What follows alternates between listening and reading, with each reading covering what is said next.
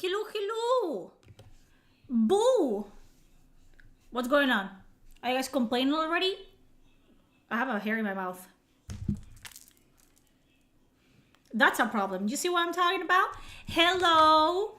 The Hatfield, Kitsune, Bibo. Hello, hello. How's everyone doing? God. I just got home. Well, that's a lie. I got home like half an hour ago, but I was chilling, okay? Hello. What the fuck are you wearing? What are you talking about? Every time, if I wear this, I'm wearing that. It's a corset, you fucking retard. Look at this. You guys are making me like, you know, be mean to you, and then you complain. I'm talking about you, not you. Who the fuck are you? Who are you talking about then? Wait, Papa Nude, you don't need my dad. Leave him alone. You, what do you want? Clothes. What are you wearing? What are you? Hello. Ooh, la corset. Yeah. I think we're doing voice acting today. Do you guys want some je ne sais quoi of what you're gonna get? I have a lot of voices that I'm gonna be making. I mean, I'm gonna make them clear. Hello. We have. This is, what is it called? The Adventures Mechanic is. They will have. The Space Marine. Hello. We have Yandari. We have Yandari as well. Whatever this is, okay, then we have this, which is like that demon. Then we have the neighbors. And just like that Ama's voice, which we're gonna be using a bit. That's gonna be the rest of the stream, so I hope that you enjoy. Because apparently the voice acting, they're all very Spanish. What do you think happens when a Spanish woman does the voices for every single character in a video game? You get just Spanish voices, okay? They all, in my version of Warhammer, they all have Spanish voices. Okay, expected better. Ben, I'm seeing you Sunday, right? You're gonna get cast the fuck out. Not only you, your parents, your dog, your fucking fish if you have a fish. You know, you're Spanish? Yes. What are the voices? They're voice acting. There's not gonna be a lot of voice acted lines in this. So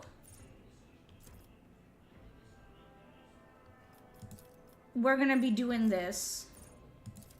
I'm gonna do it myself. I did it last time that I played. So we're gonna do it again. I'm not Latina. I'm European, which is white. A lot of people call me Latina. I'm not, okay?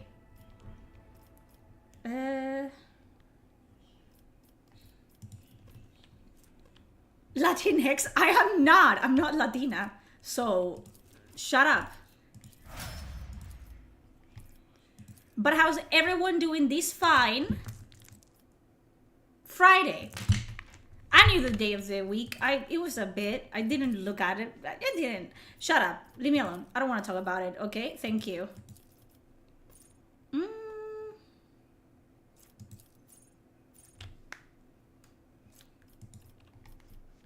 Let's do toughness. Spain. Yeah, just below Mexico. Spain. The capital of Mexico. You're basically French. You take that back right now. Not even the French like the French. Why would you say that to me? Just call me a whore next time. Thank you. Crazy behavior, honestly. Crazy.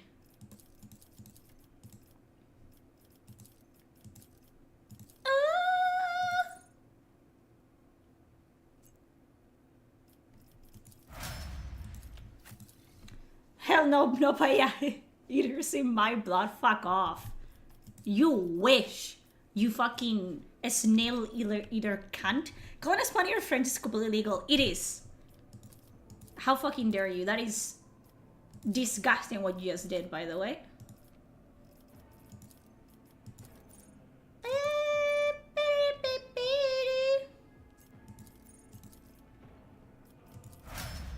Okay. I think we're gonna be voice acting pretty soon. Follow my lead. I will follow your lead. Whatever the fuck. Because this we did yesterday, so I'm just gonna... Can we guys speak French? Yeah. We don't talk about Master Helmsman. Canadians. System status. By the Emperor. It's the... Restore the Vox channel. We already saw this yesterday.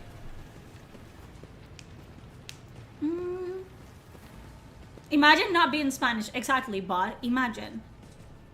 I like to play this game, but I don't know how the tabletop rules. You don't need to know the tabletop rules. They do all the rules in the background for you, like automatically.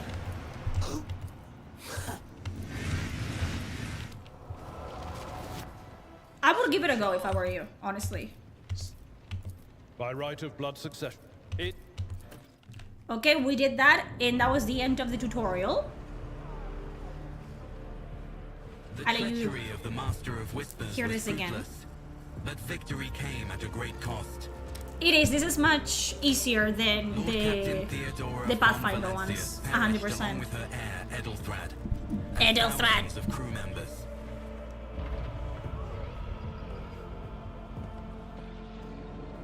No, bitch. Don't turn on yet, motherfucker. Yet hope remained. For the second in line to the rogue trader dynasty survived.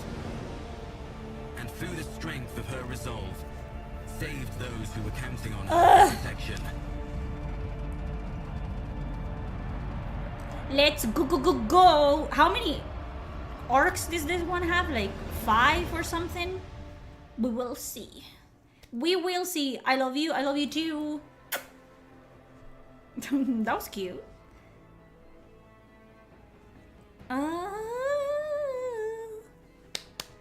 Let us go. Oh my god. I'm gonna, without your permission, I don't need it, unbutton my pants. Because I would like to breathe. Thank you. Whew. Okay, let's go. And the voice acting is over, which I don't like. I would please, Alcad, the companions, do pay them, the voice actors, to voice act the entire lines for the companions, okay? Not just the fucking, like, tutorial area. Deep shadows of wariness can be seen on Abelard's face, though the old officer's eyes are keen. They rake over you from head to toe. He frowns, mutters something, then nods to himself. Well, then, your ladyship. You cannot help but notice that the seneschal does not know how to talk to you or where to begin. His hesitation brings an involuntary smirk to your face, as though someone else entirely is gloating at the old officer's confusion. Seeing your smile, Abelard pulls himself together. You must now hold your officer's briefing. In your new role as Lord Captain, for many of those who are about to join us on the bridge, this will also be their first briefing. We sustained massive losses among the senior and middle-ranking officers. Some posts have had to be filled by the deputy's deputy, while others go unfulfilled entirely. And now the dead clans are deciding who will take over the leaderless crews. Okay. Have you succeeded in tracking down Voidveer? Abelard grits his teeth. No, Lord Captain. In all the commotion, his trail went cold. Our people are still on the hunt for him and any mutineers who might still be skulking in the ship's many corridors. But frankly, I would not be surprised to hear that we are now one shuttle short. I am afraid that it will be some time before he answers for all he has wrought. I appreciate your clothes on the stream. Thank you. You're welcome. Someone asked me today, you're not thinking about opening an OnlyFans, are you? Like, questioning me. I'm like, no, I'm not, but why would you say that? I'm strongly against full voiceover unless it's done by the AI. The fuck are you talking about? Why not? Why would you want more work? I don't want more work.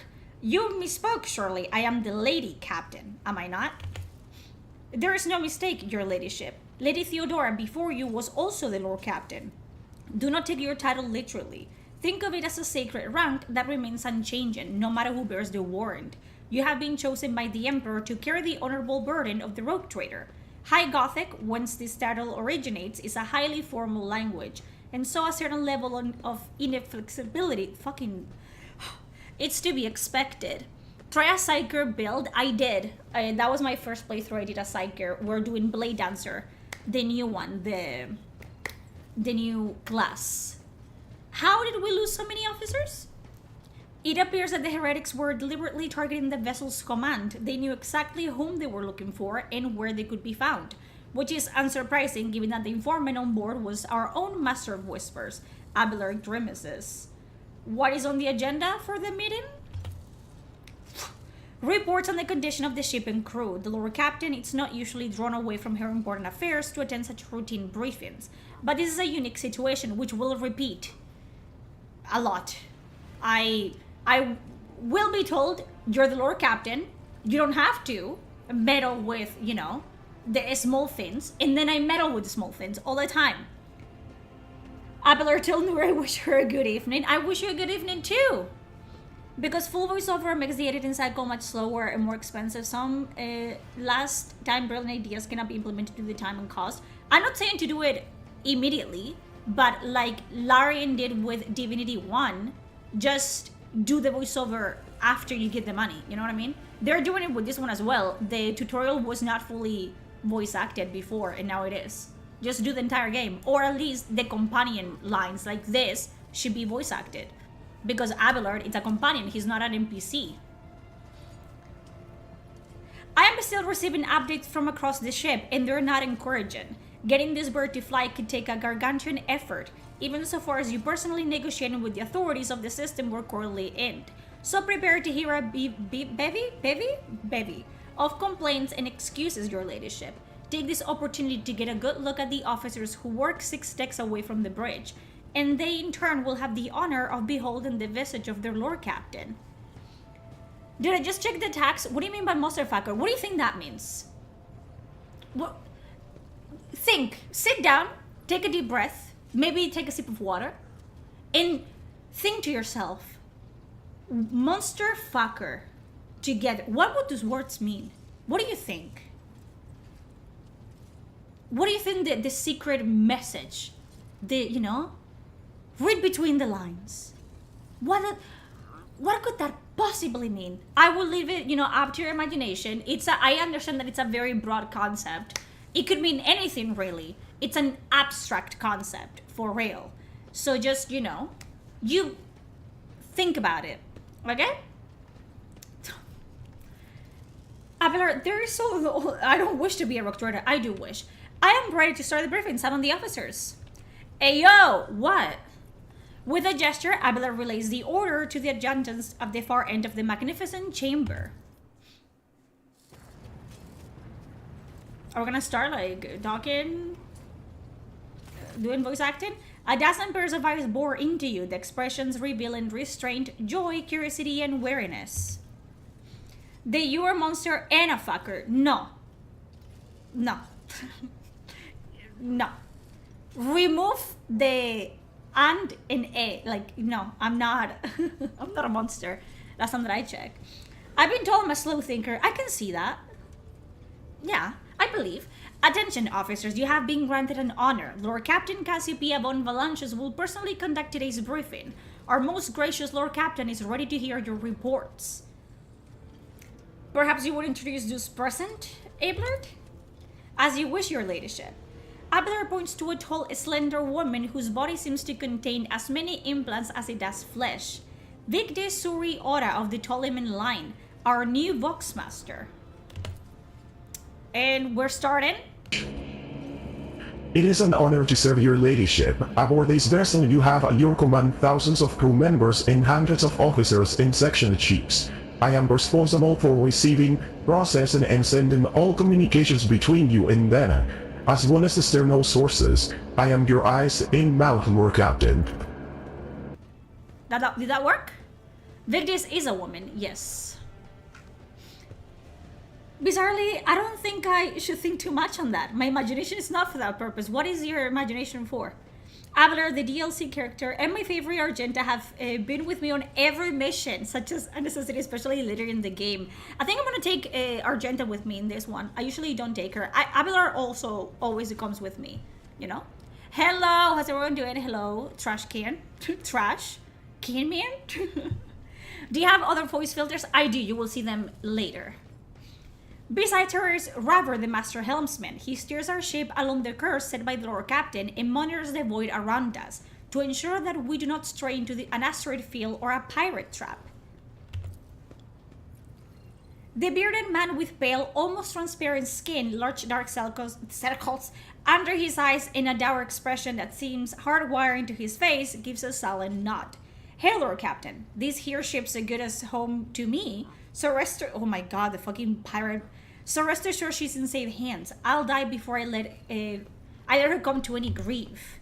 And lastly, our high factotum Jandris Danrock, who oversees supplies, procurement, and the general material well-being of the ship. Dressed in an embroidered jacket, the heavy-set man with oiled hair offers an obsequious smile and bows. It is an honor, your ladyship. You may trust me with all matters concerning your comfort. Everything will be done to the highest standard. In the second row, we have the 3 officers charged with overseeing the ship's vital functions. The Master of Ordnance is responsible for the artillery aboard, the Infernus Master, whose crew work to prevent and extinguish fires on the ship, and lastly, the Drive Master, servant of the Omnissiah. The 3 officers salute you. The Infernus Master does so with confidence, while the Master of Ordnance betrays nervousness. The Drive's Master offers a salute resembling a dance involving the complicated manipulation of all the tech priest mechadendrites. Is that everyone? Oh god.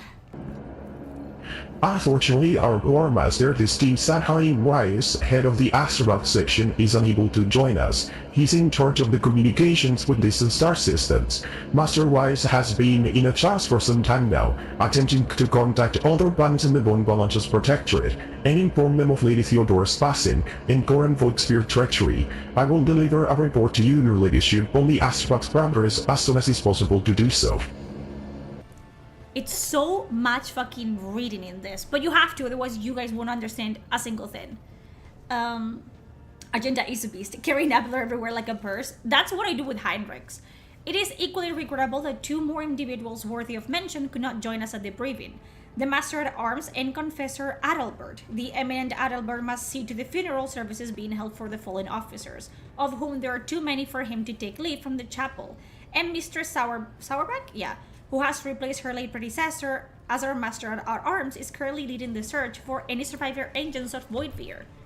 All other present are adjutants, secretaries, and deputies. They are here to make a record of proceedings.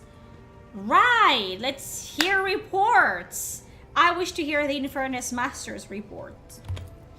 This is a very nice introduction to the 40k world. It is. Hola, ¿qué tal? Yes, Lord Captain. Who is this? I don't remember him. Hello. I don't remember this man. Yes, Lord Captain. The tall man bows his head in deference. Deference? No, it's deference. I can report that all fires across all decks have now been extinguished. The preliminary damage assessment in terms of material losses and crew casualties has been completed. The results have been submitted to the Seneschal and the High Factotum. The post passed to him after the previous Infernus Master and his next 3 deputies expire in the line of duty. Abelard remarks in a low voice pitched for your ears only. The lad is managing well so far. He can take the heat, so to speak. High Factotum, what have you to report? It's Lionel Richie. I need to upgrade and play this game. You have to. If you haven't played the DLCs, you need to. I haven't played them, so that's why I'm doing this. We're toiling day and night to compile a full account of the losses. Ha! The task will require next to no involvement from your ladyship. I will personally ensure that all damaged components are given into the tech priest's hands for attention and that all lost supplies are replaced. There is only one resource that I cannot replenish single-handedly, and that is people. We have lost more than 2,000 crew members, and unfortunately, this number is not confined to the scum from the lower decks, which are easily replaced, but also includes trained professionals. We will be able to make up our losses on the nearest planet, Rikat Minoris. However, the planet, the whole system in fact, belongs to the Winterscale Rogue Trader dynasty. We cannot simply begin recruiting on the planet without first coming to an understanding with the governor. In that respect, I am powerless. Negotiations at this level are a matter for the Rogue Trader. Hello, Nurgle! Hope everyone's having a good day. Seems I wasn't alerted by YouTube of yesterday's stream, otherwise I would have made it since I love this game.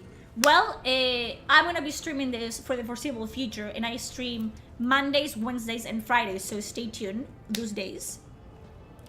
He ain't a monster that a woman can appreciate like a man's beauty, okay? He doesn't have to have like 4 arms or something. Like, bro, the duality of a woman. Leave me alone. Thank you for the lurk, Ami. I see you. Especially through given Caligo's Winterscale penchant? I'm gonna say a lot of words wrong, but I speak 2 languages. How many do you speak? For attacking first and asking questions later. And the kind of thick-skulled thugs he usually installs as governors on his planets, rumbles Abelard, frowning. Drive Master, I will hear from you now. Oh yeah, he's okay. Lord Captain, the those that set up on this double warship destroy the repositories of handouts of machine spirits. The great warp engine entrusted into my charge is unharmed. Thank the Omnisire, but it is a spirit mourns its death brethren. We haven't yet identified a prayer protocol capable of assuaging each sorrow and anger. With the great sorrow, I must also report that the engine's here prime, overseer and spiritual authority of all tech priests on board, fell in battle. That Malus was betrayed by the little flesh that remained part of him, a most terrible loss. There is no one among my comrades aboard whose experience and comprehension of the sacred protocols equals that of the fallen magus. Will require a replacement, and as soon as possible. Okay, I see. Okay, Master Helmsman, what's going on? Right you are, Lord Captain. To cut a long story short, the outlook is bleak. The ship's sound, more or less, but without our engineer prime and navigator who fell in battle, we have no way out of the system. If we try to set so much as a toe inside the warp, I don't know what'll happen first. Our warp drive being torn to pieces, or all of us melting into the bulkheads. Nice! That's lovely. Oh god. Your ladyship, if you will allow me to interject, when we arrived in the system, my crew followed standard protocols and conducted a count of all the available communication channels in the region. One of them was a nice nobility station. The station maintains complete rock silence, but even its presence here inspires hope. You have a dear navigator in the very bit. In the very same system, it's an incredible stroke of luck, actual blessing from the God Emperor. Surely read slower? I don't want to. Do you guys also have eyes? And you can read yourselves. You want me to read really low? Okay, I'll try that. A sharp bolt of pain lances through your skull as if in response to what you just heard. You understand that it is not the God Emperor you should thank for such fortune. The words of the demon that appear before you during the translation to real space echo in your mind. I am the will of the weaver of destinies, and today I will weave a new thread of elusive possibilities and fickle chances. The thread that will lead you out of the maw of irreversibility. The thread that will help you find the keys to salvation. If I were you, I'd grab these chains with both hands, or else you'll soon be eyeing up asteroids to use as your new residence. In a slightly less shitty news, we can go around and round the system till our heads are swimming, as soon as the Prometheum supplies last. And if any thick as grass shit lowlifes come sniffing around, we'll be able to take them out, so don't you worry on that score. The Master of Ordnance gives you a gloomy look. No, my job's simple. Maintain the arsenal in fire where I'm told. But just ask anyone, we've got not able crew, no Lord Captain. Who am I? Master of Ordnance, you forget yourself. The Master of Ordnance chokes back the words he was obviously about to blurt out without thinking. He casts another look at you before turning away. I apologize profusely, Lord Captain. Pardon the fool. The ship is in ruins. Every other officer is dead, and the Lord Captain is no longer with us. Fear has taken hold of me. He looks up at you. But I've heard of you. Oh, yes. Your fame has reached even as far as the expanse. I can be showing myself up in front of an illustrious person such as yourself. He adjusts his uniform and stands ramrod straight. The Master of Ordnance can report that the rest of the arsenal has been saved, and the battery is in good order. we're ready to fight if that is the Lord Captain's will. To summarize, we have sustained serious losses in crew members, and we require a new engine, seer, prime, and navigator. Is that all that is preventing us from continuing the voyage? Precisely, Lord Captain, but bear in mind that this will not be the end of our trials. The ship's systems must be properly inspected for major damage, which can only be carried out at Footfall Station, home to the only dockyard in the sector.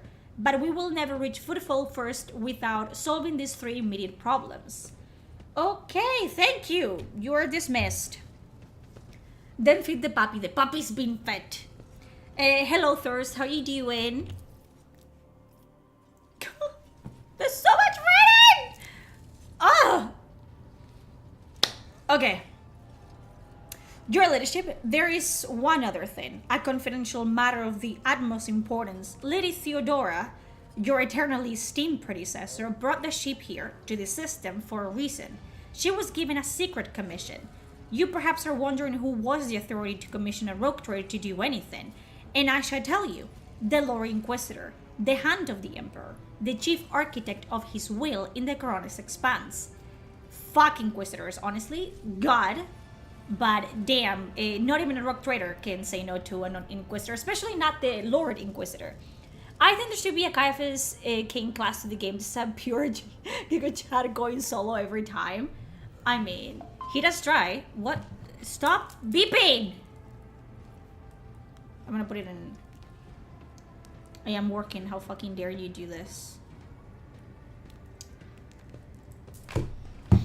Okay, I came across a strange handwritten letter on Theodora's desk. It was signed XC.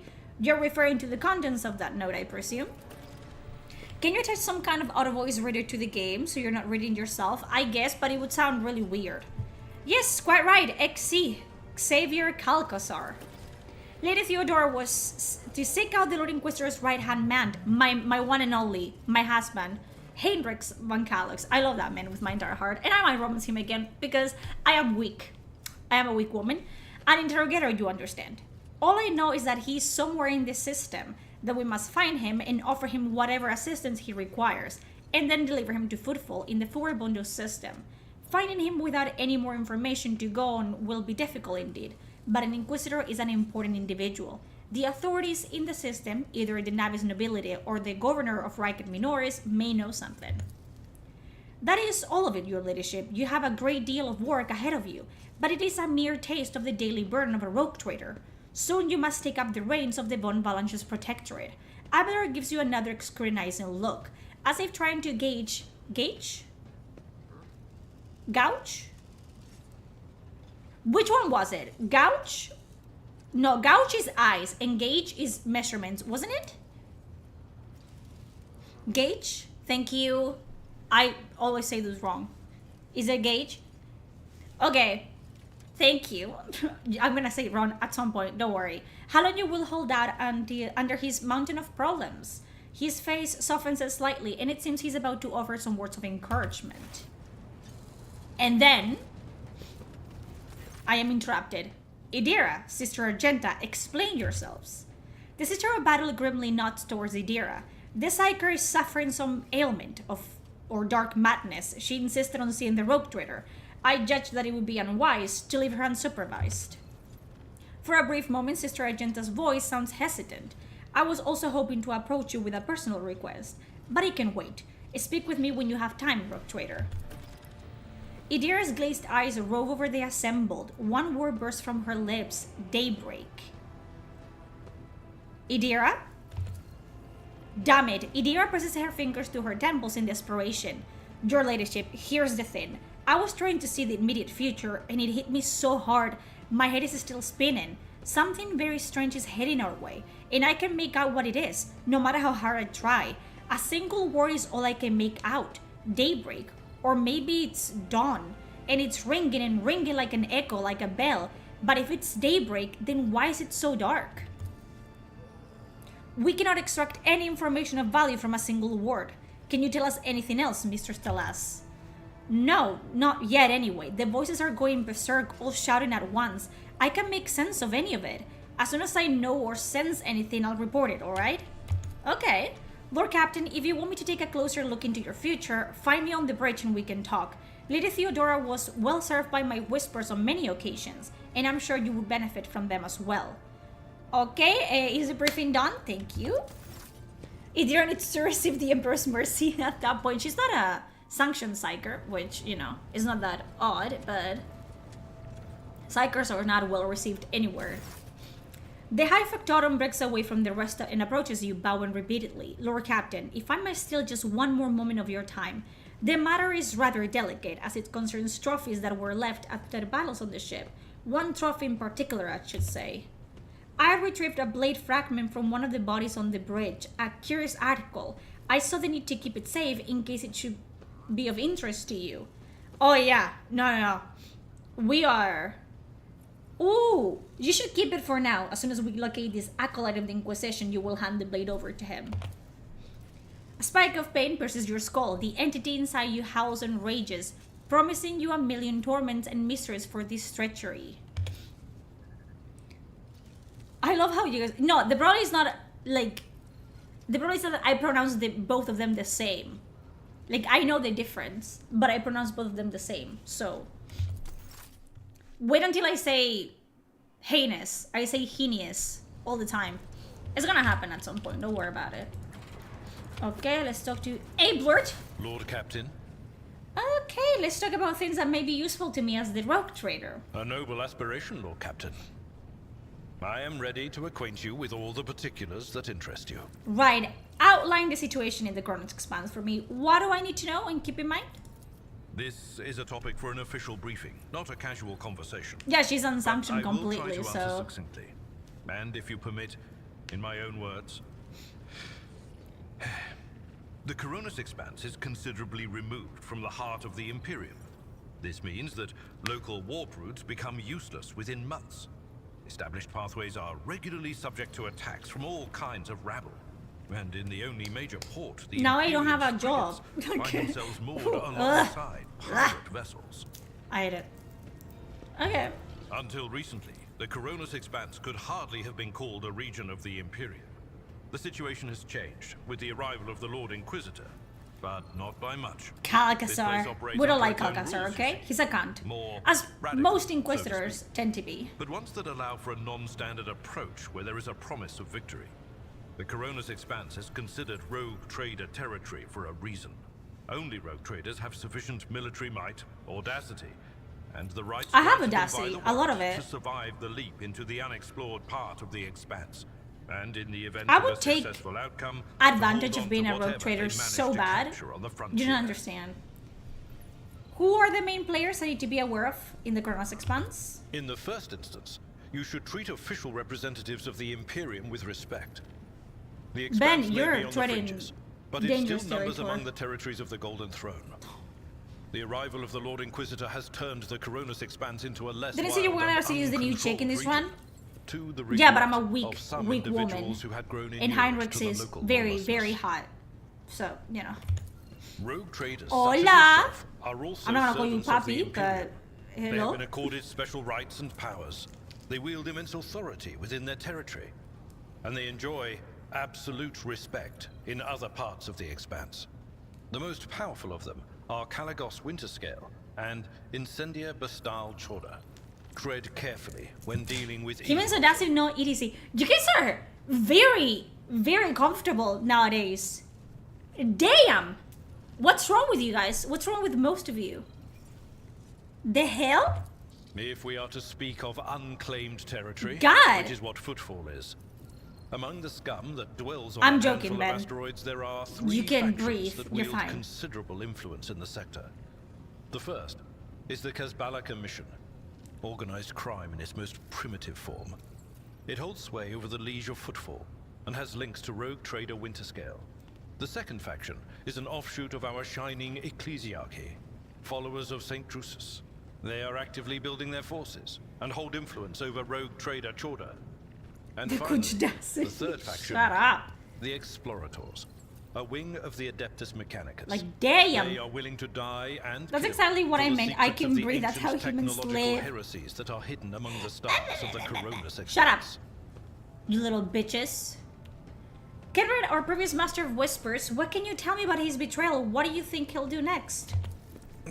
You know, Lord Captain, I am no I'm very admirer of confused. fine art. You're fine. But Hello, when we Annie. next find ourselves in a you doing? civilized port with time to spare, Ah. I will promptly find an artist and commission a portrait of the individual to whom you refer, with a hole between the eyes. You're a bad influence on chat. I know. Fear. Like, I get That what he I get committed the his energy that I treachery put out. and escaped It's only with his fair. life was an That's why I don't care. It's funny. unforgivable I like oversight. to bicker. It keeps me We young. both served Lord Captain Theodora for many years, and we never saw eye to eye. He was brash. He was never afraid of assuming responsibility, and he willingly took on difficult tasks. I am loath to admit it, but the von Velatius Protectorate continues to reap the fruits of his labors to this day. His service always garnered my respect. But everything else about him made me want to wring the neck of that two-faced snake. If you are taking comfort in the thought that we will hear no more of Conrad, prepare to be disappointed. As you wish, Lord Captain. I'd like to know more about my seneschal. As you wish, Lord Captain. Tell me What would about you like to know? yourself. What were you before Theodora's seneschal? I used to be an officer in the Navis Imperialis. Oh, Helldivers is done. We can play it tomorrow. The used to be is not quite right. What do you used to do? It was not simply a job.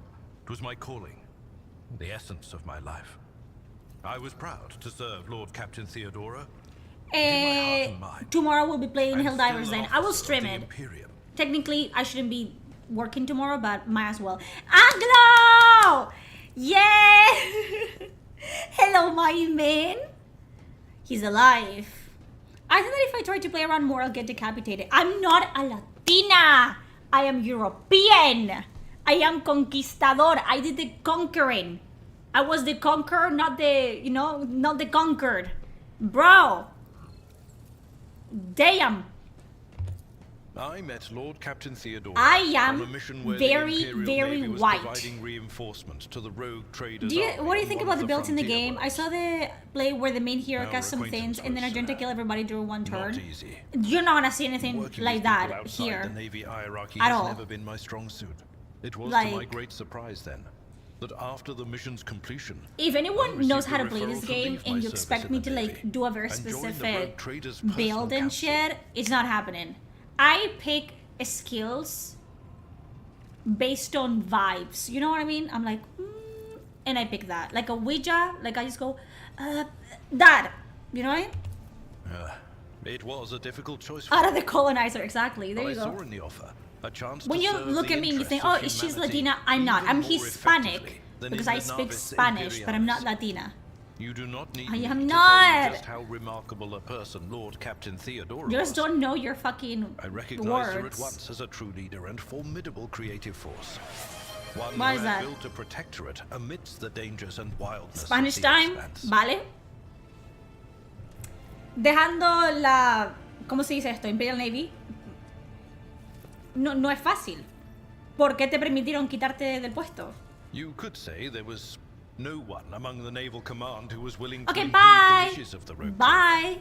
To do so would be to risk their own position and their relationship with Theodora. No va a haber mucho de mí hablando español porque... Lord Captain possessed certain contacts in the ¿Qué es eso? Navy. Oh, es eso. Contacts which she used to request help Oh, during the conflict oh, on the border world. I'm so And cute. which enabled her to I make am. me an offer that Lo resulted soy, lo in my soy. joining her retinue. Vale, me parece muy bien. Abelar, The Navis vamos. Imperialis is an ancient institution with its own mandates and muster lists. On occasion, in the heat of an official briefing or an informal discussion, I violated those rules, determined to press my point. It is challenging to choose the words to accurately express my opinion on a situation or the actions of others that do not sound overly scathing or confrontational. Oh. Many in command were inclined to view my manner of speaking as unbefitting a person of my rank. La manera en la que hablas de Theodora me hace pensar que está... No prisoners for the Emperor! For the Emperor, though. Exactly. Se me hace... Me está haciendo pensar que estabas enamorado de ella. What? Vamos a aprender Lord español. Any Con allegations Ara, of improper la feelings or colonizadora. unsanctioned relations are utterly baseless and bordering on the insulting. Utterly baseless. ¿Tiene familia? I am a widower. Oh, I am a father of 4. And if El my viudo, information is viudo. not outdated, a grandfather of 5 de mayo. ¿Qué 5 de mayo? Que soy europea. Que no soy latina. None of my Coño. children express any eagerness or aptitude for serving aboard ship. And I would hardly have insisted that they follow in my footsteps. Gracias. No más pregunta. Venga. Of course. We're going back to English because I feel like it, okay? You may call me by my first name if you wish. I thank you for the honor, but I must decline. Okay. As a former military Do the officer, bill you I want and believe you'll still in the most importance likely of come order out in of the... all We'll things, see. including La the resistance to chain of the command. Empress. You are the Lord Captain, my direct That is superior. me. That is correct. I am not prepared to address you in any way other than as regulation dictates. Jesus. Okay, I'm leaving now. Lord Captain, Abe. Hi, you look just like your dad. I do. You guys want to see a picture of my dad young? Say yes or no. I don't want to get up for nothing, you know what I mean?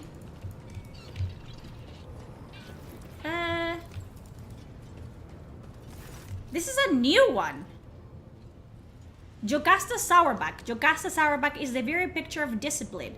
Her uniform is exquisitely pressed, her armor is polished, and her posture is imposing and rigid. The only flaw in her immaculate appearance is the heavy enforcer's maul, which is worn and battered from frequent use. She salutes you with a practiced motion. Greetings, Lord Captain. Just for science sake, okay.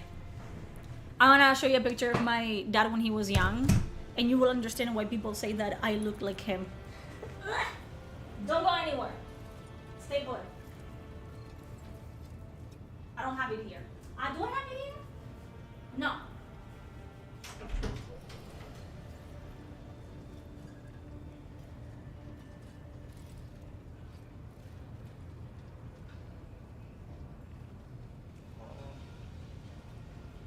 I have it. Proof. Oh. Hello. Oh, she's from the DLC. I was like very confused. Okay, come over here. This is my dad when he was young. There is a family resemblance. Daughters tend to look like their fathers, so I guess. But yeah, I look like my dad. A handsome man. It is true, but God, it's Papa. I'm gonna be wearing Yoda the tomboy version of me. I'm just saying he can get a date, girl. He's married. Genetics work. They do work. Yeah, I look like more like my dad's side of the family than I do my mom's. So it makes sense why the lady like clocked us immediately. Like, yeah, that's your dad. Is he not? I'm like, yeah. Daughters tend to look like their dads for some reason. I do look like my dad. He was a very handsome man. How do you come to serve on my flagship? I come from the noble Sourback family of the capital of the world, Argonis. Oh my god. She's trying to fool us. That was just her with short hair. No, it's my father. It's my papa. I dare say that our house is renowned for its loyalty and strict adherence to the law, and the members of my family have been your faithful enforcers for centuries. I am honored to be the 6th Master-at-Arms named Sourback to serve on this ship. Why are you here instead of Darganis? Because of my cousin Macarius. I cannot stand him, but the feeling is mutual. We can hardly be in the same room together, so I jumped at the opportunity to become your enforcer. I should thank my obnoxious cousin for nudging me towards the best decision of my life. I serve you with all my heart and wish for no other fate than this one. Does Pops know about your evil conquest to conquer? Yes. And he supports me. Every step of the way, it doesn't matter what I do. Noted with a haircut. Damn! You are wearing Imperial Navy armor. How do you come by it? I inherited from the previous Master-at-Arms. Like the esteemed seneschal, he left the Navy to serve Lady Theodora. He brought quite a few officers with him and established a tradition. Upon the death or resignation of our enforcer, his or her armor would be passed on to the fellow officer who had distinguished themselves in the course of their duties. I was awarded armor in this way in my time, and upon the death of my predecessor, I inherited his personal armor. What is your opinion of me as Lord Captain? I haven't done anything yet. Your mom is not the real one. She would beg to differ, because men, even the most handsome ones, get old and annoying. So, you know, I would not dare from opinions about your leadership. That would be unforgivably brazen of me. My duty is to serve, not to evaluate. Okay, what do you think about other officers? I do not trust them, but I do not trust anyone. Mistress Tolliman has too much power and will surely be tempted to start deciding for herself what information to share with the crew on your behalf and what to withhold. Raver is closely intertwined with the ship's systems, which opens up plenty of opportunities for sabotage. He must be watched. As for Dan Rock, forgive me, but a man of his size and habits cannot help but steal. Jesus! But your dad cooks killer meals that last, that is true. I heard women love silver foxes. I guess all men are like wine, they get finer the older they get. Someone has daddy issues. And it's right there. It's you. You have daddy issues. What can you tell me about Abelard? The Seneschal is a model of competence and fidelity, and all the officers and enforcers look up to him with gratitude. A grimace of fierce devotion takes hold of Sourback's face before she abruptly grits her teeth and continues. It's all the more distressing to see that the years have not been kind to the deeply respected Master Worsarian. Soon there will be no rejuvenant treatment that can save him from the mistakes inherent in such advanced age. But we are ever watchful, and will be there to steady the trembling hand of the honored veteran if need be. I want to know more about your service. I am ready to answer any questions, Lord Captain. What are your duties? I am responsible for upholding safety and order aboard this ship. Guard duties, patrols, finding and punishing troublemakers. In addition, my enforcers ensure that the crew follow all directives and carry out their task properly. As they say in my family, a servant who shows disobedience today prepares a riot tomorrow. Just look at the retirement home. They just need to get their their shit off and hot dams like they're 70 years old all over again. My daddy's 70 years old. What is happening in chat right now? I'm learning too much. Welcome to your new dysfunctional family where no one has boundaries or filters and we all know everything about each other. You're gonna be fine. There are thousands of people aboard this vessel. How do you maintain order? 2 words, Lord Captain: suppression and fear. The base nature of the rabble cries for an iron grip. Lest they give in to their animal urges, we have many well-tested measures to prevent it. Random night searches, preventive interrogations, corporal punishment, and executions. Of course, the laws of the ship equally apply to the officers. We eradicate the canker of insubordination wherever we find it, without mercy. You don't want to know about my childhood. You're right.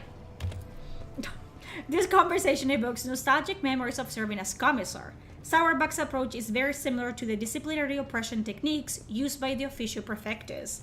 It is. I hope the executions are carried out in public for the educational benefit. Sourback's eyes gleam with a sadistic light. Naturally, they last long enough to give the rabble something to think about. The witnesses to the execution must be of the same class as the criminal. It is unwise to put an officer to death in front of the common folk, for it undermines the perception of rank. She trolls off. It seems like she rarely gets to discuss the nuances of a craft as complex and delicate as capital punishments. I hope you will not repeat the mistakes of the previous master-at-arms. You can be sure of that. He was a fine enforcer, but suffered from the fatal flaw of trusting his associates. I myself lack that weakness and trust no one except you, Lord Captain. Wrong! Don't trust me either. Let us change the subject. My childhood was brutal. My therapist said that there is no cure for what I went through. Tough. Anyways. So where are the Space Marines? The Space Marines are only deployed in very specific circumstances. Also, the Kronos Expanse is locked at the moment, so we cannot leave the Expanse, and no void ships can come in either. There is 1 Space Marine in all of the Kronos Expanse, and he's a Space Wolf. We will find him. I'm literally old enough to be your father. Hi, Daddy. If you guys expect me to, like, you know, be really empathetic with you, don't. I'm gonna treat you like, I tell this story all the time. Teddy's here. Teddy's my mod, but before he was my mod, he was just a viewer. And he's been a pain in my fucking ass since I met him. And I was like fucking going off on him about something. I was playing Fallout. And I was like fucking going like, and he was like, oh yeah, whatever. You know that I got cancer. Like I'm cured now. Like I'm good. But I had cancer. I was like, good for you. And I just went in after like again, like, I don't care. I do care about you, okay? But you know, if you want me to cry about your shit, I think it's like the best thing you can do when someone is like, you know what? Like, you know, my dad beat me with a belt when I was a child. What do you want me to do? You know? Do you want me to be like, oh, no. Tough luck. Beat him with a belt now. That's what you should do. I think half of chat is all he ever hears you'll abuse them. That is the theme. 100%. For sure. But hey, you know what I mean? You know what I mean? Yeah, ain't nobody got time for that, brother. I'm not gonna... I shall return later. I showed my therapist, you said that your mod is on your ass. Yeah, he's up my ass. Like, at the moment. I'm not sitting on a chair. I'm sitting on his shoulders. You know what I mean? Better with a belt, skill issue. Dodged? Why didn't you dodge? I told my therapist about one aspect of my childhood, and you know what she said? What did she say? She said, you know what? This is not gonna work out. You know what? I don't think I can see you anymore. You got cancer? You beat cancer? Try to...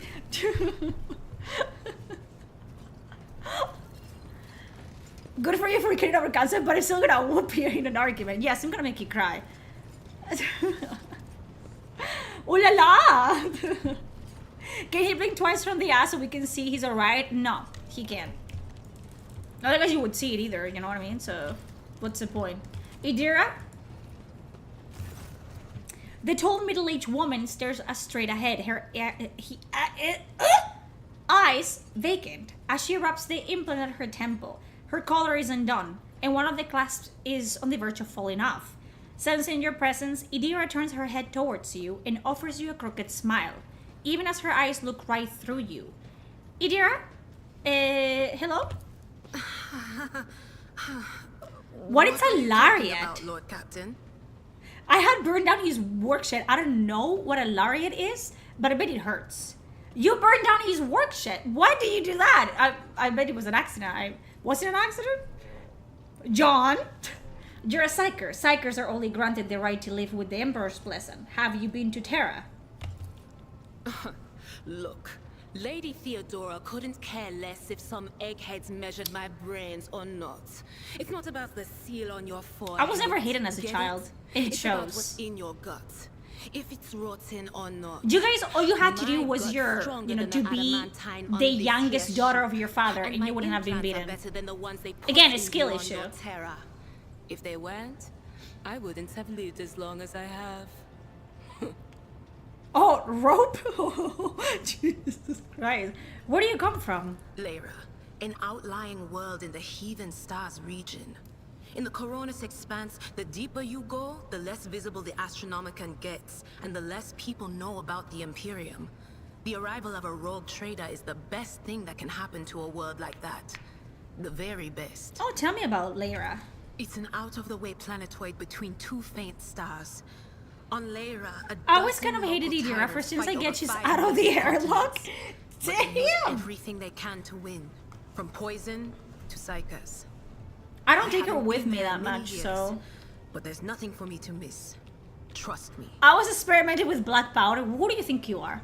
What do you mean? Were you like inventing bombs? Like, what? Being the youngest sibling is the best. Damn right. Thank you for the abuse. I was getting homesick. Thank you for super chat.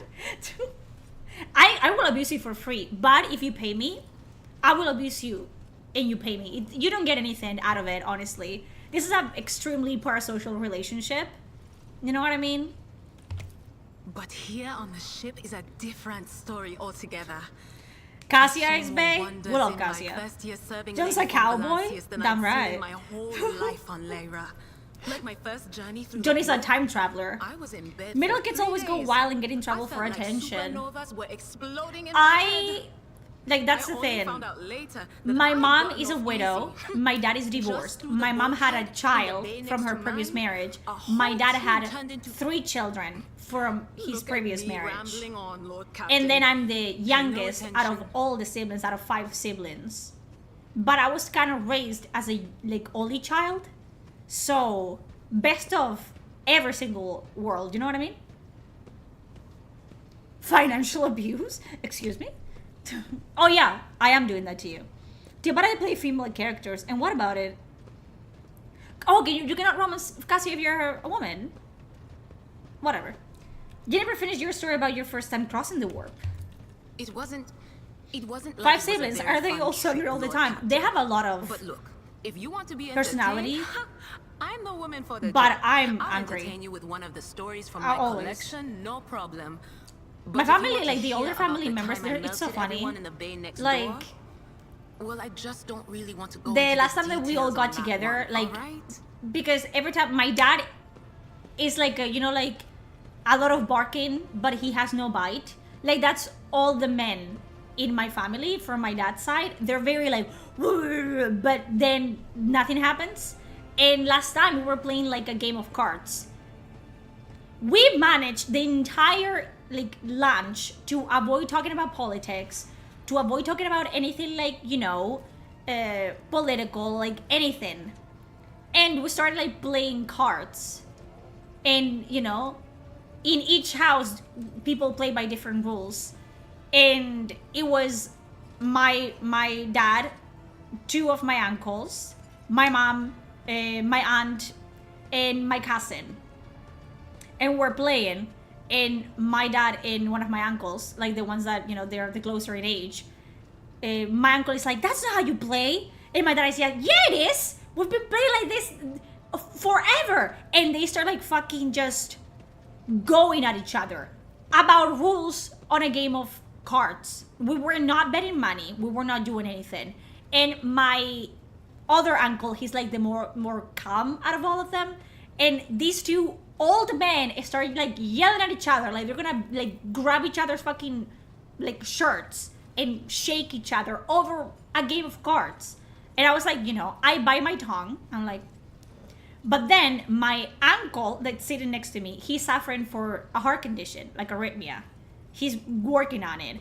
And my aunt, his wife, she gets upset and she hits the table, and she's like, we're not gonna play anymore, whatever. And my uncle gets like spooked, and he starts getting like heart palpitations. So now he leaves to his room to calm down, and these 2 men are still yelling at each other. And at some point I'm like, like you can feel it. It's like a demon. Like, I can feel like I'm not proud of it. Well, I don't care really, but I have anger issues in the sense of like, I'm a very angry person. I tend to tone it down or just like bite my tongue because most of the time it doesn't matter. But my uncle and my dad are like the type of men that are just like, oh, well, I'm too old to change now. You want me to change? Impossible. And I hate that. So I go to check on my uncle. He's white in the face and be like, I just need a moment. I'm like, then I don't know what my aunt says, like in the stairs. I like tell her like, yeah, he's having a moment, like leave him alone or whatever. She doesn't leave him alone and goes to check on him. Then comes back down, says something about like, oh my God, here he goes again or whatever. And my uncle hears my aunt, and when she comes back in the room, they start arguing. And this is their house, by the way. My dad and my other uncle just started an entire fucking family feud in someone else's house, which is so disrespectful. It's so disrespectful. So my patience just disappears because now my uncle is having heart palpitations. They're fucking fighting one another now. Like they're having a couple issue now. And I go back down the stairs and my uncle and my dad are talking like nothing happened. And that just blows my mind. They just started an entire fucking problem out of absolutely nothing, and they just pretended that nothing happened. And we're like, I went outside and I was like, oh, so it's okay, so this is fine. And I just started going off on them, like, this is, I hope that you're ashamed, like, this is so fucking embarrassing. You guys are both in your 70s and you're acting like actual teenagers in someone else's house. Now my uncle is having heart issues. Now they're fucking arguing with one another. And you guys are sitting here like reminiscing about, you know, what happened when you were 12. You like did all of this for fucking nothing.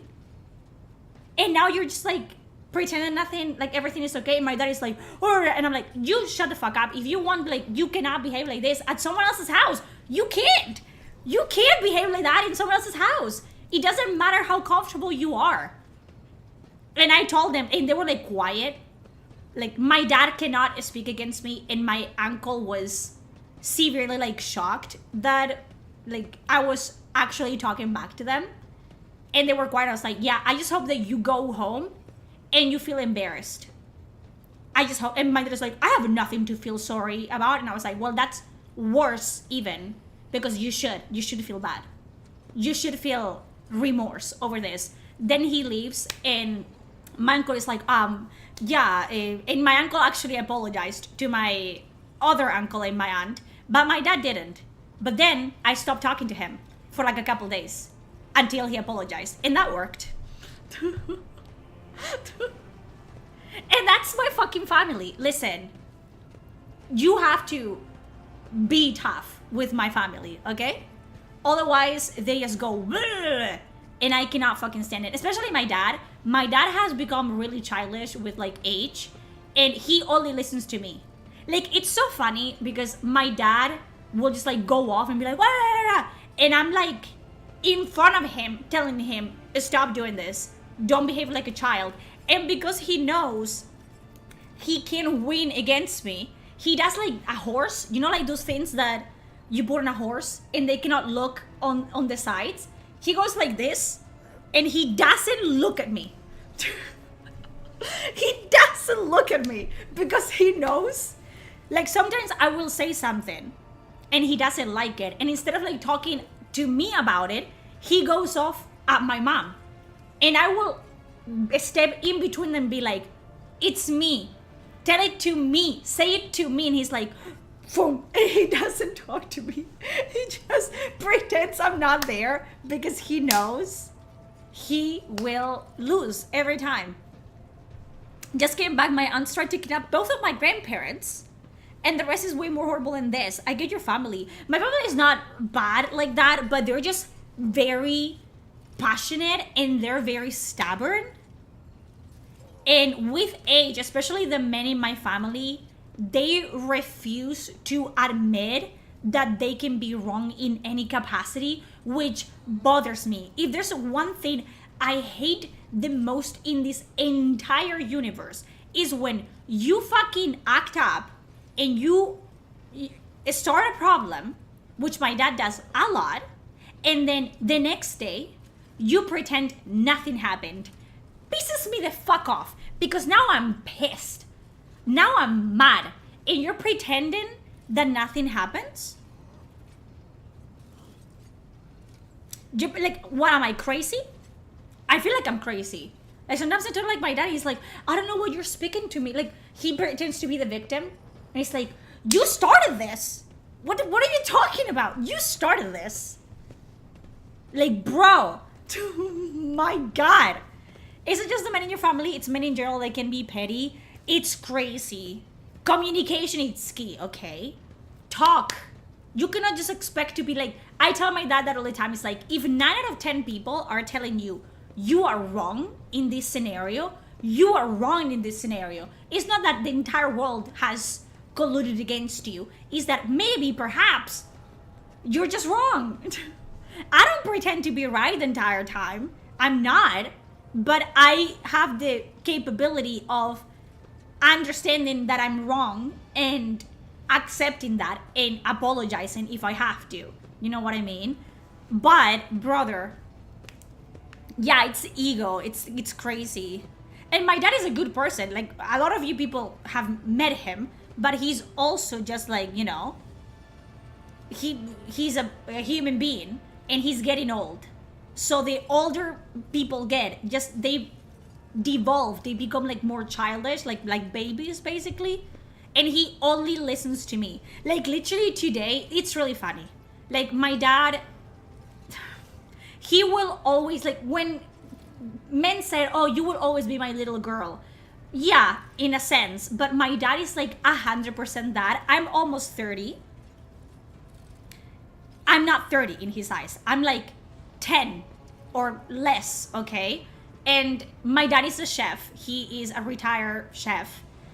And he usually like takes control of like the meals for like family reunions or holidays and whatever. And if someone wants something, they don't ask my dad to make it, because my dad will outright tell them, I don't want to do that, you do it. So they will ask me like, can you tell your dad that you want this for Christmas so he can make it? And I'm like, fine, sure. And I don't eat it, but I'll tell, like, you know, like today he's gonna make it was my mom's birthday today, and tomorrow we're gonna like do a lunch with my aunt and uncle, because they live the closest to us and we're the closest to them. So he's gonna make like a stew. It's not like stew, it's very specific. It's like a soup with potatoes and what is it, like chickpeas and stuff. And I'm just gonna eat like the soup and the potatoes, and you know, and the sweet potatoes with rice. And my uncle likes to eat the soup as well with rice. And my mom told my dad, he's like, no, I'm not gonna put fucking rice in the soup. Let them do that in their own house. And then he came here and he started to explain to me what we were gonna eat tomorrow. And I told him, okay, but I want rice in my soup. And he's like, okay, we can do that. Like, okay. He's funny, okay? He's funny. But sometimes he's just like a child, and you have to stop him. You have to be like, no.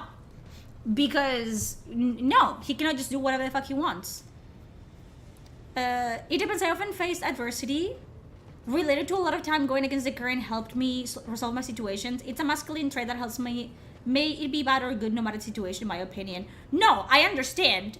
But I'm just saying that if you act up in front of me, good luck. My whole family uses me as the can you tell your dad? Exactly. Since I was a teen, I'm almost 30, my dad is 70, still the carrier pigeon. Yeah, daughters usually have a lot of sway over fathers. Like, it's just, you know. Just heard a saying, you can only lose if you're playing to win. If you pursue the truth, there's no losing. If you pursue, yeah, only growth. I don't know.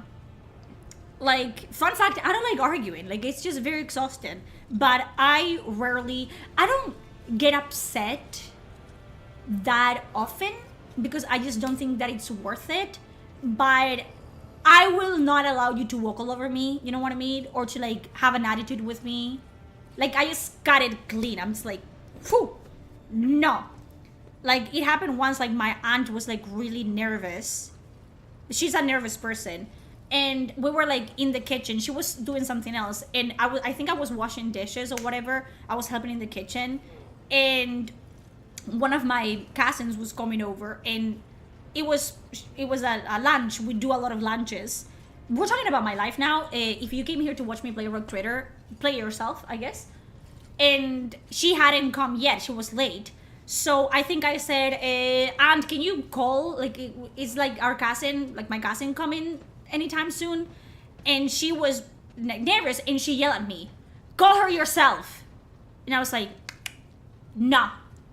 Don't talk to me like that ever again. And she looked visibly like taken aback, and then she came over and apologized immediately. It's like, I understand that people can be upset or nervous. Don't take it out on me. I don't want to. I like arguing, but it's just like sometimes it just doesn't matter. You know what I mean? Like, I can tell that it's just not worth it. I don't have patience though. My patience is non-existent, and it's worse the older that I get. It's just like, No, I don't have time for that. You know what I mean? Like, I don't know. It's just... I got self-respect. Like, I don't pretend to, like, be, like, you know, like, right in every scenario or whatever. But I am a human being. I know my worth. Treat me with respect. Don't have an attitude with me for no reason. If you are feeling a certain way, you either tell me about it or you don't, but don't take it out on me because I don't do that. Like, usually, and my dad gets upset with me because my mom is, like, more detached in the sense, like, she's more like me personality-wise. If I'm upset, I need to be left alone because I know that I'm gonna say things in the heat of the moment that I'm gonna regret later. You know what I mean? So I need to be left alone. And my dad cannot do that. And there's some days that I just don't feel good or I'm not in the mood for, like, being hee ha ha. And I will tell you that much of, like, you know, like, I will kick my parents out of my room. And my dad gets offended and my mom laughs. Like, there's sometimes that they come here because at some point when you become an adult, your parents become, like, teenagers. So every time that something happens, they will come to my room and start telling me, like, all the gossip that they know of the day. And I'm like, And I'm like, okay, time out. It's enough. I will pick it up later. Leave my room. Thank you. Like, at some point, everyone will be here. The dog, my dad, my mom. And I'm like, can you leave? Thank you. And my dad is like, I cannot believe she kicked me out of her room. And my mom will laugh. It's just like, no. I am a person. It's like, no, absolutely not. You're a mediator for your family. My grandfather was arguing grandma a lot as he got older and closer to death, which was sad to see. I was too young to stop it. And I'd like to be involved in arguing like it. Oh, I have to though. Like, my dad has gotten, like, used to just talking, like, shit to my mom. Like, he's not abusive or whatever, but when he gets upset, he only gets upset at my mom, even when I'm the one in the wrong or I'm the one that pissed him off.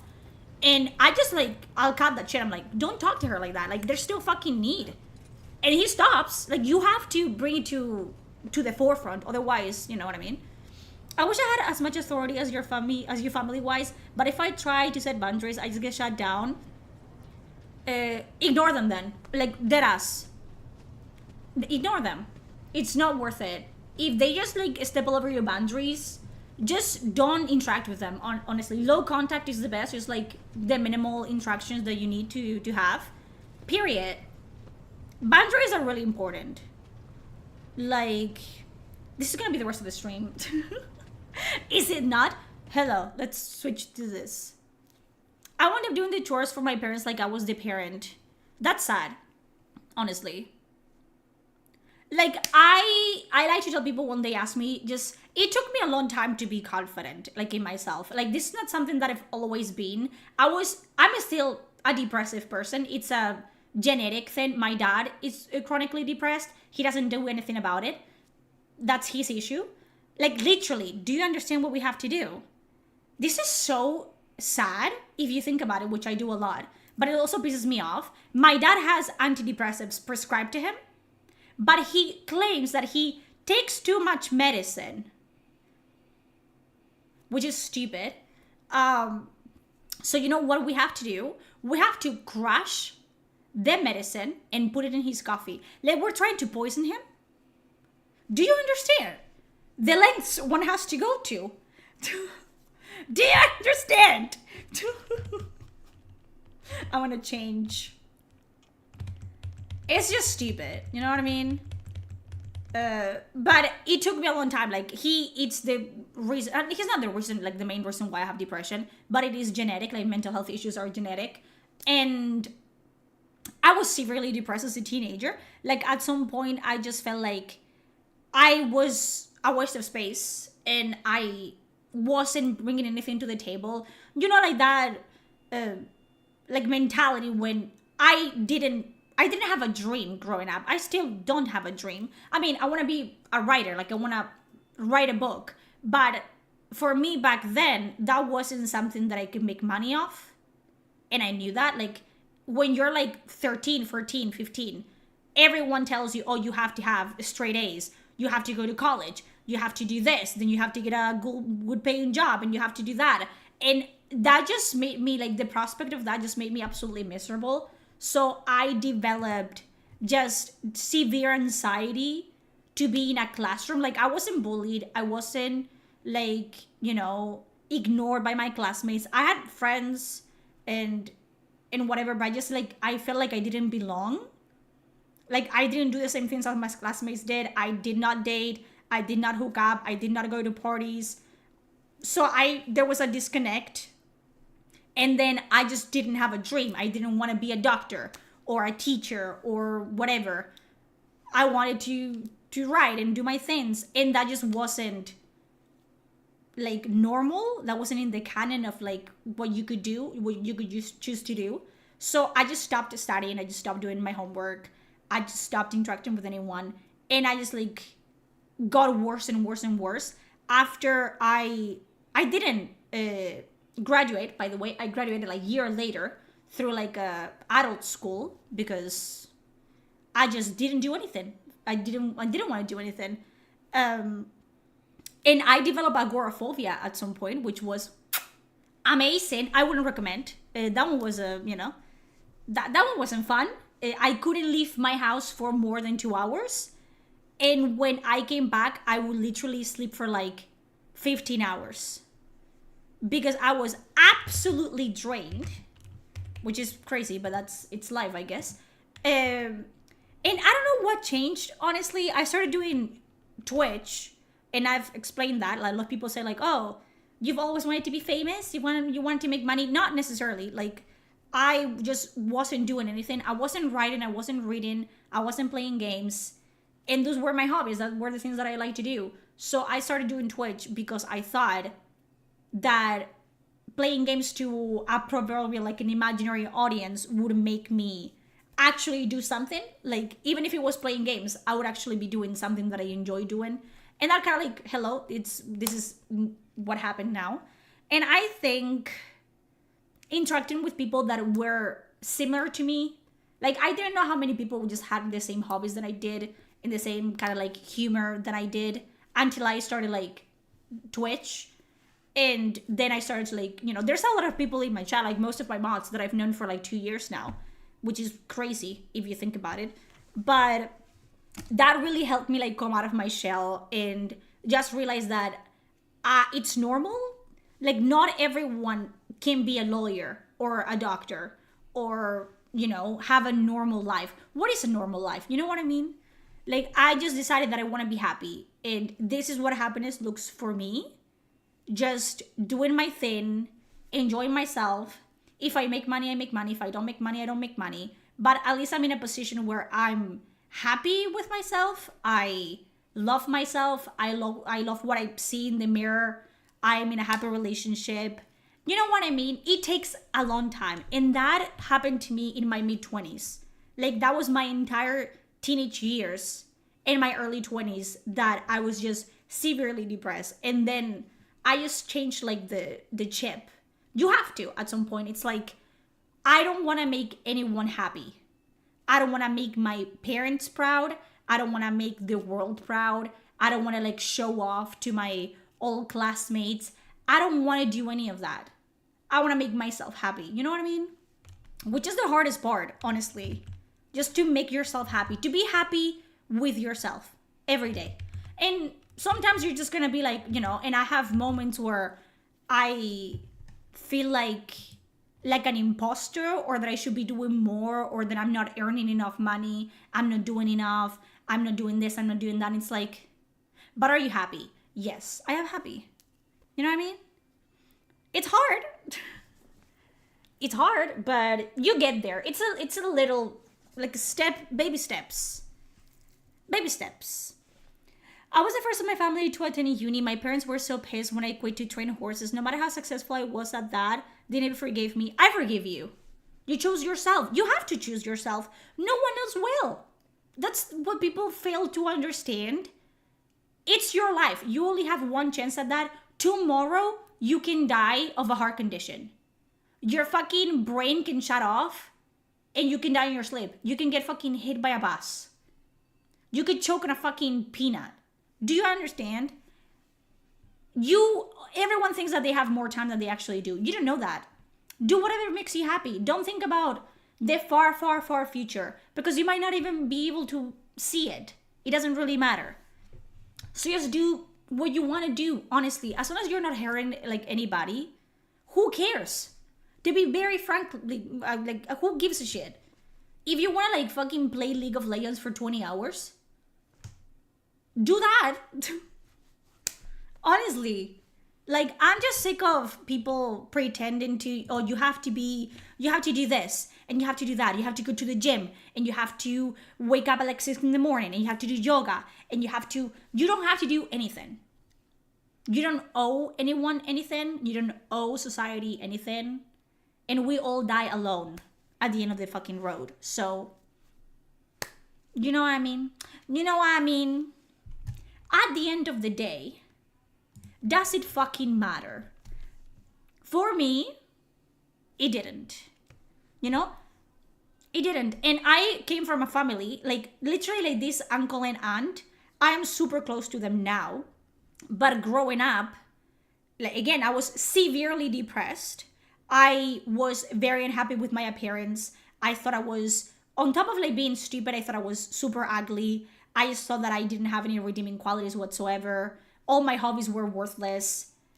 And I would go to family reunions at like the age like 17, 18, and everyone would tell me, you have to do this. For your sake in your future, you have to do this. And that would like chip away at any progress that I would have made, because it's like, oh, I'm starting to like come to terms that this is okay, living my life the way I want it to be, it's okay.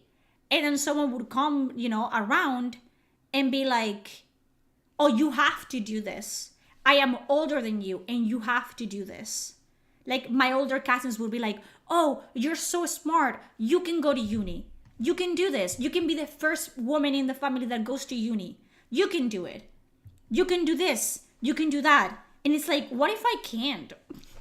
Like, did anyone just like stop and think like, maybe I don't want to, or maybe I can't? Like, it's crazy. And then I would go somewhere else on the other side of the family, and they would say like, oh yeah, you have to do this. Have you been doing this? Have you done that? And the answer always was no. So I always like go back into that shell. And my mom used, like, because I remember when I told my parents that, you know, I finished high school, I didn't graduate, and I thought that was the end of the road for me. I was 16. I remember sitting in my, like, one of my old houses, like couch, and just like my parents like crying, like, this is the end. Like, my world is ass. It's shit. And they were like, you're 17. Your world has just begun. We just want you to be happy. And they have stuck by that. I am very, very lucky. My parents have stuck by that. And I remember my mom is a force to be fucking reckoned with. My mom would say to everyone, do not ask Ara about anything school related. Do not let me hear you ask my daughter about anything that she doesn't want to talk about. And no one would fucking like accept that. No one would like actually respect my wishes and my mom's warnings. And they would find out the hard way that that's not good, because my mom would go in, you know, go off on them and be like, I just fucking told you. And I remember like not going, I didn't go to my like this aunt and uncle's house for like a good like 5 years, because every time that I went there, they would bring up topics that I didn't want to talk about. And that's called having hard boundaries. You disrespect me, I don't go to your house. I never see you again. You know what I mean? It just, no. Do whatever makes you happy, honestly. Honestly, no one made me do yoga. I like doing yoga by myself because I have back pains, but you know, I don't like when people tell me to do stuff. I just don't like it. It pisses me the fuck off, because it's like, you do it. You want me to go to college? You go to college. You know what I mean? You're reaching critical levels of base that very few have ever reached. I think that's just because I have lived like those experiences, and it's so much more common than people think. Like, I just feel like I don't have a filter. Many of you have like know that. I don't care. I don't have secrets really. I'm not ashamed of myself or my past. If you ask me something and I want to answer it, I will answer it. I'm not going to lie to you and pretend that I'm better than I am or whatever, because I'm not. You know what I mean? I just don't care. I spent a huge portion of my life just pretending to be someone that I wasn't. You know, someone that belonged, someone that fit in, someone that was less than I was. And it was exhausting to start, like, you know, to just lie constantly to everyone and to myself, because at the end of the day, you know, I would come back from class or whatever, and that wasn't me, and I knew that wasn't me. And I was so upset because it's like, why is it so wrong? Why is being me not enough? And it is enough. And you are enough. You know what I mean? It's just stupid. And it took me, it's such a simple concept of like, it is enough. It is enough. You're breathing. You're not like, you know, dead on a ditch fucking somewhere. You're not living like on the street. You are enough. It is enough.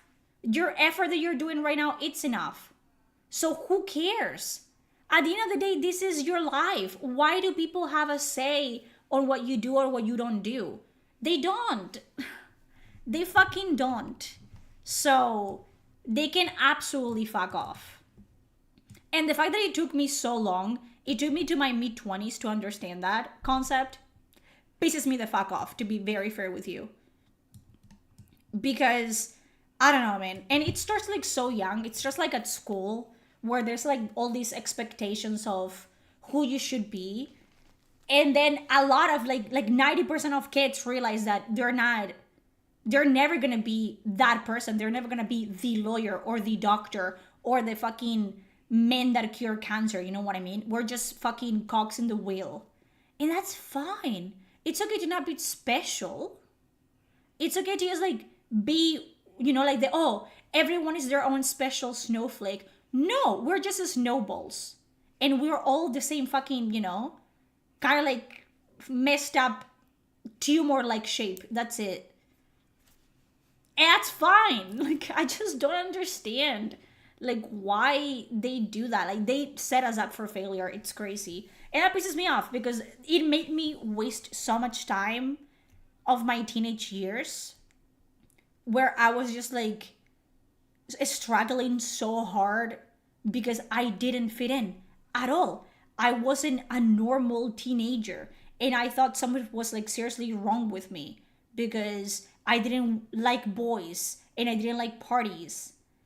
And everyone was constantly saying like, oh, to my parents, you're so lucky that she doesn't like to go party and whatever. It's like, yeah, I don't feel lucky though. I feel like I'm weird and I'm odd and I'm broken or whatever. I wasn't. I was just, I'm still at almost 30 years old.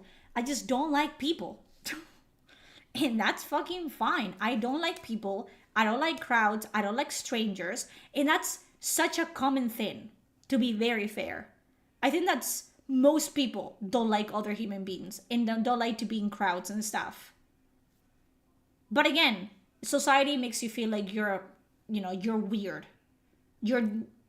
It's not normal. And that pissed me off. It just, like, every time that I think about it, it's like made me lose so much time that I could just be doing my own thing. But at the end of the day, I wouldn't look back. You know what I mean? Sometimes people say like, oh, would you go back if you could? Like, no. I think I needed to go through the experiences that I did to end up being like this. If I hadn't experienced what I did at the time, I don't think I would have come down. Like, I'm not saying that you have to suffer to be a strong person, but in my case, I reached a point where I realized that, okay, let's just stop thinking about other people. Like, this is not working for me, so let's just like stop, because who gives a shit? Not me. I don't care. And I started living for myself, and that's the best fucking choice that I've ever made. Just like live for yourself, honestly. Don't care about anyone's fucking opinion. I don't care about your opinion. You shouldn't care about mine. People are like, oh, yeah. It is what it is. Nothing more lonesome than being in a party you don't want to be in. Exactly. There are two types of people: those who look for reasons to do something, or those who look for excuses to not do things. And as a man, I don't want to do what I want. I do what I need, but not because people expect it from me, but because I'm responsible for my future. Exactly. You make your own decisions. You choose what you do. That's the entire thing. It is what it is. I don't want to do things because other people expect me to do them. Or that's one of the main reasons why, like, other people are like, oh, if you had, like, kept doing this, you would be so much bigger than you are now. I don't want to be bigger. I don't want to have, like, 1,000 viewers if that means I have to lie to my audience and lie to myself. I have told you multiple times, and that's one of the main reasons, like, I cancel all podcasts. I had podcasts with really big streamers and really big YouTubers. So what?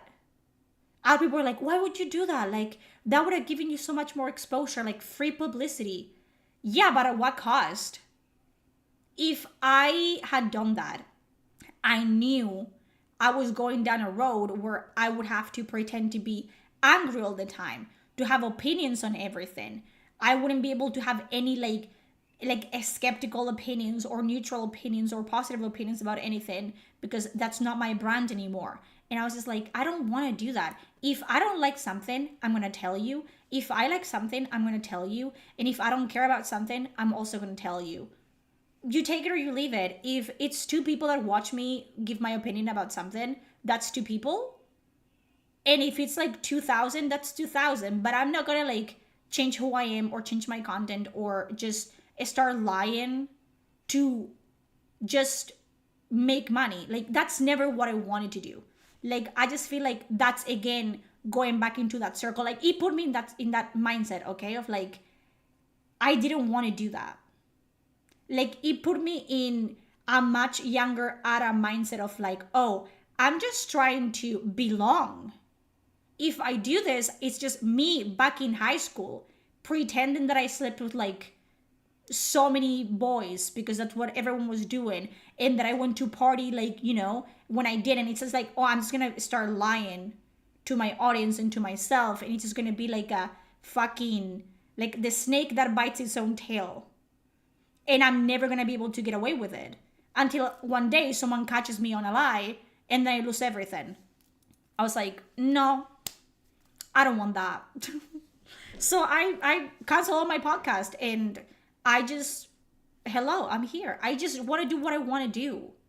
Like, I'm streaming less days a week. Why? Because I want to have a life. I like editing videos, and I like writing scripts for my YouTube channel. I don't care if 3 people watch the video. It doesn't matter, because I'm not doing it for them. I'm doing it for myself. Like, that's my mindset. It's just like, I want to do things for me. That's it. I want to do things for myself. And if people like it, that's great. And if they don't, that's okay, because it was never to please them to begin with. I don't want to please people. Maybe I will never make it in the sense of like, to be a content creator, you have to bend and you have to do, you know, certain things certain ways. So far, I don't want to do that. You know, maybe all the time wasn't wasted. It was necessary to make you grow and understand all of that. Most people don't go through that struggle and never get to see the world that you do now. That's why I think as well, like, I wouldn't trade my experiences for anything in the world. Like, I am very happy with who I am now, and the fact that I'm in a space where I can, like, you know, think about things, and I have a lot of perspectives of like, okay, should I be doing this? Should I not? Is this worth it? I wouldn't have that like mindset before. How's New Year? Your New Year's coming along pretty well. You're smart, Nude. I don't think I'm smart, but you know, I am self-aware. I know myself quite well. And from the beginning of my career in YouTube, I did say, I don't know if you don't know that, I never know how many people watch me. Like, can I even show you my, like my, let me show you my, that's not that one.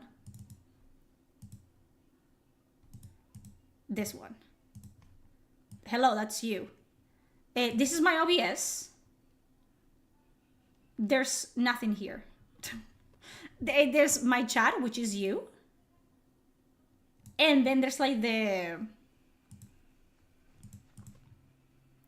What is it? The update thing. That's not the right one. It's this one. I don't see how many people watch me. I don't see how many people like donate or whatever. Because it's not really a priority for me. I really appreciate it if you support me. But it's not something that I'm gonna like, you know, be doing fucking cartwheels for you to do. Yeah. I just don't... It was never a priority for me. I decided I don't want to like have to be looking at a number and be like fucking like when it goes up and when it goes down. You know what I mean? Like in my head, there's always 5 people watching me. And that's all I need. Do you know what I mean? No one has to be mainstream to have success or comfort. That is very right. I don't want to be famous. I don't want to be like super viral, whatever. Like I got a taste of that with the whole like Veilguard debacle, and that was very like overwhelming for me. Like, which I appreciate. Like a lot of you came from that, but still, like that was very overwhelming. And I always say, as a content creator, I don't have like control over how much I grow and how much people watch me. But I rather like create a community of people that like me, you know what I mean, than having like thousands of people just watch me like casually or whatever, because I like to have conversations and talk. I'm a yapper, as you can probably tell. Would you do your own podcast? About what? This? I can do this for free over here. Better to be yourself. Exactly. I am Ada. I tell you all the time, I don't want to be a brand. I don't want to have like a persona, which a lot of streamers do. I don't want to do that. It's just like not fucking... Will you show up on Smash's show at some point? I cannot make any promises. I don't know. I've been on Hypnotics like a couple times. Leon has asked me to be there as well. Atreus always welcomes me like Blackstreet. I just, you know, I feel like for me it has to be very specific. You know what I mean? Because at the end of the day, what are we even talking about? I don't have opinions about every single game out there. I have opinions about the industry as a whole, for sure, and the lack of quality and talent in it, but I don't have a very strong opinion on everything. I feel like when Avowed comes out, I'm gonna have strong opinions about that. We're gonna be playing that, and it's gonna be the same with like Exodus and Mass Effect 5, because that's my niche, that's my thing. But you know what I mean? You know what I mean? I had experiences they can buy, exactly. I don't envy my friends who did the smart university path. They're stuck in jobs they hated. That's exactly what was gonna happen to me if I did that. But my family is part of my future. I think the same for you. So it's not just for you. Look how you mediate your family to help them. You did for them too. So it's not selfish for myself. You don't exclude your family. Yeah, my family is... I have a core family. I always say that. It's like my parents, my dog, and my aunt and uncle as of late. Because I love them. Like my second set of parents now. But that's my world. That's the people that I want to help and I want to protect. Aside from that, it's just people that I have like blood ties with. And I'm okay with that. 5 people is a crowd. It is. Something I noticed in the indie game support group for programming I'm in, many of them think they have to build influencer presence before publishing games.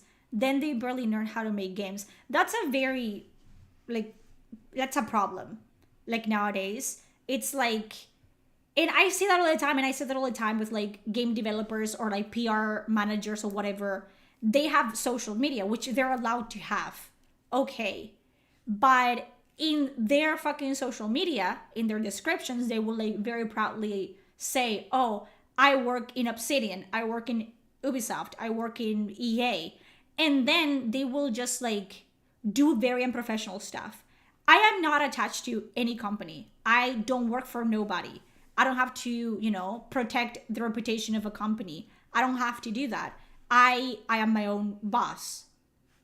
And I'm a very nice boss to myself. So I can do whatever the fuck I want, and I can say whatever the fuck I want, which I have in the past. Okay? And I don't care. And I own up to it, and I have owned up to it since the beginning of all this, even before that, before people actually knew who the fuck I was. But these people are attached. They are employees of companies. And just seeing these people, just the lengths they're willing to go to just fit in with the modern audience, or to like get in the modern audience's like good graces. And it's just like really embarrassing to watch, because it's like, you have to be professional. If you have, I work as a PR manager on Ubisoft in your fucking bio, you have to behave like the Ubisoft PR manager. It is what it is, because that's what people are gonna notice, and that's what people are gonna fucking tweet to Ubisoft. And then for you to be like, oh, you guys are bullying me, or go like protected or whatever, it's just like pussy behavior. Like, bro, if you want to talk shit about something, make a fucking Outlook account and talk shit about something. But don't use your fucking professional account to try to build some rep with the right audience and the right side of the internet, and then cry when people just, you know, fucking shit on you for not doing your job properly, which is what it's happening nowadays. I think it's Square Enix. Now they're saying they're gonna be suing people or removing them from like their platforms, or not giving them access to their games if they harass their employers, their employees. So what they're saying, it's like, basically, if I said something of like, oh, I wish, you know, like I did with EA, just like, kill yourselves, become another statistic, I would get like a fucking cease and desist or whatever. Like, one thing that these people don't understand is like, it's the internet, and you cannot censor the internet. It doesn't matter. People have been trying to do that since conception of the internet, since the internet became a thing. And it's never gonna happen. And the more you try to push someone down, the worse it gets. The more they're gonna be outspoken about it, and the more like other people that are bigger than them, which is what happened to me with the whole EA suspension thing, are gonna speak about it and bring light to the situation. You cannot just silence people because your feelings get hurt. You're a company. It is what it is. You don't want people to wish death upon you and your relatives, or tell you you're a fucking shitty bitch. Then do your job. If you did your job, no one would be mad at you to begin with, but they don't do that. They don't do their jobs. They just yap on the internet and then pretend that people are just gonna drop $70 to buy their fucking shitty game. It's just crazy. It's never gonna happen. For you, streaming is like my average Discord call. Sure, it is basically for me. I don't like. I take it seriously in the sense of like, I like it. It's my job, and I like it.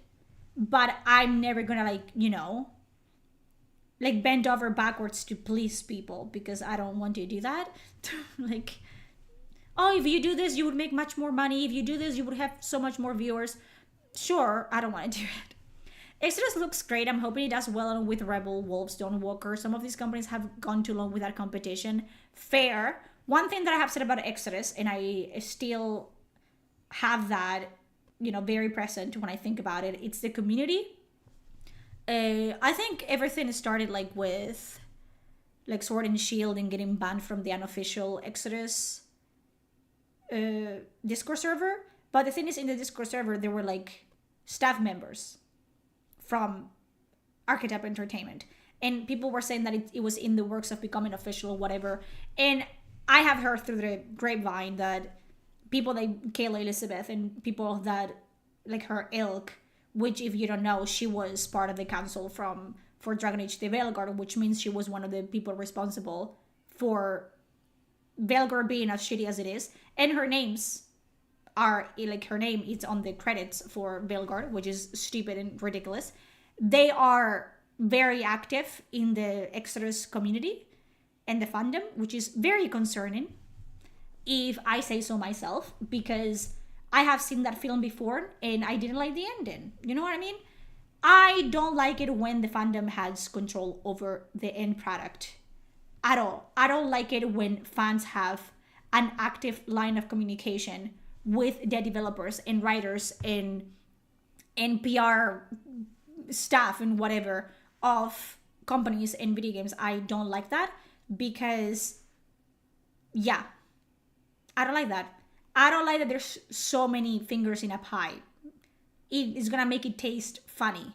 So with Baldur's Gate 3, for me, it wasn't so much a direct line of communication as it was early access in having a product that was unfinished. It was broad strokes, and presenting it and being like, okay, this is what we have so far. Do we like it? Do we hate it? What do we change? And that works because you're not just presenting the end product to like 10 people that are have like, you know, they're an echo chamber and they're gonna suck your dick because they're fans, you know. You're presenting to like thousands of people, or 10,000 or 50,000, you know what I mean? And that's a lot of opinions. That's a lot of like data for you to input in a game, which is why we should really bring demos and early accesses back. They should be mandatory for me, honestly, to be fair. And that's what Baldur's Gate 3 worked so well, because they listened to everyone. They listened to the positive and they listened to the not so positive. And that's why it worked. And they continue to work and improve on the game months and months and months after release, to the point where a year later, Baldur's Gate has more players now than it did at release. That's how you do that. You either like it or hate it, but that's how you do that. But just like cherry picking fans that you know are never gonna speak against you or your product because they like the attention and they like to feel special, and pretending that, oh, you're listening to their feedback when you know 100% it doesn't matter. You could tell them that you're gonna like put fucking flying buses in a fantasy game, and they're gonna be like, that's such a great idea. Oh my god, you guys are geniuses. You know what I mean? That's never gonna work. She ain't a fan chief, she's a grifter. She's like, likely has narcissistic tendencies and needs her tentacles in every bite. Downright. Fans having direct access to the depths can be good, but not... Yeah, no. I wouldn't want to... Thank you for the follow, Elzer. I wouldn't want to have access to anything. Like, honestly, I don't... Never meet your heroes. Not that I have any heroes, but you know what I mean? I like Archetype Entertainment. Like, I like James Allen. Like, he literally made my favorite, like, created my favorite, like, franchise ever, which is Dragon Age. I would never want to meet him, or I would never want him to, like know that I exist. You know what I mean? I don't want to. I just want to be a consumer. I want to, like, consume content. And that's it. I don't want to have anything to do with it. It's too much pressure. Baldur's Gate 3 had extensive infrastructure for the early access. If I remember correctly, they traced every player path through the level they tested, as you should. Has more players, and they're planning on adding 12 more classes soon. I freaking love Larian. And they're doing their own RPG, like original IP at the moment.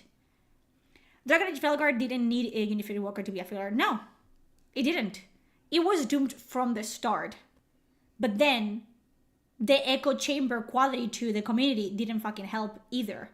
Because if it had, like, in the hypothetical case that the feedback could have changed a little bit of it, you know what I mean? Like, tweaked a little bit of it, then that would have been... But if you're just asking people that you know are always gonna say yes to you, if they like this or they like this, like, oh my god, then what's the fucking point? Like, you're just like... It's like talking to a mirror. You're talking to your own reflection. It doesn't matter what they think. You know what they think. You pick them because you know they're never gonna say anything negative. The whole point of having a community of fans is for you to, like, listen to their feedback. And that should be negative feedback more than positive. It should be like them nitpicking at things until you fix the problem, and then the feedback is going to be positive. But they don't do that anymore. So, do games even do open beta anymore? Not a lot of them. It's very rare. And the thing is, every time that they do that, it's possible. Like, I think, what was it? Monster Hunter did an open beta, and they always knock it off the park when they do that, or they do demos, because they are confident in the quality of their product. So they're not, like, concerned that people are not going to like it. If you bring betas and you bring demos back, then that goes to show that you're extremely confident about your product. And a lot of people may like it, a lot of people may hate it, but it's not gonna leave anyone indifferent, which is a very important thing. I say it all the time when I do my character analysis, you cannot leave people feeling indifferent. It's just not. Your game should be a good game, no matter if people like the genre or the game at all, but it should be like on the basis, like when you strip it of everything, it should be a good game. And that's just not, it's not happening anymore. It's just like, it's so rare nowadays that we see a beta, we see a demo, and we're like, you know, like blown away. Like, oh my God, that's so smart. Like, oh my, I'm glad that they did that. It's like, no, that should be like a standard in the industry. It's just ridiculous. I know what you mean. I used to like David Gator. I don't care about them anymore. That's why I'm being very skeptical in trying to, which is really sad if you think about it in retrospective, that I have to keep my excitement to the bare minimum for Exodus, because I know that the likelihood of me being very disappointed in the end product is not zero, which is bad. So even my own brain isn't an echo chamber. Exactly. Make demos great again. I feel like that was the same for Baldur's Gate 3 Early Access. It was essentially a demo. It was. And they changed a lot of it, which is good. And it turned out to be a very good product. It went from like an okay game to a good product. Is it a master fucking piece? No. But compared to everything else, it is the Mona Lisa of video games at this fucking moment.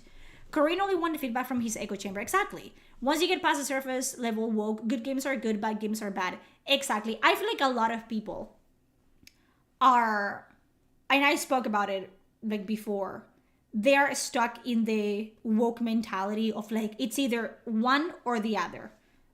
There's only two options ever. It's either one, you go one way or the other way. And that's just like so stupid. Like, again, it goes back to what I said of like, don't try to fit in. Don't try to like be one of the majority or be the one in the right or whatever. Have your own fucking opinions. I understand the concerns. And my main concerns with the woke culture isn't the woke aspects of games. It's not like, oh, female protagonist, pronouns, body A, like type A body, type B body. That's not my main concern. My main concern is like, these aspects are pushed so high up the list of priorities in game making. Then the making of the game is pushed at the bottom of the fucking totem pole. Instead of like having it be a priority of like making a good game, this is what we want. A good product that, you know, when you strip it down to its like bare like bones, it is a good game. And it's all the way back here, which is absolutely fucking ridiculous to me. Because now, having, like, your character has to be a female character, and she has to be strong, and take shit from nobody, and she hates men, and then she has to be queer, and she has to be talking about being queer all the time, and you have to bring modern ideologies and politics into the game, even though they don't fit. And then that all takes chunks of resources and time that should be fucking allocated to making a good game. That's my main issue with the woke culture. Like, a lot of people say that, oh, I just hate gay people. I hate trans people. I don't want diversity. Diversity happens naturally. It doesn't matter how racist you are. It doesn't matter how much you hate queer people. Diversity happens naturally because it's what happens in reality, in society. It's just life. You can like it more or less. It happens. I think the best example as of yet, it's Space Marines 2. We got disabled characters, black characters, and no one batted a fucking eyelash because it was just there. No one was talking about it. No one was fucking over-explaining and justifying it. It just happened and no one gave a shit. That's how you do diversity and inclusivity. You just make it happen and never address it. If you don't make it an issue, if you don't fucking highlight it, no one will notice it. no one will care. A lot of people were saying, oh, Dragon Age has always had queer characters. Yes, we know. It was never an issue. It was never a problem because the characters were more than the sums of their parts. They were more than, and that's one of the main issues I have as a writer with characters nowadays is like, people that are gay are not just gay. They are a human being that maybe likes, you know, going on walks, and they don't like avocado. They don't like, you know, I don't know, they don't like the color green. They are more than the sum of their parts. They're like, they have personality traits and they have likes and dislikes before they're gay. Do you understand what I'm talking about? But if you make everything about one thing, and then people just don't like that the character is shallow and poorly written, and you make it an issue about them as a person instead of you as a writer, then that's more about you than it says about your audience. It just says that you don't know what the fuck you're doing. And that's an issue. It is a problem. And you're seeing that it's so stark in BioWare games nowadays because those people that wrote the characters for Veilguard, like the writer that wrote Davrin also wrote Garrus Vakarian. And although Davrin is not like the worst character in Veilguard, he's also just completely forgettable and self-righteous and perfect and a goody two shoes, and he never does anything wrong and he has no flaws. And then you have Garrus Vakarian, which is totally the absolutely fucking opposite of that. And it's like, you can see where the priorities have been shifted. You can see the fucking writer's thought process or lack of in their work, because you have two completely different projects that they've worked on in two completely different characters, and you can see just the abysmal like just shift of quality in the writing from one to another. And you would think that with years and experience in the fucking industry, their writing would get better, not worse. But here we are. You know what I mean? I'd say one of the best gay characters in fiction is Dorian in Inquisition. Yes. And they like brought it, like I'm writing I wrote it, like a script about Dorian and Nev. I'm not gonna spoil too much, but you know. And one of the things I say is that Dorian is not just like the gay character. He's like the first openly gay character in Dragon Age. But it makes so much like sense because they wrote it to make sense.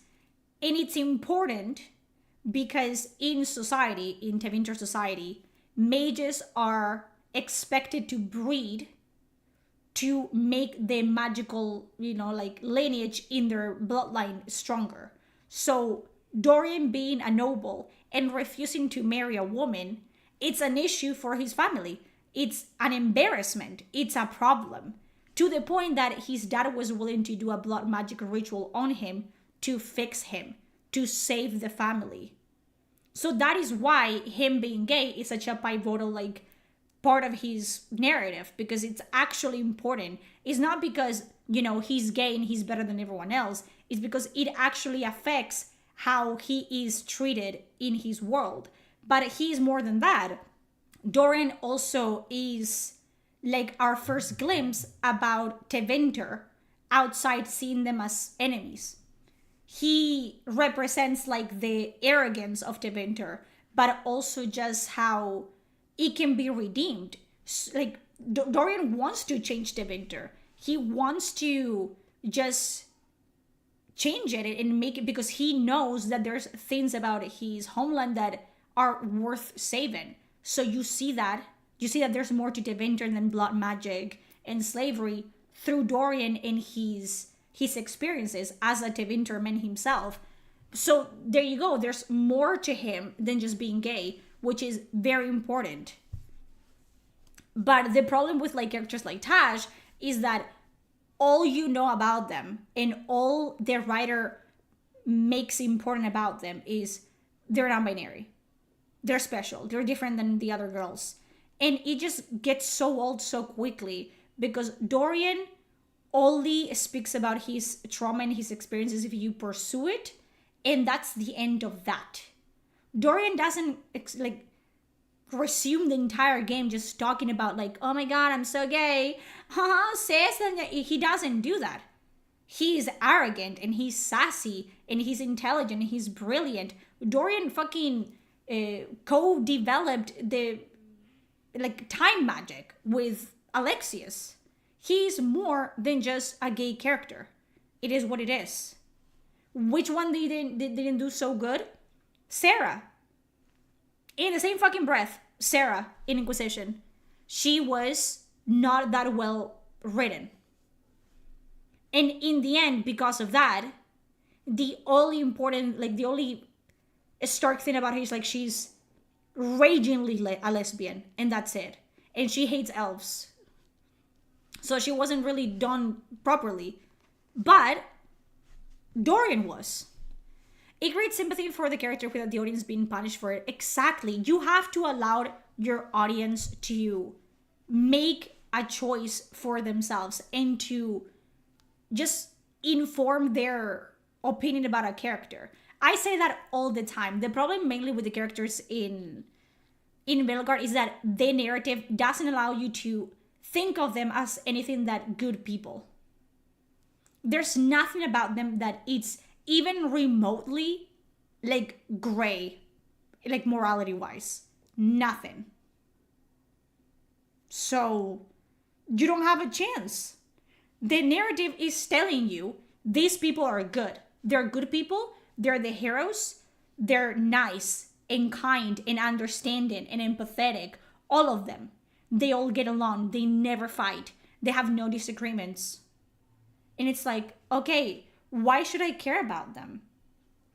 If every single one of them, regardless of where they come from, regardless of their origins, regardless of their homeland, their cultures, their societies, they're all these homogeneous, goody two-shoes, self-righteous, willing to sacrifice themselves for, the world, with no established, background to that, then I know everything that I have to know about them, even before they have opened their mouth. There's nothing. And in contrast with that, then you have Mass Effect in Origins, where you can see their growth and you can like them or hate them. You can empathize with them or just not like them at all. You have a chance to just make your own choice and form your own opinions about these characters because they feel alive. They feel and are written like real people. They have flaws. They have, pet peeves. They have, things that they like, things that they don't like. They don't like each other, or they disagree with each other constantly because they come from completely different places in life. And that is an underlying issue that stays throughout the entire game. You might help them patch it up, or they might just disregard your intentions completely, which is something that I enjoy. I spoke about that in the Emmerich video of just the lack of agency that the own characters have. And it's not even in Alistair's case, where the lack of agency for him was a narrative. It was a plot point of Alistair was never allowed to make his own choices until, everything went to shit. And then he had to, there was no one to tell him what to do. So he had to start to make his own choices. Even when he tried to defer to the Grey Warden, the hero for Elden, for them to make the choices for him, at some point he just had to decide for himself. But with the companions in Bellegarde, it's just that is not even a narrative thing. It's not a plot point. They just have no agency as characters. You make all the big decisions for them.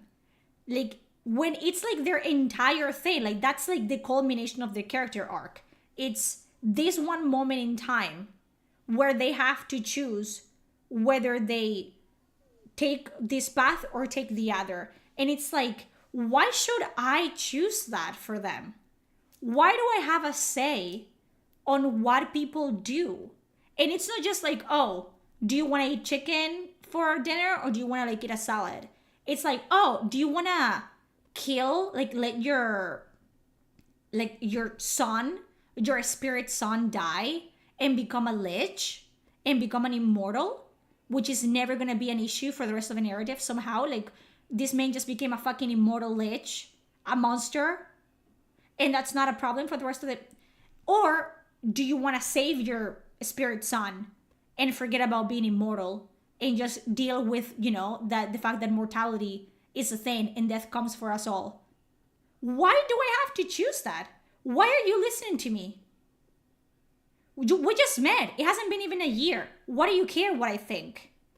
It's so important for characters to change depending on the way you behave. Like, I understand that if you're a leader, and usually in RPGs your character is the leader of the group, but they should react to you or change their attitude or behaviors depending on how you act with them and how you act, you know, in the world. And if they have a set personality and they like something and they don't like something, they might dislike you for it and completely disregard your fucking opinions, or they might see your point of view if you take your time to change their mind and actually take your fucking words into consideration. But it cannot just be like, we reach said chapter and you have to pick option 1 or 2. And that is literally gonna change the trajectory of this character's life for the rest of their life. Because it just feels completely inconsequential. It's like, oh, so okay, I can do this? Oh, sure. I hated Vivian so much, actually never recruit her. She just stays in her state, waiting for the Inquisitor for the entire game. And that's nice. You don't have the choice in Veilguard. You cannot kill them, you cannot dismiss them, you cannot do anything. You have to have them with you. It's crazy. Lich's good, they just misunderstood, that's all. Not in Dragon Age, that's the fucking problem here.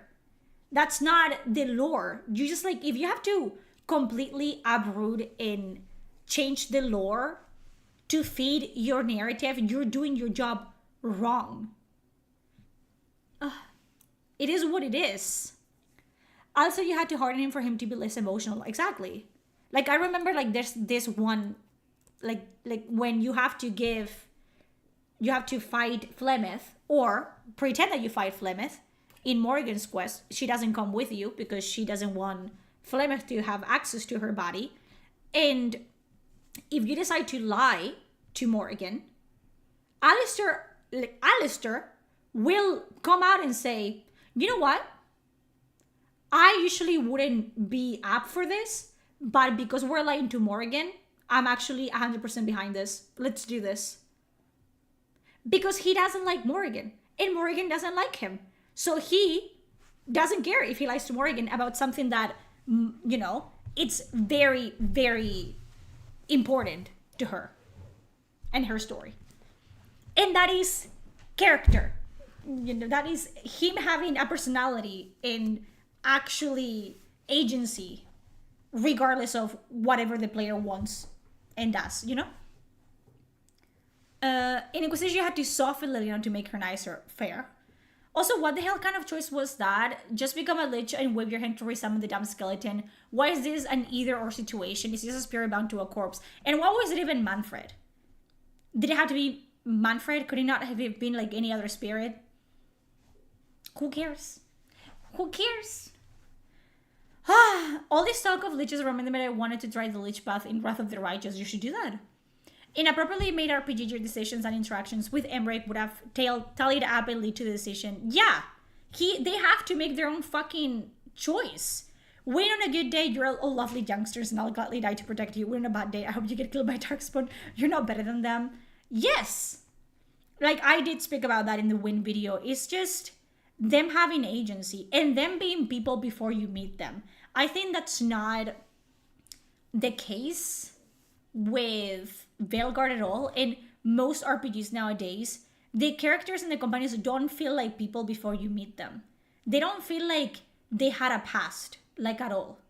Or if they do, it's so like maybe like a year before that where you like find out like, oh yeah, like they don't have a childhood and they don't have families and they don't have like a place where they come from. You know what I mean? They're just like, oh yes, I am Grey Warden, and I am good Grey Warden, and I'm great Grey Warden, and I'm great at my job, and I'm good.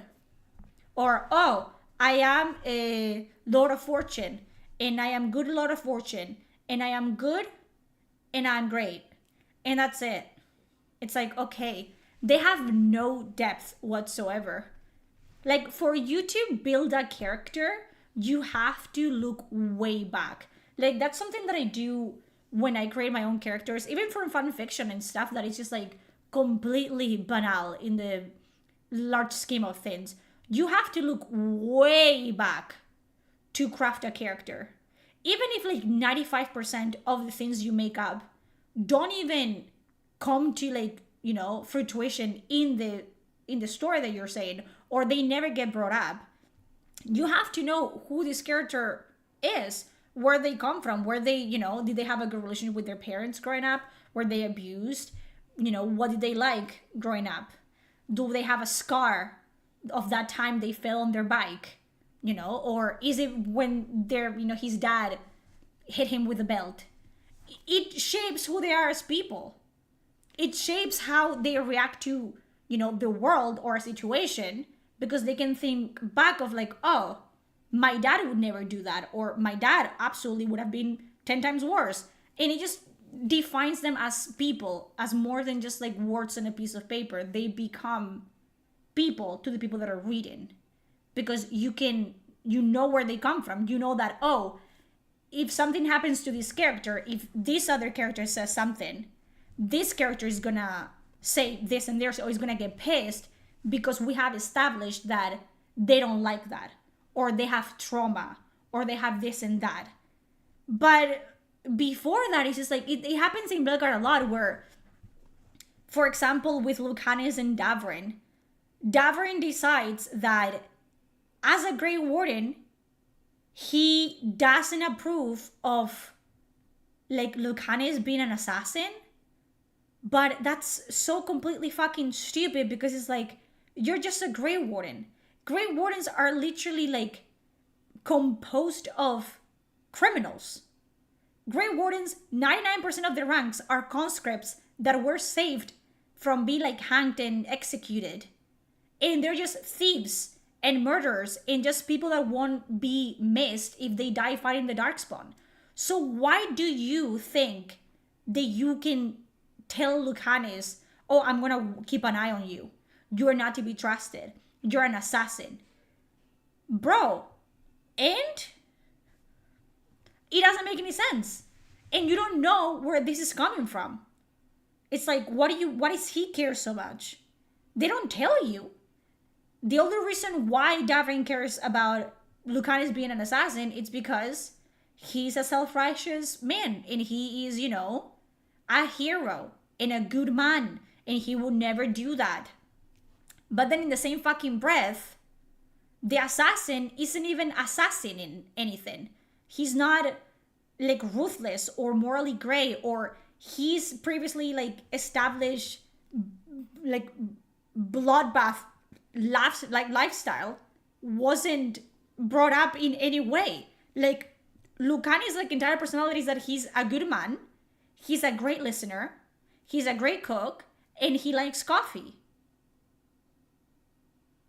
When what should happen is like something like what happened with Severin, where he was completely like numb to the idea of killing people, to the point that he would absolutely admit to the player, oh, I like killing people.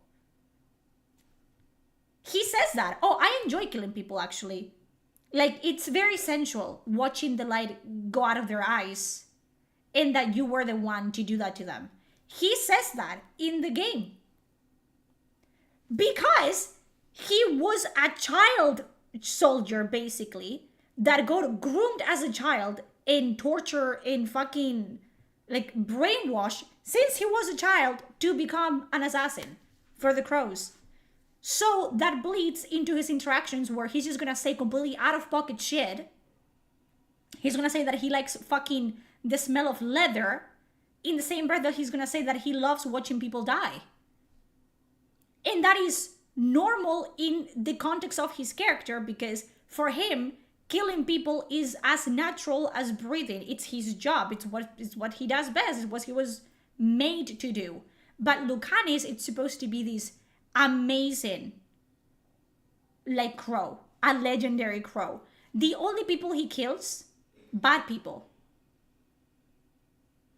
Because you're telling me that in the city that it's housing the headquarters for the crows, they only go after corrupt individuals. Right. Completely stupid, completely ridiculous. The same way that, blood magic is evil, completely disregarding the fact that Hawk is an established blood mage, Meryl is a blood mage, the hero Ferelden can be a blood mage. So ridiculous. It's just completely utter bullshit. Every time that I think about it, I get absolutely fucking upset. And I'm gonna get even more upset with, like, when Avowed comes out. It's gonna be horrible. I can see the depth of the writing from a mile away. It's gonna be this fucking deep. And then it's gonna be Mass Effect 5, and that's gonna be even worse, because Andromeda I don't have a strong thoughts about, because Andromeda is just, who cares about Andromeda? No one cares about Andromeda, Lucanis was written by people that did not know who Zephyr was. Indeed. I think they can just mash up a story and let it unfold. They gotta go with tropes and dynamics and shit because they don't know how to even show a story. I don't know what happened, honestly. I don't know how you can drop the ball that hard. You know what I mean? Like, it takes effort to be that bad at your job. It is incredible. It was incredible to watch, in a way. Just the way that... It made me so mad. I played like 20 hours and it was just the worst 20 hours of my life. It was like, what am I even watching? What are they saying? Why are they talking like this? Don't get me started on the accents.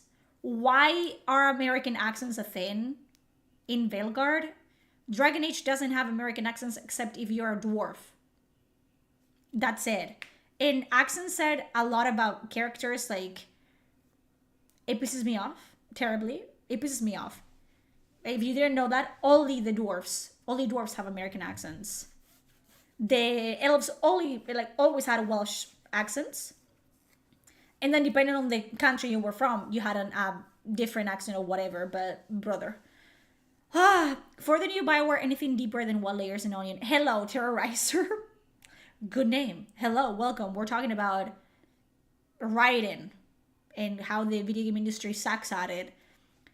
Because the writers of Dragon Age Veilguard hate the idea of morally gray morality, and they see everything in black and white, even though their version of black and white is flawed and depraved. I just don't understand why they thought that was going to be a good idea, to be very honest with you. It's just kind of like, hi, die. Like, I don't understand.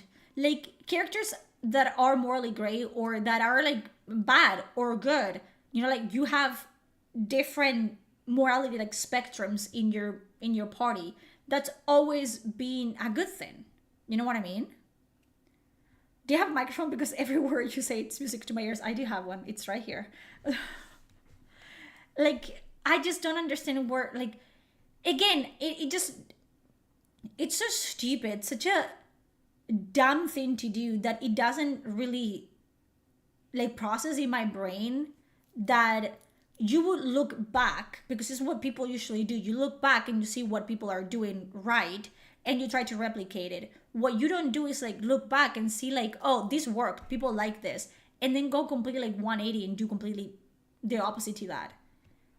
Because I don't understand. It's like, are you allergic to money? Are you allergic to, like, success? I do not understand. I don't understand who... I know it's, Sweet Baby Inc., but I don't know what kind of, like, fucking blackmail this type of people have on the...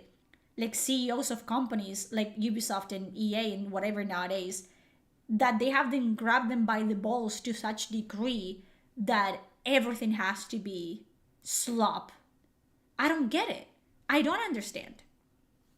I skipped Andromeda and I'm a huge fan of Mass Effect. I tried to play Andromeda twice and I couldn't do it. It was just really boring. Because the people making the game are from Silicon Valley, California, and they're lazy. Well, they need to get their fucking shit together. I mean, they better do. Thank you for the follow, Terrorizer. Yes, or it takes absolutely dogshit directors and writers to push their agenda instead of focusing on their job, ideology, dwarves, merits, and here's the result.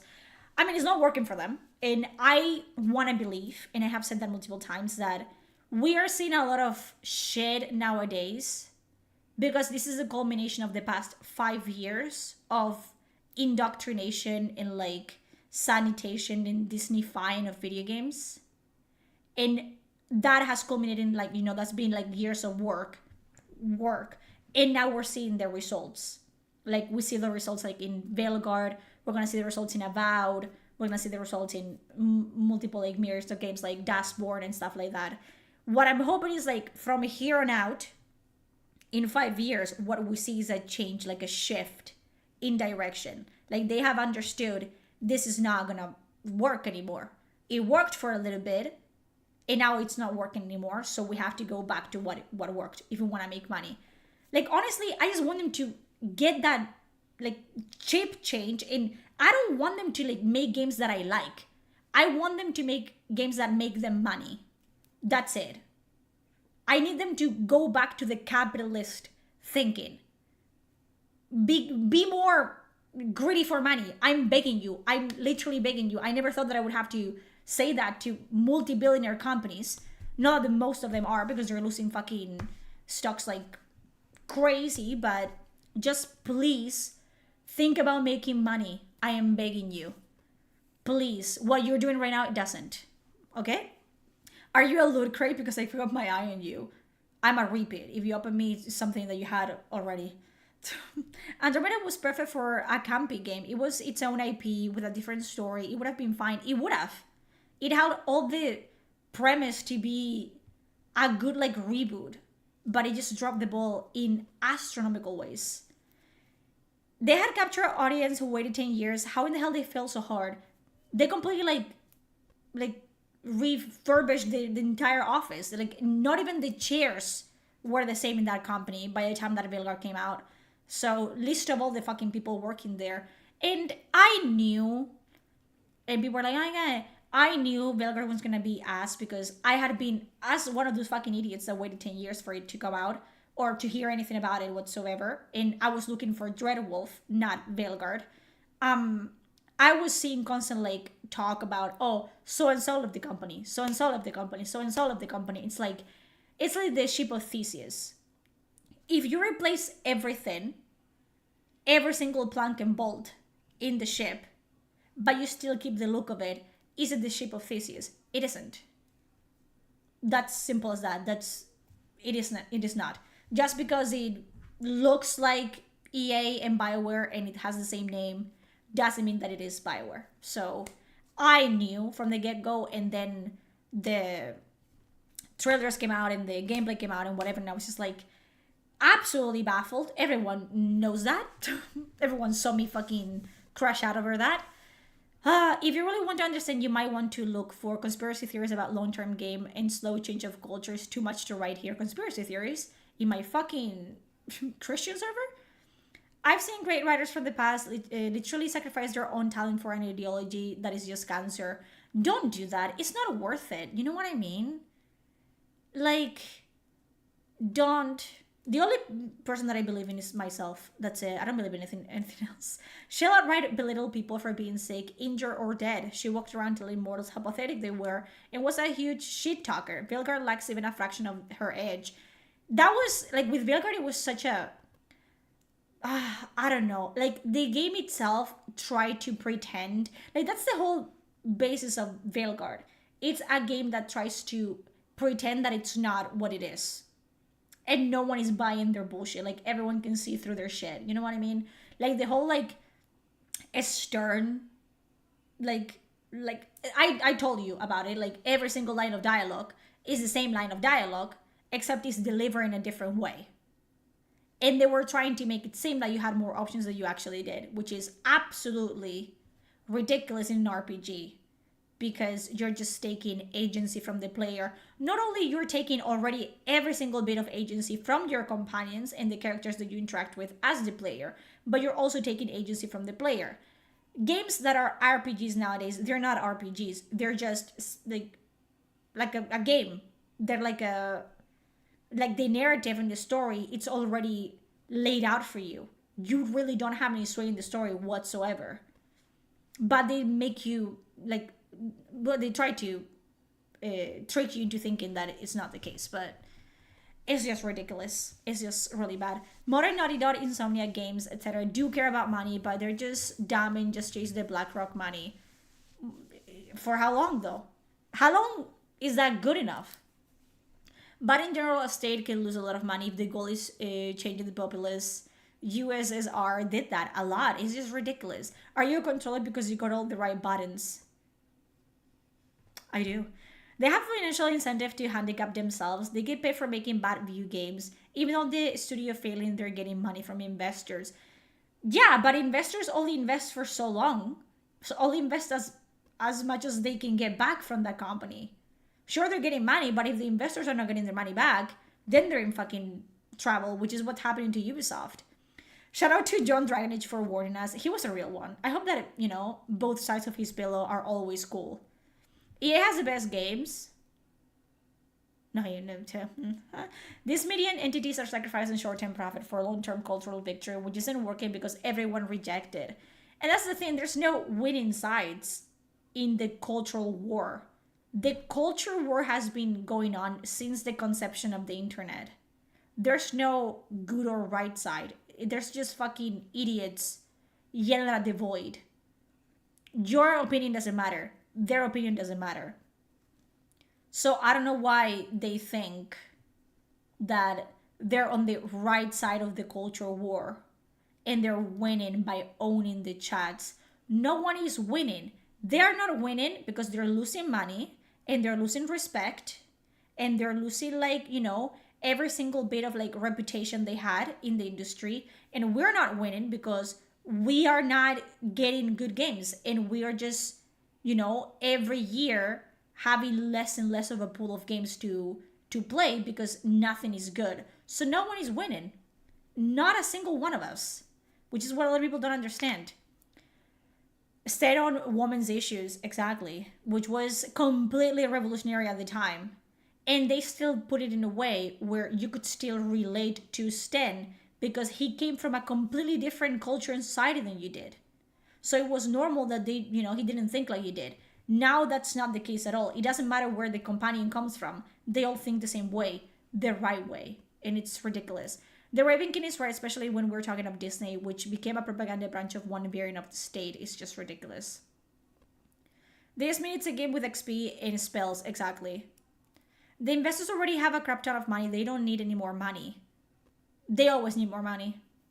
That's what they invest. They're pushing the pendulum too far. Eventually, it's gonna swing back real hard. It's happening right now, which is, at least that's something. I'm witnessing the time of the actions have consequences, and it's finally the day of reckoning. And hopefully that's gonna change the way that the industry works going forward. I like that a lot of other smaller companies are coming out and say hey, we don't care about DEI, we don't care about woke, we don't care about culture war. We just want to make fun games, period. Marvel Rivals, you can hate it, you can love it. The game is fun. It looks good. The characters look good. The women look sexy. The men look hot. Everyone wins. People are playing the fuck out of it. It's making money. It's making their company money. It's making the players happy. Space Marines 2, fucking cool. Testosterone to the max. Hot men, they're hot. Space Marines, hot. Cool, amazing, everyone loved them, had fun. You know what I mean? That's all you have to do. It's not rocket science. It's never been rocket science.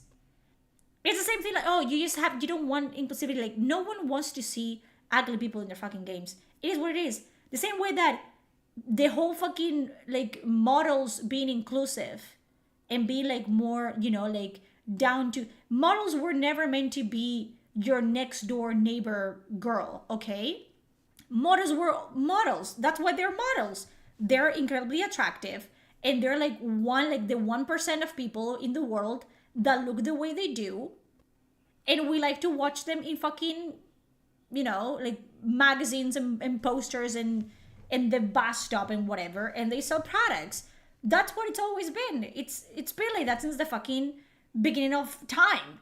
And it's the same in fucking video games. You want to play as a cool character, you want to play as a pretty woman, you want to play as a handsome man, you want to play as don't want to play as yourself or marry the cashier from Walmart. You don't want to do that. And the fact that people are just like going like, oh my god, it's Gunner behavior. Call me a Gunner then. Bro, the main reason why I want to play Marvel Rivals is because the women look hot. And I always like to play as pretty women. So maybe I am the issue. I don't know. Sorry. I would rather have great characters that just happen to be gay or something. Like, just give me good with a hint of bad, not just virtual signal. Exactly. It's so easy. Like, literally making a good character is not that hard. I don't understand how they're just messing up and missing the point every single time. It takes effort. I'm telling you, it takes effort. I've been playing Marvel Rivals a lot. It's definitely fun. I've never played it like Overwatch like game, and I'm gonna suck at it, but I'm gonna be pretty while I do it. So, you know, I'm gonna be happy. That's it. What I mean is the investors are asking for changes in these companies that don't make money and they know it doesn't make money. They go to destroy this company for some reason. They're succeeding at that then. It's like the Helldivers 2 director said, we should just be doing fun games. I don't know why? Like, why was that even like a point of contention? Why was that even like a, you know, like a, I don't know.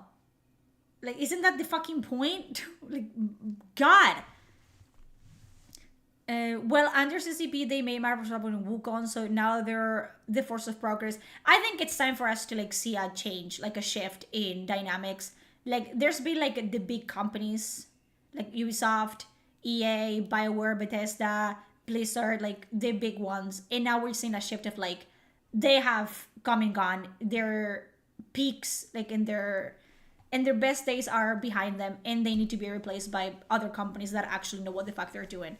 And we just are getting to see that. And honestly, I don't care because I've never been a fan of like a company or whatever. Especially nowadays, it's impossible to like be a fan of a company. Like, don't do that. It's setting yourself up for failure, to be honest. Chinese people are getting good. The CCP is not the Chinese people at all. Nope. I'll be honest, I bought Andromeda for $3. It's junky but better than stop being released now. I sometimes want to play Andromeda for the gameplay, which is crazy for me because I never play games for the gameplay. But then I play it and then I have to sit through the story and I'm like, ugh, so boring. I want to fuck the squid looking cat, but then to get to there, there's so much shit in the middle. Due to illness, I have a physique like Smeagol. Unless I'm playing a Strigoi vampire, I'll take any decked out character. It's the same way, like, I don't know if Nerdy is here, but Nerdy is in a wheelchair. And he's been so outspoken, and that's his opinion, obviously. He doesn't speak for every person in a wheelchair ever. But he says it all the time. He's like, why would I want to play as a fucking wheelchair, like, ridden character? Why would I do that? I live like that every day. Like, it's not why people play games. You don't play games to see yourself in the game. Even in RPGs, it's very rare that people make themselves like to 1-to-1 scale on an RPG. They make someone cooler. They make like a pretty woman or a buff man. It is the nature of humanity. You don't want to like be yourself. It is what it is. Like, God. Is purposeful, malicious incompetence. Oh, yeah. Hey, Nosferatu is my favorite clan in Bloodlines the Massacre. I never played as Nosferatu. I want to play as every single clan eventually. They released Mrs. Fantastic in Marvel's Rival. By the way, she's hot as shit. I saw her. I fucking saw her. Classic Marvel women were the bomb. Yeah, and they're following like the comic look of the characters, which it's what people like. And I like Gollum a lot. The people that complain we are goodness for wanting attractive women in games are the same that work 9 to 5 for minimum wage, if they work at all, look average and think they deserve a millionaire as a husband. You know who they are? And there's a screenshot, which is so fucking poetic. Is this one Twitter user, obviously, saying like, oh my God, so we're just gonna like sexualize every single woman character in Marvel Rivals? Is this what we're doing now? This is Gunner behavior. It's like yapping about that. And then there's another tweet by these people, like with the character Namor from the Marvel Rivals just saying completely like out of pocket sexual shit about the male character in Marvel Rivals. So it's just kind of like, oh, rules for thee but not for me. So it's okay to fucking flick your bean until you like come to the male characters in Marvel Rivals. But if someone likes to like look at the butt cheeks of a female character in Marvel Rivals, they're predators and they should be locked up. Okay, I see how it is. It's just crazy. It's just insane. And I don't know why people have so many fucking opinions about anything, to be very honest with you. It's just completely crazy. I hate the internet, to be very fair with you. Every time that I open Twitter, I'm like, oh my god, what are we even talking about? Like, what is this? I'm disabled and I don't want a character losing his train of thought every time he speaks. That's what I'm talking about. Want to fuck a squid, but there's so much shit in the middle. Yes. There's a why Black Myth, Wukong, and Marvel Rivals rules were exempt from any of his previous bullcrap is because it's illegal in China and the CCP don't take their own poison. Good.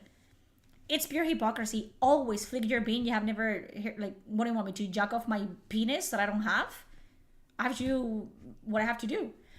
It is illegal in Russia too, but also there might be no due process in Russia, just silent death. Fair. According to Razorface, it's China that's funding the progressive shit in order to devalue Western IPs to buy them for late. Who knows? And if they do that, you know what? Let them buy everything already and then make good games. I'm done. They won. If that's their fucking purpose, if that's their plan, they won. Please stop. Stop. We're already dead. They love using those buzzwords. They do. And again, it's just like regurgitating things on both sides, by the way, which I don't align with either side. People can call me a grifter all they want, or they can think that I'm like too woke or too lenient or whatever. I don't care. Again, we've talked about is I don't push myself in any box of any kind because I cannot be fucked, okay? If you want me to put me in a box, you can put me in a box. You can put the perception of me that you have in your brains in a box. I don't want to do that. But it's on both sides. It's like regurgitating the same shit over and over and over again without adding any personal like opinion of your own. It's like, oh, you heard that through the grapevine. And then you're like dying on that hill because why? And then you ask them to explain why they're fucking yapping about, and they're like, In this box, you can be a grifter all you want. I can do whatever I want in any sort of attire. Genshin Impact has funded the CCP's own fusion reactor building. At least Genshin Impact is fun for people that play it. I don't know. It's a fucking gambling game. Not that I care about because I don't gamble and I don't play Genshin Impact because I don't like games like that. But you know what I mean? If it works, it works. And if it's fun, it's fun. Listen, I have an issue with just like games being fucking shit. I don't understand. I'm every time, like I wasn't that well aware of like the behind the scenes of the video game industry until Bellegarde came out, and then I was kind of like swept in the whole tide of it because of course I was kind of like in the forefront of that, whether I wanted it or not, which I didn't care, to be fair. I had no fucking opinions about it. But then as you are there and you start talking with people and having like more other points of views, you're like, I was very concerned about, like, I didn't know it was that bad. Like, I knew it wasn't good, but until that point, and I still do that, I just play games that I want to play. I play Fallout, I play Dragon Age Origins, I play Mass Effect, I replay them constantly. It's just what I do. I like Rogue Trader, I play Rogue Trader. I like Pathfinder games, I play Pathfinder games. I don't let myself be swayed by what's popular or what's coming out this month or whatever. I cannot be fucked. And that was me until Bellegarde. And just to see the depth and the abysmal quality of games and just everything that was going on behind the scenes, I still cannot come to terms with it, to be fair, because it's just so brain dead, in my opinion, that these people are doing themselves. Like, that's the thing. A lot of people are like, oh, you're ruining video games for everyone else. You're doing this. You're being toxic. You're being negative. You're doing this. I don't have to do that. I could have... I almost died. That was God trying to fucking silence me. Fuck you! I could have stayed silent the entire fucking 4 months before Veilguard release. Not said a word. Mind my own business, which I never do because why would I do that? That's boring. And being fucking problematic is fucking free. And the game would have fucking tanked regardless. Everyone else that was a grifter and hated Veilguard and ruined Veilguard could have like stayed quiet. And the game would have fucking... It's never gonna work. And that's for the 99% of fucking video games nowadays. It's just crazy to me that they're just so... I don't know what's going on. I don't know why their train of thought is to this day. And I will never know. And that's gonna back me for the rest of my fucking days. I arrive mid-rant. Every time that it doesn't matter when you click in my stream, it's always gonna be mid-rant. I like doing that. I'm a professional yapper. It's what I do for a living. Except you guys don't pay me. It's time to collect. I have let you off for long enough. Otherwise, I'm gonna start like bashing kneecaps with a baseball bat. You know? This stream made me forget a full pot of drip coffee now and go put it in the fucking oven, man. I don't know. In the microwave. Person, I still search retro games to discover, and I play new games only when it resonates with me, which is not often at all. I play new games months after release. I refuse to... I'm dying to play games at release. I just don't want to do that. I'm hearing good things about Indiana Jones. I might do that someday. I don't know. You know what I mean? I don't want to do things because people tell me to do that. I don't want to get hyped for a game just because other people are hyped for a game. If I want to play it, I play it. If I don't, I don't. Period. And if I want to stop playing a game, I'll stop playing a game. I just don't know. I don't like being told what to do. You know what I mean? And that's like a problem. And it's a very combative way to be. And it doesn't get me anywhere. But I don't like being told what to do. Even with people that just have my best interest at heart. I just like, don't tell. It's just not gonna get you anywhere. I used to follow gaming magazines when I was younger. That's what got me into games like Dragon Age Origins and Fallout 3. For me, it was just like my brother, like my older brother, just playing video games, and I sat there and I watched him play video games. And then he moved into PC, and I got the consoles, and I played video games that he played, and it just evolved from there. For the longest time, I just played like The Sims 2, because it's what I liked, and I played DS games and whatever. And then I got my own laptop, and he helped me. He taught me how... I don't talk to this brother anymore, but he did some good things for me. He taught me how to pirate games, which... Oh no! Yeah, and my first game that I ever pirated was Dragon Age Origins. Fun fact. And it's been downhill since then. I'm gonna play Pillars of Eternity again. Your approach was really fascinating and interesting. My approach to it, just going after it until I beat the game. That's what I do. I throw myself at a wall until the wall crumbles. It's either me or the wall. I'm a year later game buyer myself since the 90s. That way most of the hiccups are patched out.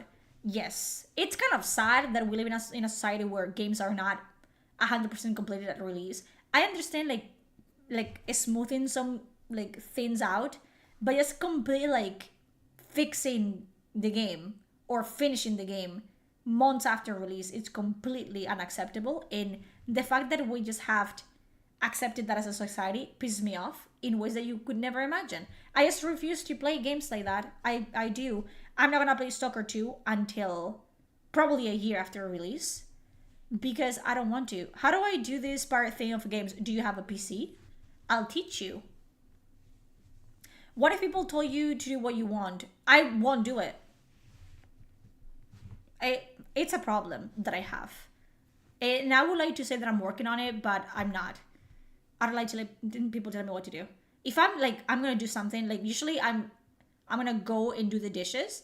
And my mom is like, do the dishes. I'm like, you know what? No, I'm not. Are you at all interested in Assassin's Creed Shadows? I am not interested in Assassin's Creed games since the first one. I played the first one in Xbox and I loved it. I was really bad at it because I was like 12 at a time. But since then, I think the quality of it has completely like taken a fucking shit all over the place. Assassin's Creed Shadows is just a complete joke. It's the epitome of shit. Like like sitting on a fucking plate and expecting people to eat it.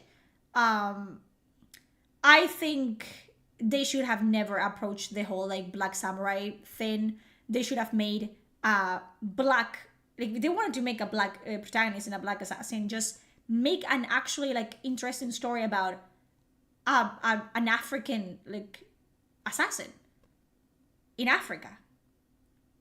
Or just if you want a female protagonist, just make the game in Japan about the Japanese ninja person. But don't try to, you know, do both because you're failing at both. It's just no one is interested. It's just it wasn't for me to begin with. Like Assassin's Creed, it just has not been for me since day one. If they remaked the first ones, yes, 100%, because I loved it. I love like climbing like a little rat everywhere and stabbing people in the back and getting away with it. I loved it. But the new ones are just like completely convoluted. I know that Odyssey, it's one of the best ones for some people. I just feel like to that point, just don't call them Assassin's Creed. I don't understand why we need 20 of the same game. That has always fucking pissed me off. We don't need 20 of the same game. We don't need 20 Assassin's Creed. You want to make a game about Greek mythology that it's like open world, and just make Odyssey the game. Make fucking, what's the other? Valhalla the game. Don't make Assassin's Creed Odyssey. Don't make Assassin's Creed Valhalla. Because then what you do is like you're putting yourself in a box. Because now you have an idea, but then it has to be like toned down because it also has to tie back to the original plot of Assassin's Creed, who no one cares about anymore. No one cares about the modern world mishaps of Assassin's Creed. No one gives a shit about that. And it doesn't make any sense because you have to tweak it so fucking bad that it doesn't, the original plot of the movie is not fucking there anymore. So no one gives a shit. You know what I'm talking about? It just pisses me off. Stalker is so complex and the studio has a history of half-baked games, which I don't fuck with. Bethesda released Starfield unfinished, expecting modders to complete it for them. Bethesda, I don't like Bethesda as a company, and I don't like Bethesda fanboys as people, and I wish them the worst. And if you're one of them, I need you to flagellate yourself right now, because if someone tells me it's not a bug, it's a game feature, I will go into your house, I will reach my fucking hand into your mouth, and I will pull your intestines out in one go. You know what I mean? Thank you. Hate it. Early access should only be for small developers who use it as a source of advertising or crowdfunding. If you're a AAA company releasing a back-end finished game, step on a Lego. Exactly. Just like delete yourselves as a much, like, you know, the cohorts say in this platform, but I don't want to get banned, so let's do that.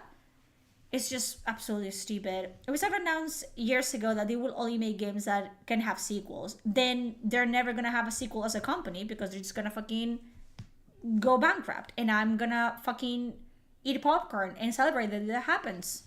Because I hate rich people. Assassin's Creed Valhalla didn't even feel like Assassin's Creed. Exactly. And Odyssey is not a fucking Assassin's Creed either. And just because people like it, it doesn't defeat, like, you know, take from the point that it's not a fucking Assassin's Creed. It's barely an Assassin's Creed. It's stupid.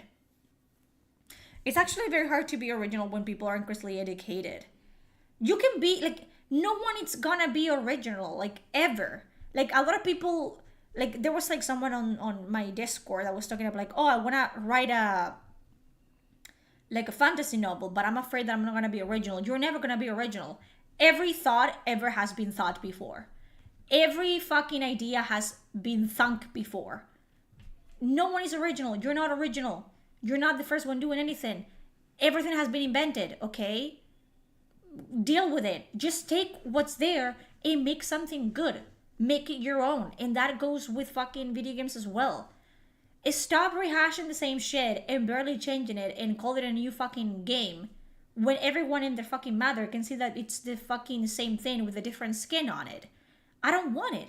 I don't want that. I've played it before. Fuck that. Thank you. Ew.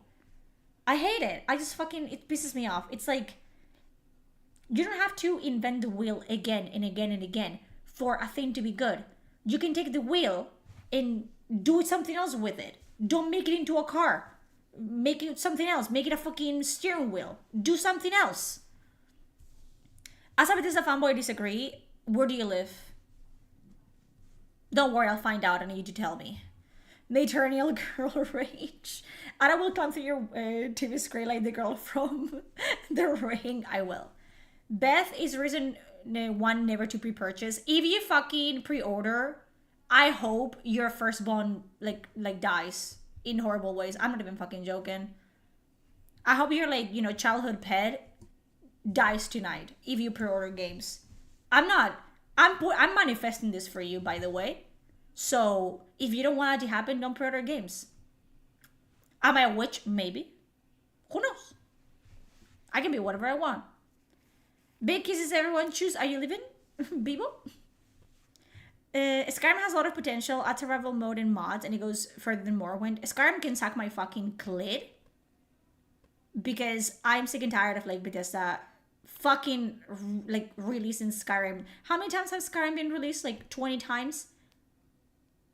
Why? Definitely was original. No, it wasn't. It literally wasn't. It was just bad. I may love Skyrim and Fallout, but that game is Starfield. Nah. Starfield was the culmination of Bethesda as a company. And the fact that it took Skyrim for fucking fanboys of the company to be like, maybe we shouldn't suck Todd Howard's dick that hard. Like, maybe that wasn't worth it. Maybe, like, eating his cum wasn't that worth it. You know what I mean? I think we have been playboys. I think we haven't, you know what I mean? It's just, that's your fucking fault. You let him, like, fucking shot a load all over your face. That's your fucking issue. Thank you for the follow. Jazz is nasty, man. That's your problem. I always suggest people wait for the definitive edition. It is ridiculous. I like the way you speak. Thank you. I don't know what I'm saying half of the time, so I'm glad that you guys like it, because I say it and I forget that I said it. Should if anything is, it's not a dog that keeps releasing The Last of Us the 20th fucking time. The Last of Us 2 can choke on a fucking dick as well. God! Every I'm thinking about it and I get pissed. They start making me pissed. God. The other Bethesda games I'll tell you to play are Daggerfall with mods and Morrowind first time playthrough with no mods. I want to play Morrowind. I haven't played it. I played it briefly. Sap, the Dark Lord. As fanboy didn't play or buy Starfield because you couldn't fucking excuse it. Like, it became so blatant that they're just fucking shit as a company. And it's just a fucking vanity project. The entire company is just a vanity project for Todd Howard, who thinks that wearing a fucking leather jacket at 50, it's cool. It makes him like one of the youths. That you guys couldn't fucking like excuse it anymore. You had been lied to your face for like fucking years and just be like, yeah, sure. I mean, he didn't exactly say that it was 16 times the details. And what's 16 times the details anyway? Yeah. Fuck that. You're like the Wicked Witch of the West. You have the same voice. Thanks. I have a fucking eyelash in my eyeball. Get up. It's still there. It just pisses me off. I don't know. I think it's because I haven't been a fan of anything since fucking One Direction and whatever. It's just, we're not fucking 12 anymore. We all have fucking hair on our balls. Okay? Our balls have dropped. Our voice is low. You know, we're dads and we have fucking 9-to-5s. Please don't get on your knees and suck someone's dick. For fucking nothing. At least get paid, bro. You're sucking someone's dick and you're paying them for that? You're paying $17 for that as well? Not only that, you're paying like $70 over and over again for the same fucking game? And then you thank them for it? Nah, I don't think so. I don't think so. You guys, if you do that, you're not better than fucking OnlyFans bitches. You're not. What's wrong with pre-ordering games just because you pay the highest price for a broken game at release? You deserve like the death penalty. Please, let's bring back like eugenics, honestly, and death penalty. Please. I have a tumor on my left ball. Cut it off. One game that recently surprised me is Hogwarts Legacy. Not even a Harry Potter fan, but it's generally a good game. I have heard good things about it. I was, like, believe it or not, I was in the bandwagon of like, oh my god, it's bad. Don't buy Hogwarts Legacy. And then I grew up. You know what I mean? So I might play it. I don't know if I'll stream it, but I might play it. I just don't give a shit about Harry Potter. Like, not even because it's transphobic. I try to read the books. They're very boring books and very poorly written, and I didn't like them. So, I don't know. They're very kid-friendly, which they're kid, like, books. So, whatever. Story isn't amazing, but the world and stuff is really nice. I might give it a go, honestly. Who knows? They suck in Spanish, I guess. They suck in every fucking language. Let's be honest here. What, are you like a fucking... What are they called? Harry Potter fans? They're not muggles. You would be such a great dominatrix. Funny that you say that. I have been one in the past. It just wasn't worth it. And it was really boring. Men were boring.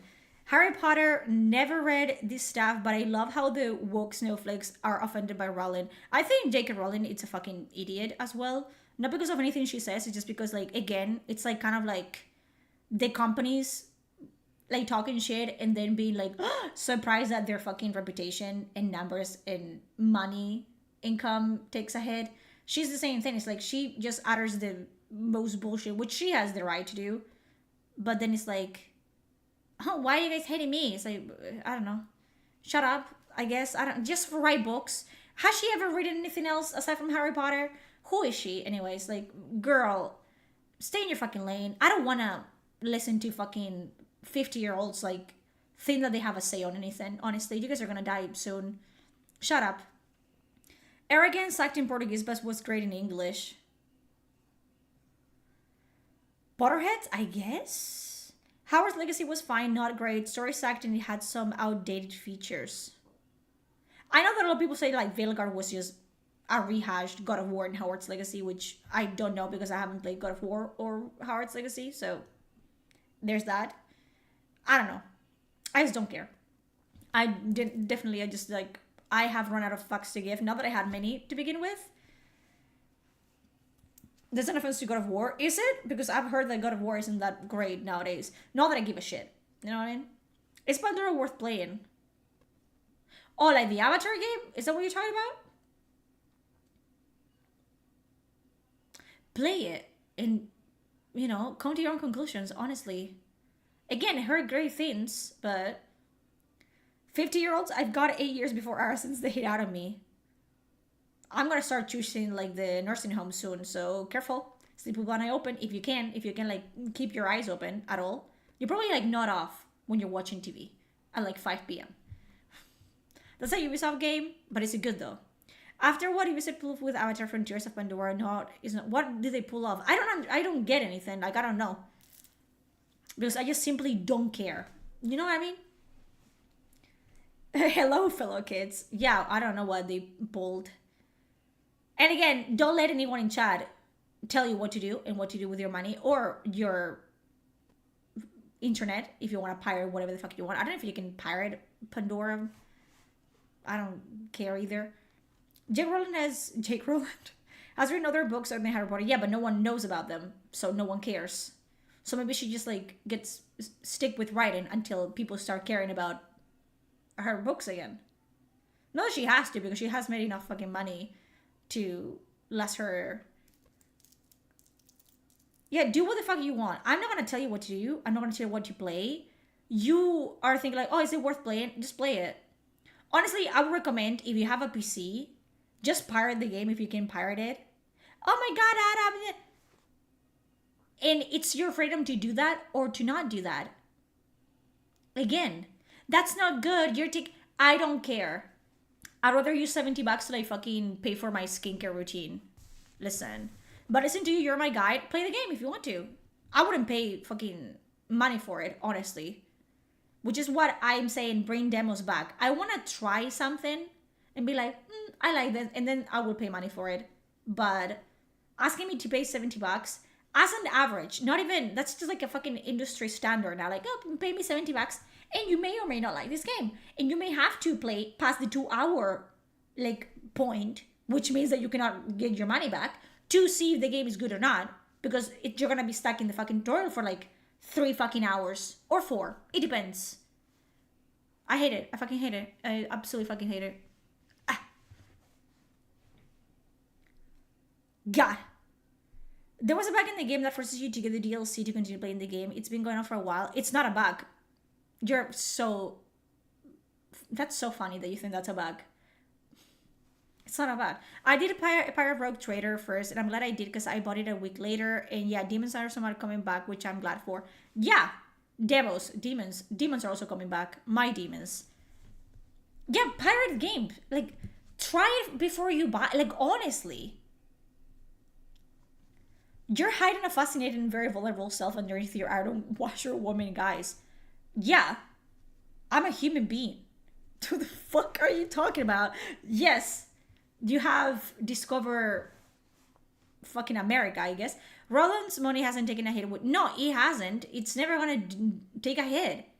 She's set for life. Boo fucking who? That's what they claim it's a bug, even though it wasn't. If it was a bug, it would have been fixed, but it isn't. I don't know. I just want to play games. You know what I mean? Like, a lot of people are like, oh, you just want to be negative. You just want to be mean. You just want to be angry all the time. I don't want to. I don't want to be upset. I want to play fucking Assassin's Creed, like, Valhalla and have a great time. I want to play Veilguard and have a great time. I want to play Avowed and have a great time. I want to be looking out for stuff, but I'm not, because people are adamant on not doing their fucking jobs, which is baffling. It's crazy. It's like... And then they get upset that people are upset at them for not doing their jobs. And then, still, like, they're basically, like, scamming people out of their money. And then getting pissed when people don't like that. It's like, yeah, guess what? It's gonna happen. Bro, I don't know.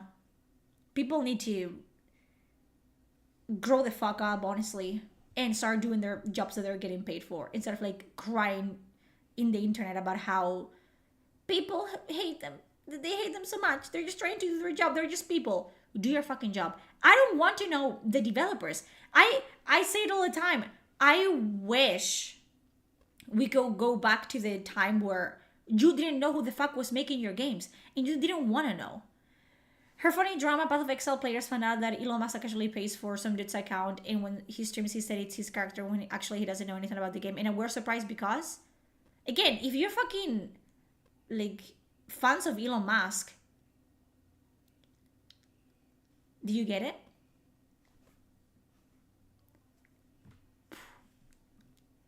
You know what I mean?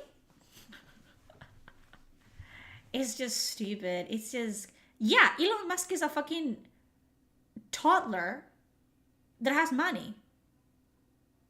That's it. Since when do we like rich people... as a society? I think it's, and I say it all the time, or at least I say it to my old audience all the time, I hate people that do better than me. And I think that's like the most human thing that someone can feel. I don't like anyone that is doing better than me. I don't like fucking rich people. If every single rich people like fucking decided to, like, I hope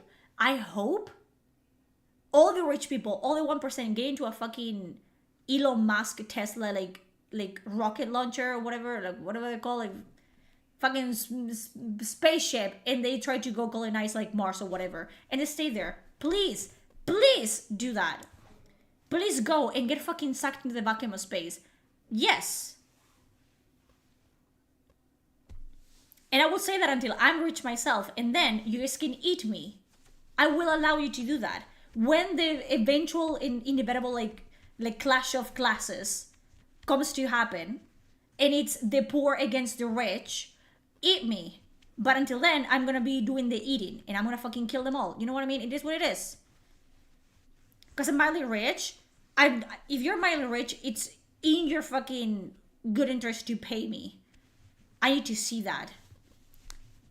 Also, if you guys know, like, have a friend that is filthy rich, send him my way. I will manipulate him to give me some of his wealth, okay? Thank you. At least I'm honest about it. We love you. No worries, I don't love you.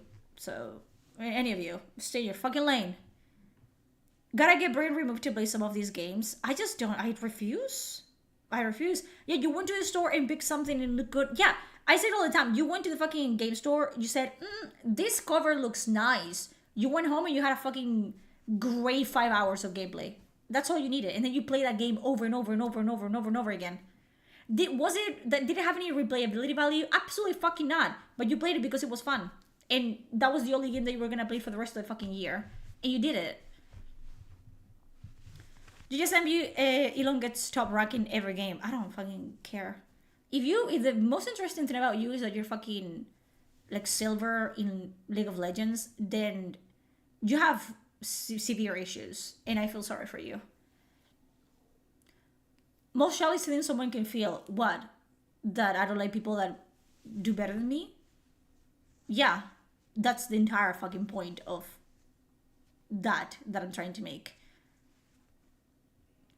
Yeah, because you guys fucking celebrate every time that you see someone winning millions of dollars in the lottery on TV. You're like, oh my god, I'm so happy for that fucking person. That could have been me. I'm so happy for them. I'm gonna actually go out of my way to like find them and throw a party for them. Oh my god, I'm so happy. You guys are not better than me. Come on, stop trying to fucking dilute yourselves that you are. You're not. That's how Doom becomes real. I'm fucking hoping and praying. Honestly, yes. My kids did free trials for everything 20 years ago, as you should. Hey, Ara, how's your day been? You look very pretty today. I look very pretty every day. Quit saying that I look very pretty today. I look pretty every single day of my life. Watch your fucking mouth when you speak to me. Soylent Green is green. Sure. Money equals love. It does. They don't drop finished games that much anymore. That much at all. I picked up Platinum in League. I played League twice. And people were mean to me. And I hold grudges, so I never picked it up again. No money, no honey. Free trial disc came in gaming magazines. Damn, let's bring those back. And I still have a disc-based version of League from when I worked at GameStop back in the day. How old are you? Like 500 years old? How do you know my ranking? Which? Yes. A friend of mine plays the lottery for years. He never won. What a dork. Yeah, if you don't play, you win. My parents play the lottery. And they love to, like, you know, theorize of what they're going to do with the money that they don't have, which is really funny to me. And it pisses me off, low-key. I like rich people. I charge them tons to ride their horse. Oh, absolutely. It's what you should do. You have to fucking charge them proportionally to their fucking wealth. I'm 30, basically 500. Don't take that back. Because I'm almost 30. So that's like shooting myself in the foot. I don't like that. You're not 30. You're 50. That's your age now. Okay? Thank you. I don't know. We're old. No. Who's we? Don't bring me into your twisted narrative. We're not friends. There's no we here. It's me and you. There's a wall in between us. An insurmountable wall that you can never climb. Absolutely not. I never buy lottery, but it's fine to imagine what to do with the money. I try not to think about being rich because it pisses me off. You know what I mean? I start thinking and like getting pissed at life. Which I'm already mad at it enough. Man, you are old? No, I'm gonna be old because I'm gonna kill you. And you're never gonna like grow any older than you are now, so... You're all the names on my screen, exactly. Marry me and make you reconsider your views about rich people in no time. Pay me. How much money you're willing to pay me to consider marrying you? Although I'm not gonna do that because why would I do that? I'm very expensive to keep. You cannot handle me. None of you can. I cannot handle me. God, I live with myself every day. Bro, you don't want to do that. You don't want to.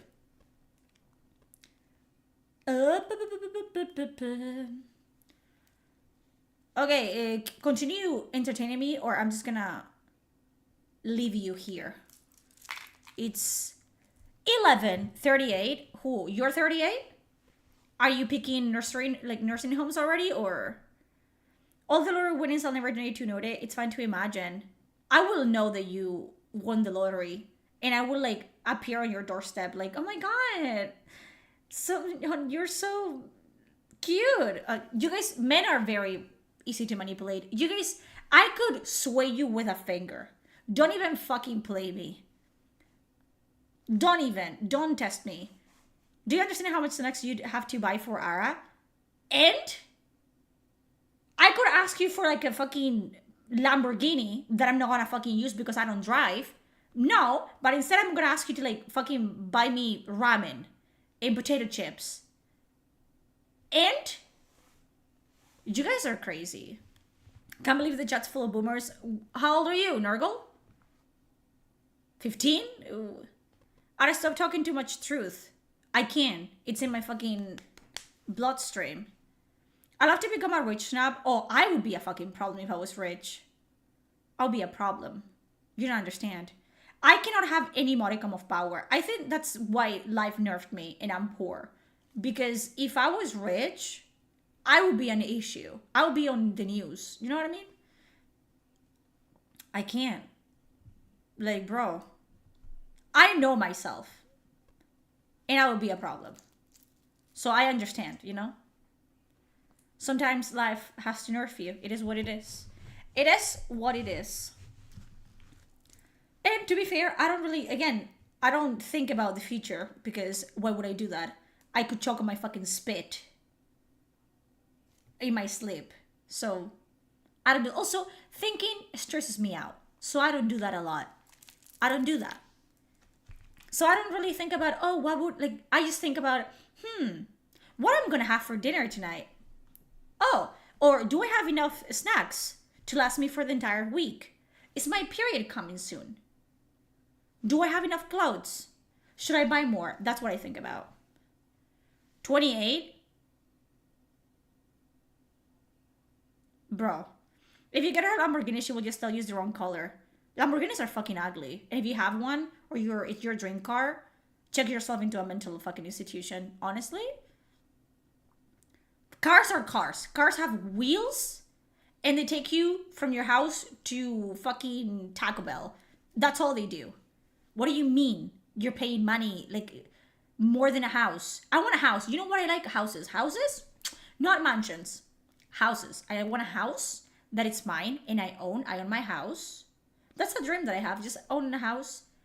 Kind of like, not too far away from civilization, but far away enough that I don't have neighbors, and they don't have to fucking, you know, I don't have to meet them. I don't know my neighbors. I don't know them. I'm thinking, I'm putting myself in that position, eh? I live in a house that I own. I have neighbors, but I don't know who they are. I don't know if they fucking sleep in the bathroom and fucking die. I cannot hear them. And then I have a car that takes me from, you know, my house to Walmart, and from Walmart to my house. And I have a phone that has Uber Eats in it, and I call and they bring me food, and I have access to the internet, and I'm happy. That's it. Small dreams, tiny dreams. I enjoy. And I want to fucking, my house is going to be like an old lady's house. And that's just going to be, yeah, I think about it all the time. And that's an achievable dream. So yeah, I'm looking forward to it. I'll keep you updated. I already think about taking public transportation in the business way. I take public transportation everywhere because I live in an island that is like this big. And you're not going to find fucking parking spaces. Not that I could because I don't own a car or have a driver's license, which both you need to operate a vehicle. And I just take fucking buses everywhere because it's the best way to do it. Not that that happens in America because you guys are ridiculously big for no fucking reason at all. I opened all game boxes and they have all the new trial game keys in them still. That's nostalgic. When you open and they had like the pamphlet and it was like a guide. We have lost so much in the war. So much. Having to worry about presentation and how you act all the time is so tiring. It's something you have to constantly be aware when you're surrounded by rich people. Not when you are the rich people. I'm gonna send my own fucking... I don't want to be rich and famous or rich and like rub fucking shoulders with like pedophiles. I don't want to do that. I want to be rich and disappear from the face of the earth. I win the lottery. You're gonna know that I win the lottery because I'm either dead or I won the lottery. You're never gonna see me again. Why would you see me again? Absolutely not. I'm gonna be rich and no one's gonna know. I'm gonna fucking drive like a fucking Toyota everywhere. And I'm gonna buy my fucking food at Walmart. And I'm gonna mind my own fucking business. You don't wanna know. You think I'm gonna start like eating caviar all of a sudden? And fucking going to the Epstein Island and to Diddy's parties? No, thank you. Are you gonna fill it with cats? That's the fucking plan. Not kids. I kind of have like changed my stance on kids, but not as much. I just don't have the drive in me to be a mother. I don't think I would be a good mom. I just don't care. You have to care, I feel like, to be a mom. But I don't care about it. Like my uncle became a granddad today, and as they do, they show you pictures of newborns, and I'm like, that's a human baby. I have not a single fucking ounce of mother instincts in me. I see a puppy and I'm like crying. A fucking kitten, tears. I get butterflies. I see a child and I'm like, you exist.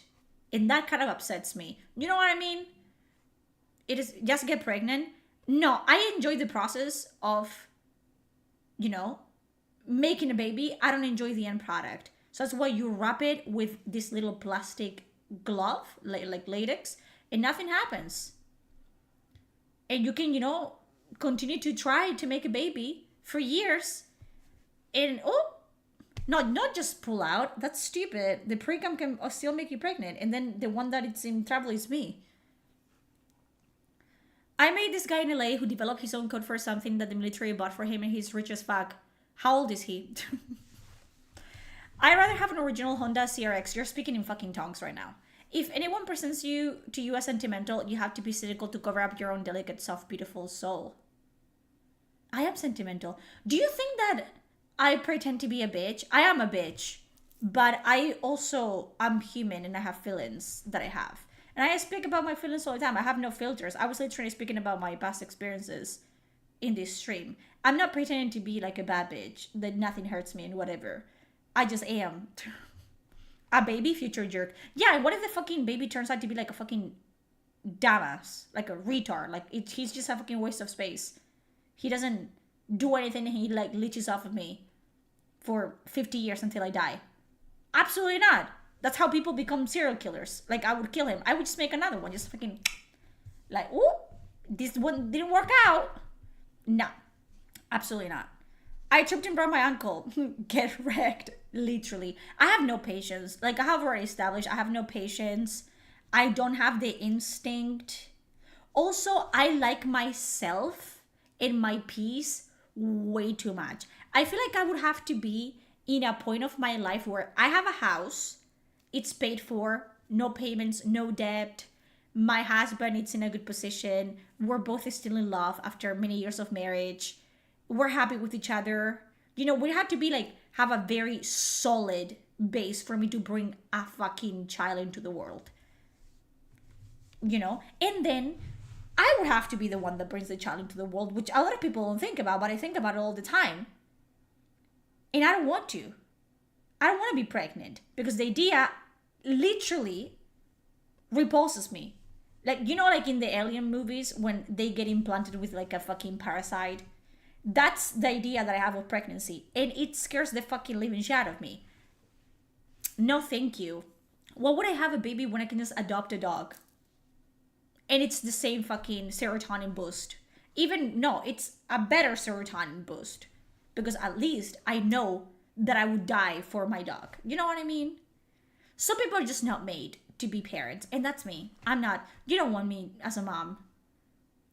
Because can you imagine me as a mother having to be responsible for someone else?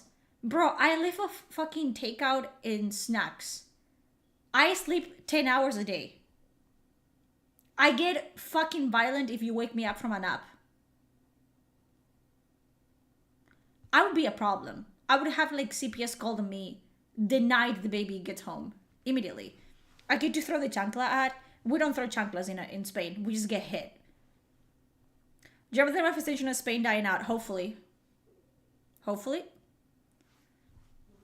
You already are probably. Exactly. No, I'm a cool aunt. I'm the coolest aunt. Because I can just not be responsible for you. I can just do whatever. I can buy you McDonald's. And what is your fucking mother gonna do? Fucking fist fight me? It's not my fucking issue. I'm not gonna cook for your child. I'm gonna buy them fucking Taco Bell. Why is your child in my care to begin with? All my siblings, not all my siblings, but my sister has kids for every single sibling. My sister has 4 kids. That's enough. Like, it's, you give weird aunt vibes. I am the weird aunt. And they like me. Kids like me for some reason. I think it's because I treat them like little adults. And I'm just like, but they like me. And I like them. I don't hate kids. I don't want to like fucking poison children, you know, for as a hobby. I just don't care about spending more than like an hour with them, especially not by myself, because it's not my responsibility. Like, I just don't care about it. I like kids when they can speak and form like little like sentences, and you don't have to like translate everything. Like, you have to look to the mom and be like, what did he say? It's like, oh, he said that he wants to play with the Legos, and the kid has gone and they know exactly what they're saying. I don't get it. I don't have patience. I'm not a patient woman. And the more I think about it, the more I'm like, maybe 10 years down the line, if I'm in a very different point in my life, I'd be like, you know what, might as well. But I feel like for me, children have to be wanted. You know what I mean? I was wanted. Look where I am now. Like, you want to have to be a parent. Like, that's something that has to like be a thing at the forefront of the decision. It's like, oh, I want to be a good parent. I want to be a good example. Like, and I'm not ready to be someone's mom either. Like, to lose my fucking personality. I like my peace too much. You know what I mean? You can also have to be aware that it can be too late to be a parent. Do you think I'm 50 years old?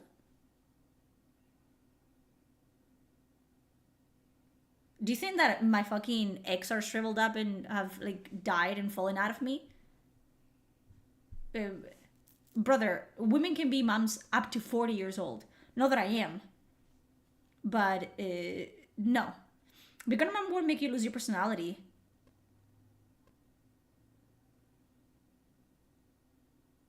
By 35, most of our ex are gone.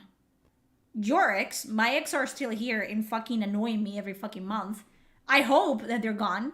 Please. What was the other day that they said? That microplastics are making people sterile? Please. I will chuck an entire fucking thing of microplastics. Like, please. It only takes one egg. Yeah, it only takes one fucking time for your life to be fucking changed forever. Just become a mom.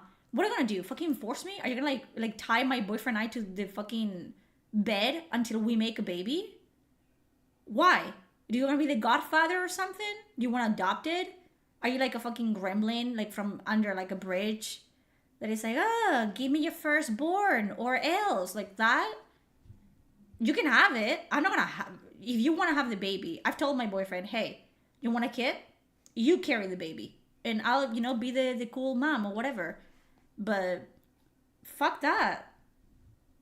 Absolutely not. Have you seen the girl with the list, like the pregnancy list? Have you seen, sometimes TikTok is weird and it shows me fucking TikToks of women that they just gave birth to babies, or like months after giving birth to their baby, and their stomach's all fucked up and smushy and disgusting. Get a surrogate mother.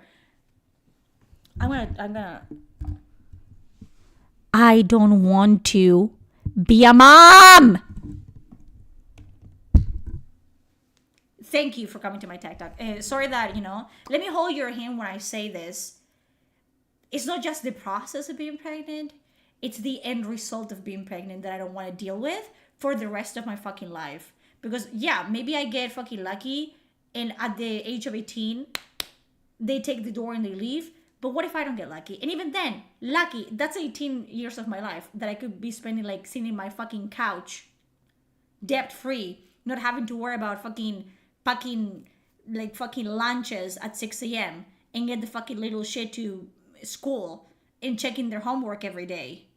And oh my god, I have to make them study, otherwise they're gonna fucking call CPS on me. You know what I mean? No, thank you. Is this the start of the build a baby business? When firstborn plays, I've got a sweatshop to run. My brother and his wife had their baby at home and not the hospital. He struggled cutting the cord. Ew! What are these, like the fucking, like 1500s? What are you fucking cutting the cord? People are weird. People are fucking weird. People want to be special so bad. It's like, you just go to the fucking hospital. Brother. She doesn't do what people say to do, so I had a don't be a mom. Bet. I'm gonna show up with like a baby tomorrow. You know what a horrible daughter you were to your parents, I guess. Explain that to me. Explain how you know I was a terrible daughter to my parents. No one else type. I want to hear Blake or Ironhammer, who is definitely trying to get a rise out of me, and you're not gonna get it because it's just sad. And it's probably your kink to be humiliated, and I need to get paid to make you cry. It's different when the damkins on your lawn are yours. Yeah, I guess, but you're gonna chew them off. You have to take them inside your house. Did you know if you have a baby in the hospital, it costs like $1,000 just for the father to be able to hold the baby, at least in the US? So you're just adding things to the reason why I don't want to have a fucking human being pushed out of me. Yeah, can you imagine? I mean, yeah. If that's the case, I would also give, birth in my home. But brother, you have to pay to breathe in America. It's free in Spain. It's not free. We're paying for that. Everyone in Spain pays a portion of taxes to pay for healthcare. A lot of people think that it's free. Nothing is free. Healthcare is not free. You just pay for it. And new to the stream, do you have thoughts on the Exodus game trailer? Looking forward to it. Skeptically optimistic. We have watched it before. I think there's like more coming out, and I'll probably like watch it at some point. But again, yeah, with the current like state of things in the video game industry, I'm just skeptical, and I'm worried to be excited about the game. Like, I want to like it, and again, it's coming from the people that made Dragon Age Origins, which is my favorite game of all time, as many people fucking know, because I keep saying that every fucking chance I get. But until I see more or I see it, I cannot say for sure whether it's gonna be good or not. Shiva, I'm on it. I have to fucking type. If I don't have kids by 35, I'm just going to do in real life PvP. The fuck are you? What are you talking about? What are you talking about? Shiva wins it. Get in. Get in. Get in. How many times is it gonna take? Get in. Get in. Come here. You guys cannot see her. She's there. Get in. Get in. Ven. Perra, por favor, ¿puedes venir a dormir aquí? Ven aquí. God. Get in the bed. What are you doing? Go. Why? Why is she like that? I don't understand. Oh. Ow! I fucking hurt. She does that all the time. Like, I tell her, come in. Like, she knocks on my door. Knock. She fucking... what is it called? Headbutts the door. And I open the door, and she's there, and she wants to be let in. But she's like a vampire, I guess. She's like, you have to tell her like 1,000 times to get in. Like, okay, girl, you're fine. You're okay. I don't want people that like very obviously have like a humiliation kick in chat. It's so funny.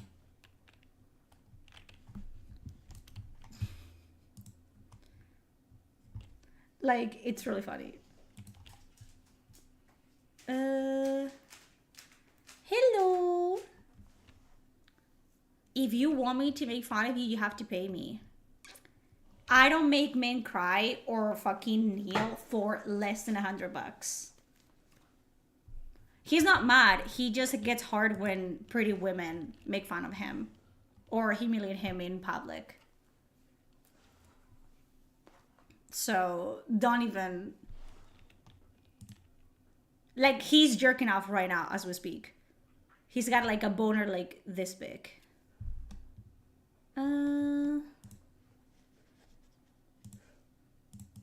Hello. Let's see.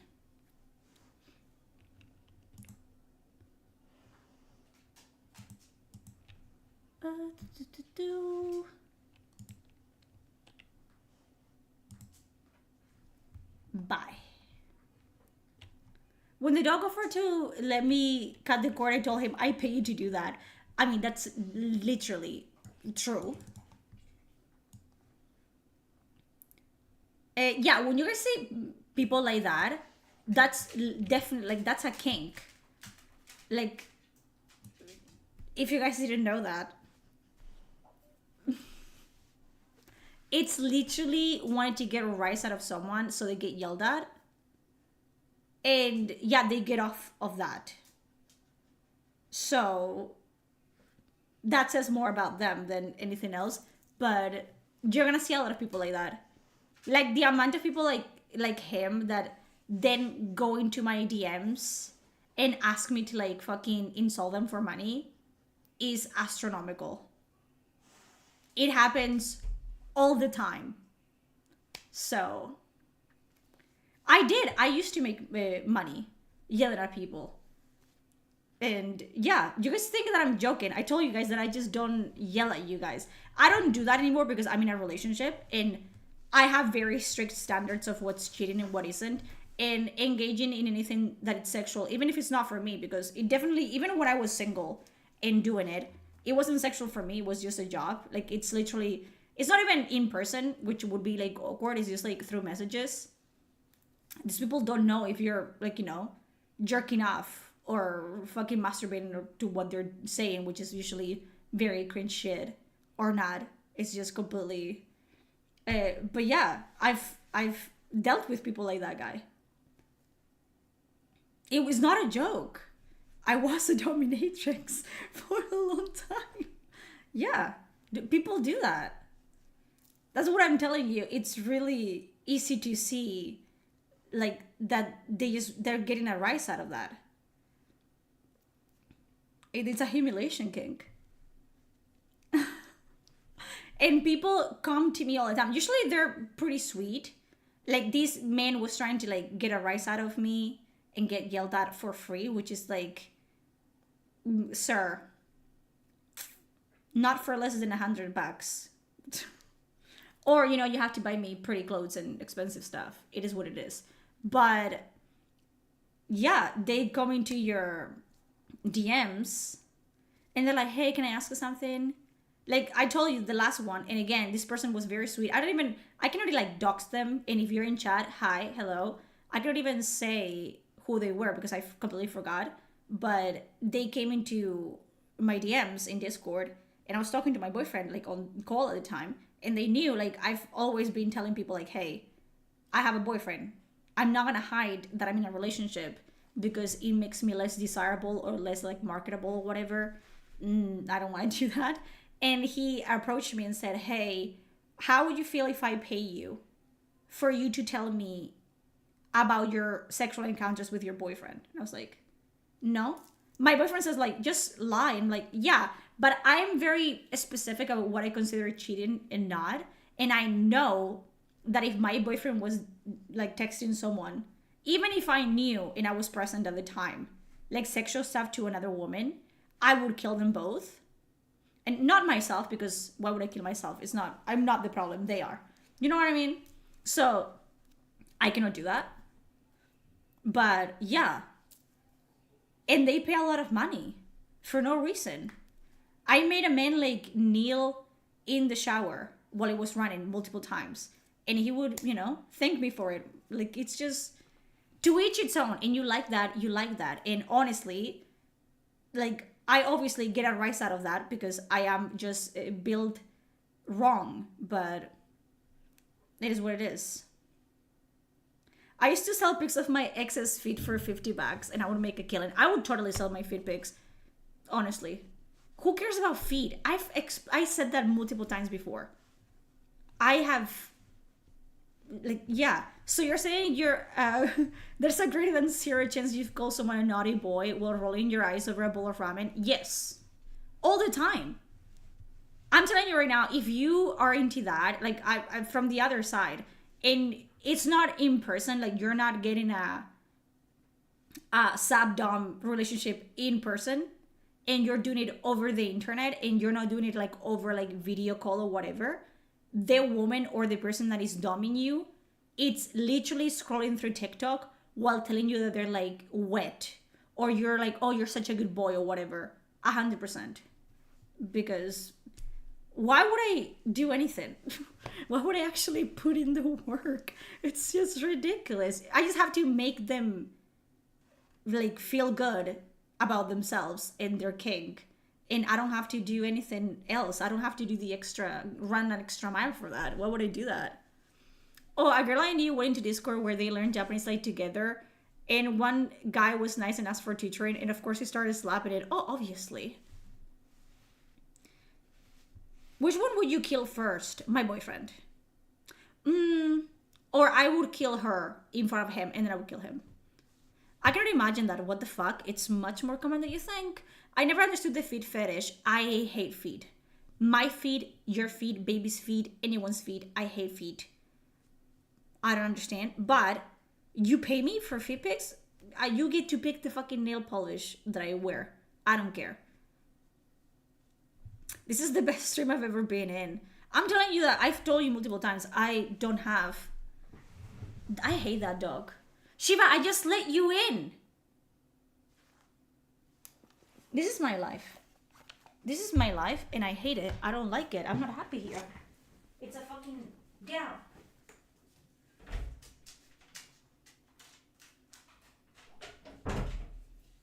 Nobody could call Paw Patrol. I love that dog actually. That's a cat. Basically. She pisses me off. I keep socks on all the time. I have to do that as a streamer. First of all, I don't like to be like, I like to walk like barefoot in the sense of like, I like walking around on my socks around the house. But yeah, as a streamer, I'm not showing my feet for free. Like, bro, you get a sock. There you go. And if you can fucking jerk off to that, kudos to you, honestly. You deserve that, I guess. I played rugby for over 8 years. Does it mean that your fucking feet are fucked like a ballerina? Only socks? I have a lot of pretty socks. I like socks. I don't know why. I got a lot of like, can you see?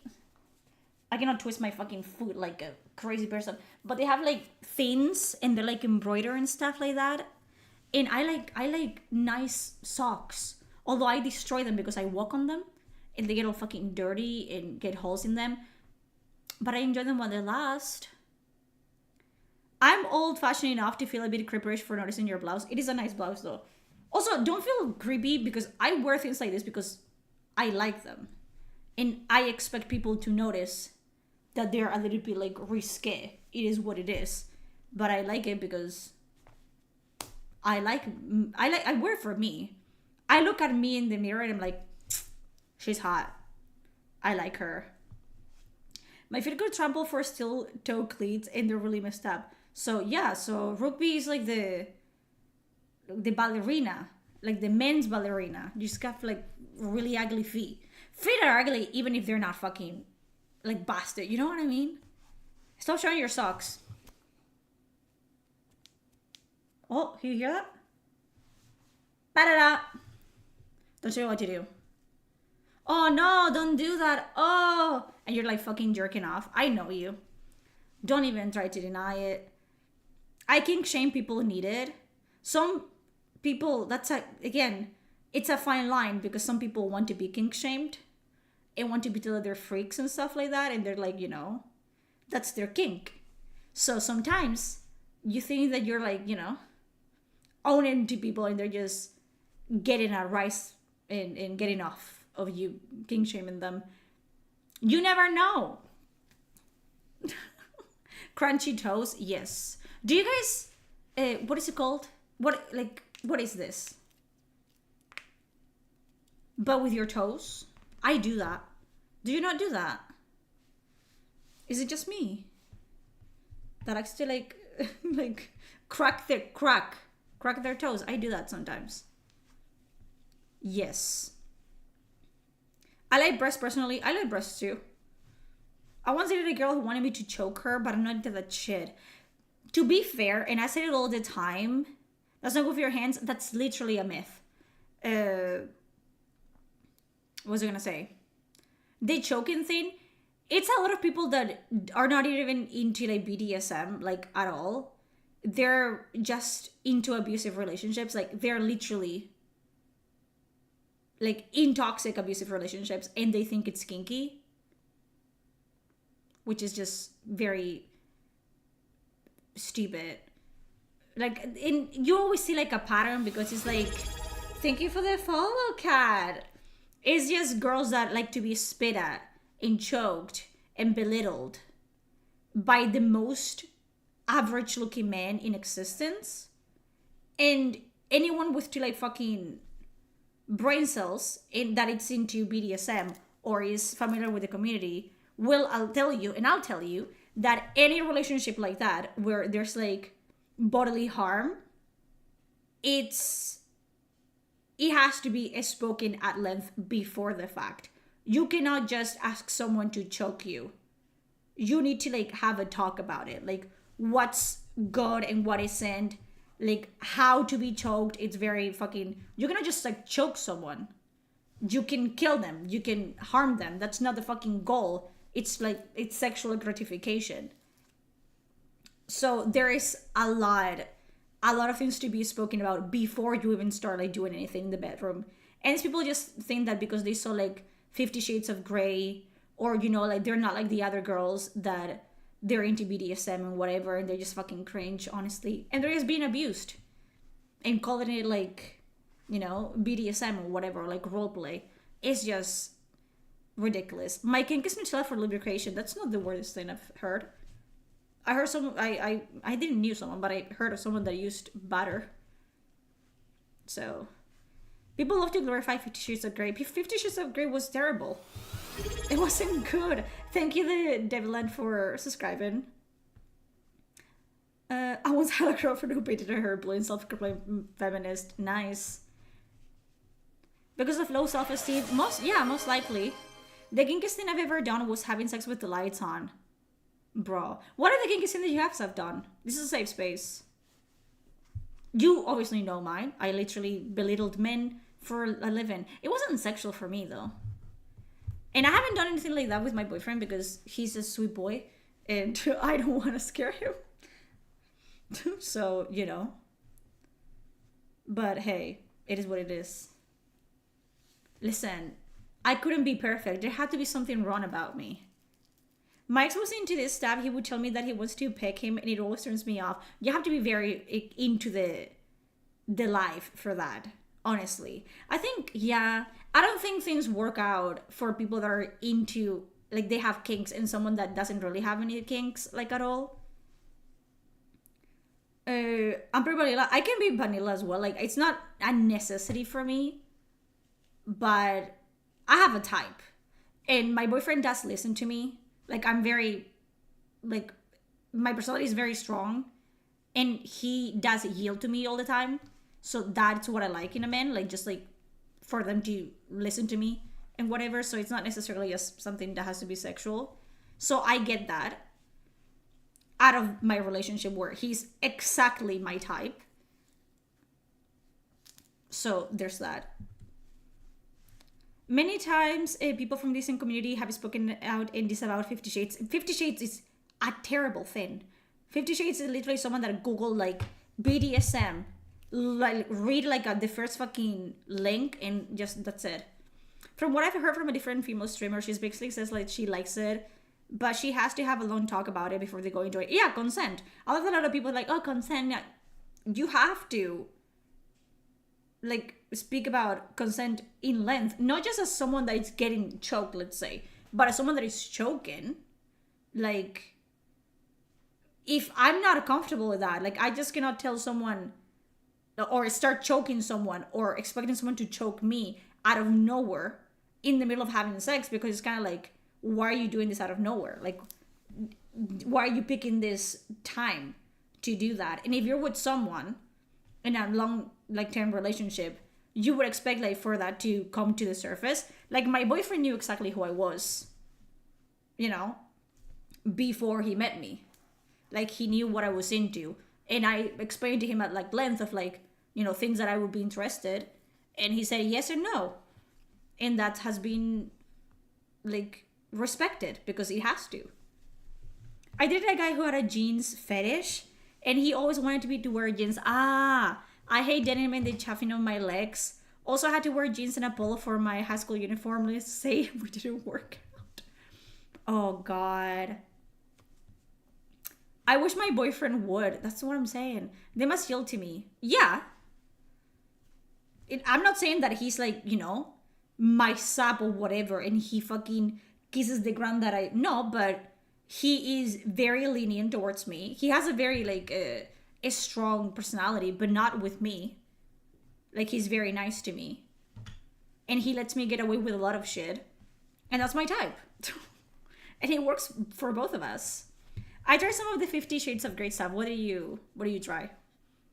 The type of people who like 50 Shades are the sort of people that fund the entire smart book industry. You know, middle-aged housewives. Exactly.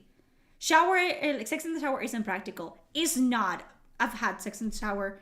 First of all, men are just... You guys are there. You just have to be there. We have to put in the entire fucking work, which is crazy. Are you okay with your partner if they follow OnlyFans girls? No. Because if you want to look at fucking naked women, you look at me. What? Absolutely not. If your partner is like seeking like something outside your relationship, and especially like paying, absolutely not. Felt like a straight cardio. My fucking legs cramped after having sex in the shower. That's insane. I was like, okay, this is going for too long. Also, I'm shorter. Like, I'm short. It doesn't matter who I'm with. I'm always gonna be shorter. So it's kind of like, I'm doing exercise. Why am I exercising? I've dealt with porn addiction guys before, and it's a red flag. I don't like that at all. No. Absolutely not. If you're jerking off to my pictures and my videos. You're not jerking off to other bitches. What's the fucking point? Sex in the shower is great. I don't know what you guys are saying. Yeah, you don't do anything. You're just there. Going like this. And that's it. And we're like fucking grabbing at the wall and trying not to slip and fucking hit our heads against it. And it's... Or we have one leg up. And if that one leg that is propping us up slips, it's over. You don't understand. The fucking brother.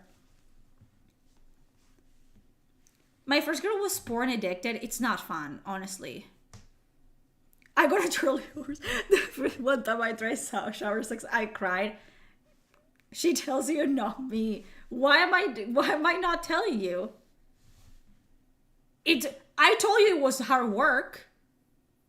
The fuck are you talking about? Did I enjoy it? Yes.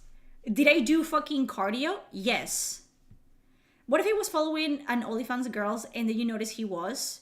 Would you tell him to unfollow? It would be an issue. Hey, thank you for the follow. I love that Deviland subscribed before following. Person has gives me access to his phone. Like he's never like kept his phone from me, and I know exactly what he has in phones and whatever. I literally the first time, yeah, he doesn't follow anybody. He doesn't have TikTok. He doesn't have Instagram. Not because I told him not to have it, but because he doesn't have social media. There was one instance with an ex-girlfriend that reached out to him, and I was in call with him when this happened, I believe. And I told him, lose her number immediately. Block her. And he did, immediately. So, and every time that he sees an ex, like, in the wild, he tells me, immediately. So yeah, a person is an old man, and I like him like that. You know?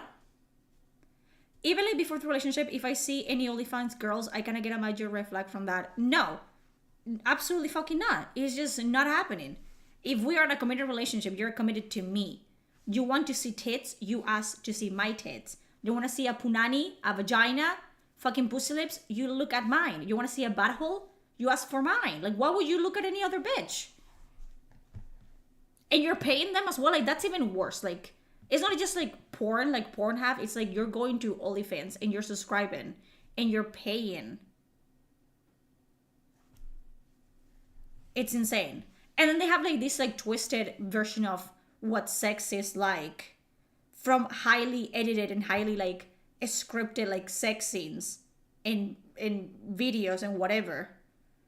And then nothing works for them anymore because, you know, even OnlyFans like creators tell you like, hey, if your boyfriend is following me, break up with him. Like, it's not gonna work. But when I say the same thing, I'm a control freak, then you're not in a right relationship. I'm sorry, but is it a control freak for you not wanting like your girlfriend to be paying to see someone jerk off? Like, is that not like fucking common sense? That you wouldn't want to like see your girlfriend like scroll on TikTok and it's just like fucking naked men, like shirtless men that don't look anything like you, that are so much more attractive than you constantly? Fuck, get out of there. If they call you a control freak, then that's not the relationship for you. And fuck, like, get out. Like, it's not happening. I am friends with so many porn addicted guys. When they are with actual women they like, they can perform because, yeah, erectile dysfunction. It's crazy. What if it was before the relationship and you see he's following one, but he's like trying to pursue you? Drop everything. Like, you have to, you know, like, no. That's like, no. Like, we've all watched porn. It is what it is. But for me, it's like, you have to stop. It's not. I love how... What if they're following OnlyFans girls on Insta, but you don't know if they're paying for it or not? You're not... Why are you following bitches that you don't know? You follow your sister, and you follow your cousin, and you follow your mom. You don't follow bitches that you don't know. Kat, I know what Kat is trying to do. Kat is trying to see if I'm like 100% in her line, and I am. Like, a lot of people ask me, like a lot of, like, I take pictures of myself, and I'm pretty, and I'm feeling myself, and whatever. And a lot of men are like, oh, drop OnlyFans, or the opposite, like, oh, you're not thinking of opening an OnlyFans, are you? That's the value in yourself. It's like, first of all, who the fuck do you think you are to ask me whether I have an OnlyFans or not? Like, that's such a weird thing to do nowadays, of like seeing a woman on the internet and be like, OF when? Like, what about hello, how are you doing? Do you have a nice day today? You know what I mean? Second of all, I don't want to. I don't care about sex work. A lot of people are like, oh my god, sex work. I don't care about sex work.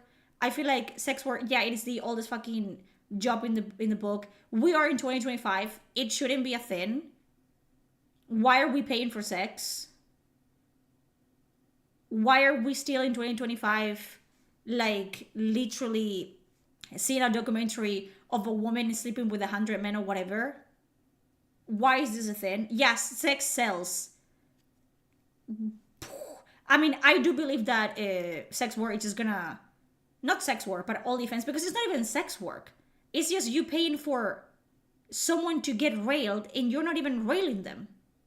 You're paying for someone else to have sex because you're so lonely that you cannot have sex yourself with anyone. It's sad if you look at it that way. It's like, it's just gonna go out of because AI is gonna do that with no one. It's gonna learn from all the porn videos that there's out right now. It is gonna like do whatever. You're gonna be able to go into a page and be like, okay, I want to see this type of woman getting railed by this fucking size and girth cock. Input, and you're gonna have that. So they're just gonna like not have a job anyway, and we shouldn't even like be like discussing like whether it should be like legal or not. It shouldn't be a thing. Like, what the fuck? Why are we still thinking about it? I feel like some guys don't think that following an OnlyFans girl on Insta is a red flag, but we women look through your following. I literally, like, Preston doesn't have a following because he doesn't have any fucking... And I have seen his Instagram. He follows, like, 30 people and are all fucking high school friends and whatever. And yeah, like, the only instance that we did have that it was, like, ex-girlfriends, I was like, okay, why does she have your number? And he just forgot to delete it. Like, they hadn't even texted. It was her texting him because she broke her leg, and I guess that was a fucking thing to talk about to him about. And yeah, I told him, okay, delete the number, block it, and he did it immediately. That's it. And I would do the same if I had a fucking ex-boyfriend in my, like, not that I do, because every time that I break up with someone, I just block them. You're out of my life forever, thank you. But I would do the same. Like, that's the thing. It's like quid pro quo. I don't follow men shirtless on the internet. I don't do that. So I expect you to, like, have the same fucking respect, and I don't do that either. It's like, you know, it is what it is.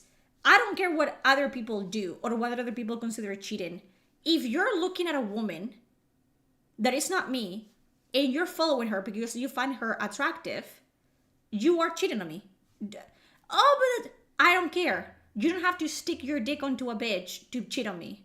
If you're looking at a woman with the same eyes that you look at me, I don't want you. Bye-bye.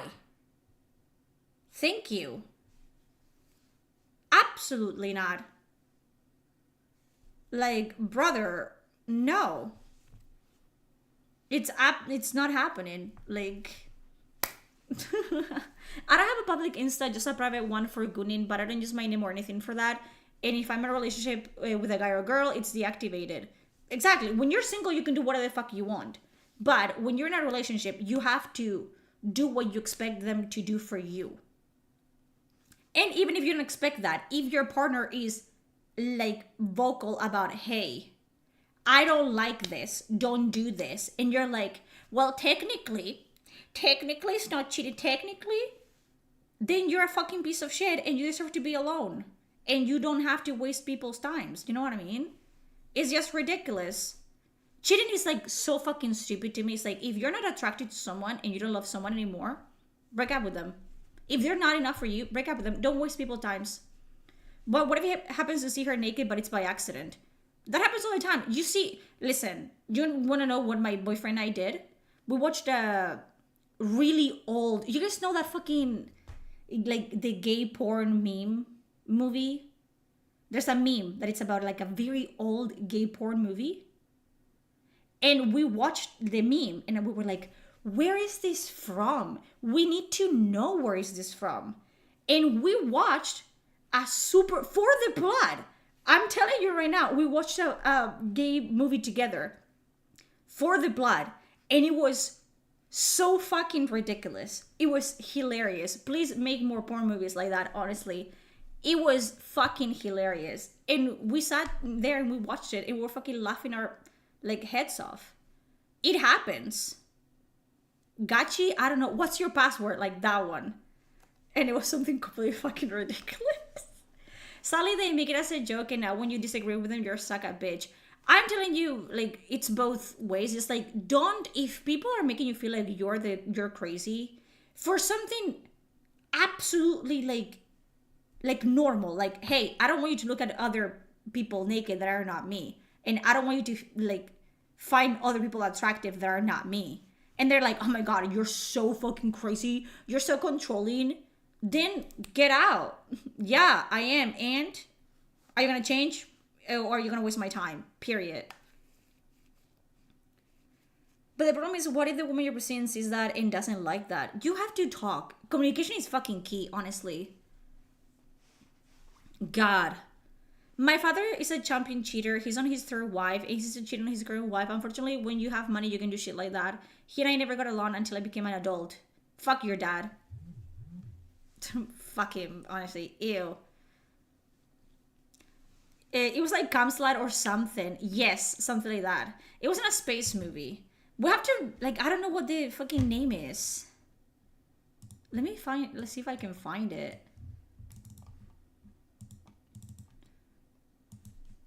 What's your password? Gay movie. Yeah, they throw me some numbers. Catalina Ville from 1998. It's like, okay, give me your password, throw me some numbers. And it's oral cam shot. Yeah, that fits. Yeah, it's from Catalina Ville. It's starring Steve Rambo. The film is about a computer programmer who gets his hands on a disk full of secretive business information and must keep it safe.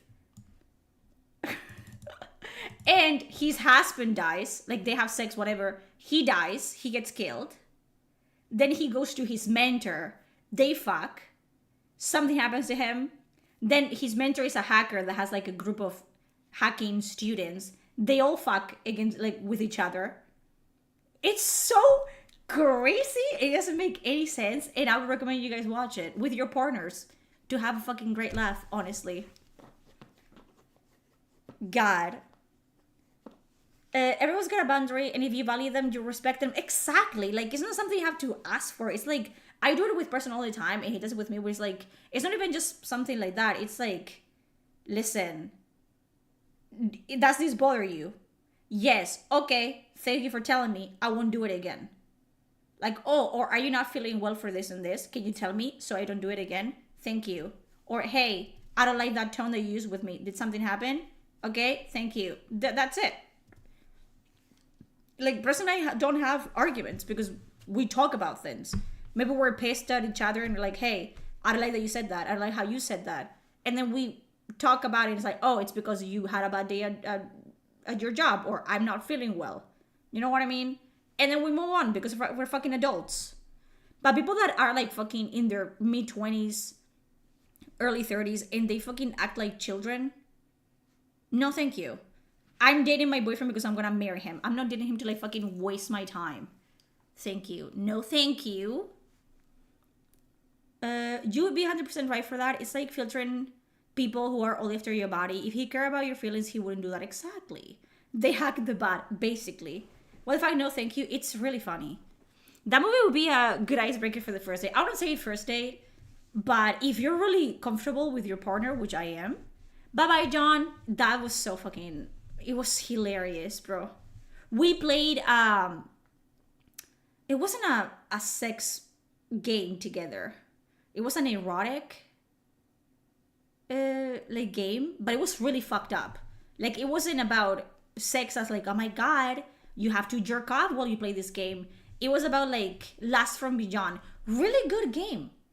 And I love that we play the censored version, but the entire fucking premise of the game, it's about like violence, like the violence in sex and how it can be used for like violence, and it's like when it's out of your control and it just takes over your life and whatever.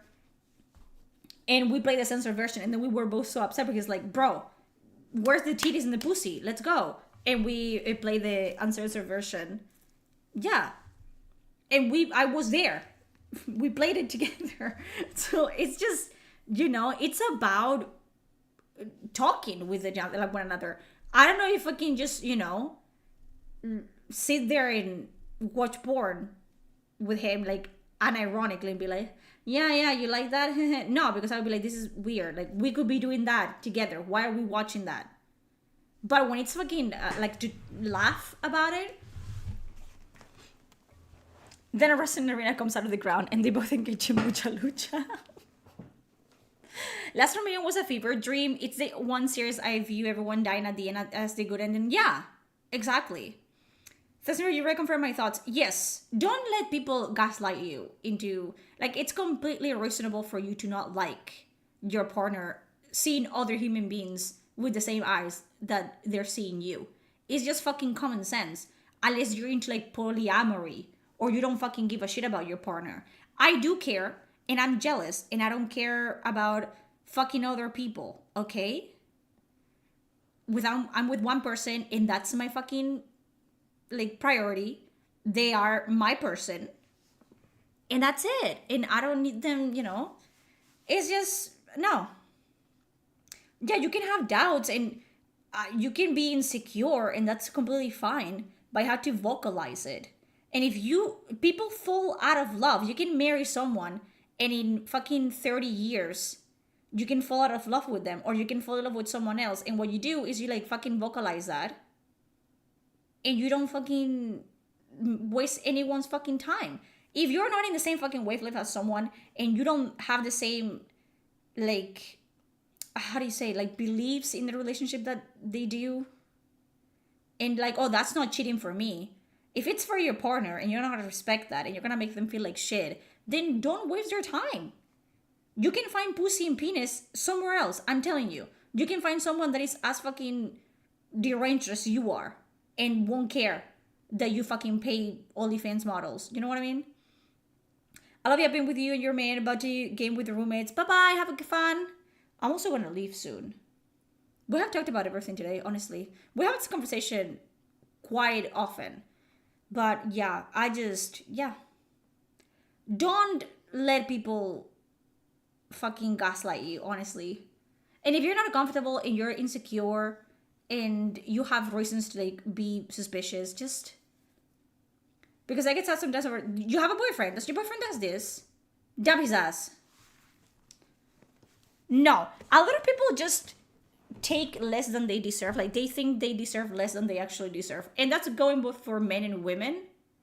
And I see that even more in like, bye-bye, Kulbi. Bye-bye, John. Like, I see that in like everywhere. It's like, you can be alone. Being single, it's not a fucking crime. Like, Preston is literally my second boyfriend in the history of ever. And the first one was a piece of shit. So I lucked out completely. And I'm gonna marry him. And that's gonna be it for me. And if it doesn't work out, I'm gonna fucking become a nun.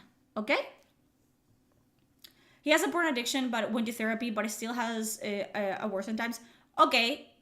I'm gonna give you my fucking opinion from a completely unrelated party that doesn't know you're your boyfriend. And I'm gonna tell you my opinion. You can take it or you can leave it. I don't care. His issue with porn addiction, it's his own. And it's not your job to fix anybody.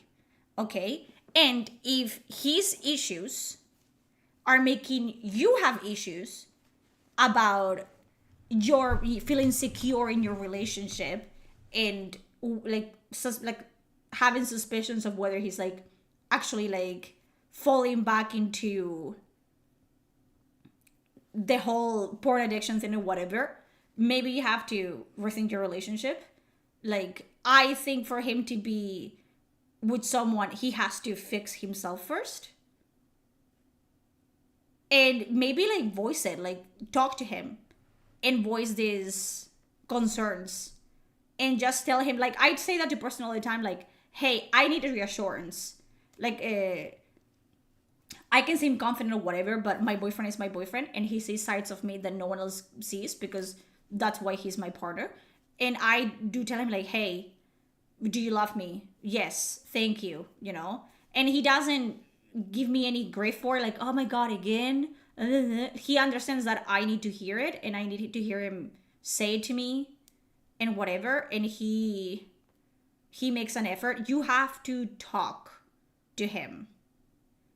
And like, hey, why do you need to watch porn? Is there something you want to try out? Can we try it out together? That's also good, like, to reroute that energy into you. Like, hey, we can try that together if you want. You don't have to look at it. So, you know what I mean? It's just, but at some point, and you can love someone and break up with them, and they can love you. You can both be in love with each other and break up because, you know, you're not at a moment in your life where you can be together in a healthy way. If he's making an effort, that's great. But I really think that you are taking kind of like a toll in this. So I would hope that you can talk to him and be 100% transparent that, hey, I understand that you're working through this, but I would like to not keep tabs on him, but to have a reassurance and have you be 100% open in this area of your life, in this issue that you have. So I'm not second guessing myself the entire time. And, you know, because that's gonna like fester into you like having suspicions of him, even if he's not doing anything. It's gonna just like be in the back of your mind of like, what if? Like maybe, you know, behind my back. And it's just gonna like create resentment. Just talk. Talking is free, dude. It's free. And if you explain that, hey, it's not that I'm like, how do you say it? Like doubting you, but I don't feel secure, because that's something that it's really upsetting to you. And it would be for me. Like, I have very strict standards on what's cheating and what isn't. And why are you watching porn without me? Why I'm not involved in this? You know what I mean? Like, I understand. Like, I'm very jealous. I'm very possessive. I don't know if that's the same thing for you. But I need to know that I am, like, my partner's priority, like, 100% of the time. Because what's the fucking point otherwise? Like, why are we doing this? You know what I mean? So, yeah. You learn from mistakes. I guess my ex was also my first boyfriend, and he was a master manipulator. He made me think that some toxic stuff were normal, and I've understood why my friends hated him. He was a porn addict too. So we have patterns here of behavior. At least one of them is trying to better himself. And, you know, an addiction is an addiction, and someone that has an addictive personality always has an addictive personality. It is what it is, and it's something that he's going to have to struggle with for the rest of his life, like an alcoholic. You're always going to be an alcoholic. The difference is whether you are an active alcoholic or you are, you know, a passive alcoholic and you don't fucking drink. It is what it is. It's just something that you have to just like weight everything in your life and be like, okay, he's sweet. He listens to me. He, you know, he's the best I ever had. He's overall an amazing human being, and he has an issue that makes me insecure. And it's about, you know, leveling things up. And talking. People don't talk enough, and I don't understand that. I talk about person about every single fucking thing. I tell him when I go to poop. I tell him that, you know, I'm in my period. I tell him that, I don't fucking know, that I farted. I tell him about everything. I'm not ashamed of me, of like the worst sides of myself. I'm not ashamed of like telling him, you know. I tell him about my day every day. Like, oh, I bought some fucking snacks the other day. And he listens to me. I ask him about his day. He tells me that he has a fucking boring day in work every day. And I love it. He tells me about gossip in his work. We just talk about everything. It's like, it is what it is. Just talk about everything. About everything. Yeah, I got really lucky. And he got really lucky. Like, you cannot just settle. You know what I mean? Like, he's okay. He's better than the last one. Sure, he is. Person is much better than my first boyfriend. But I'm not with him just because he's better. It's because he's in love with me. And he wants to marry me. And he wants to make a life with me. And we have very similar, if not all, our same values and beliefs. And we have hobbies. And we, you know, we make each other laugh. And we can talk about everything. And it's not just about sex. But we still, you know, are attracted sexually to each other. It's about everything. Like, a relationship is more than just like, oh, I love you, let's fuck.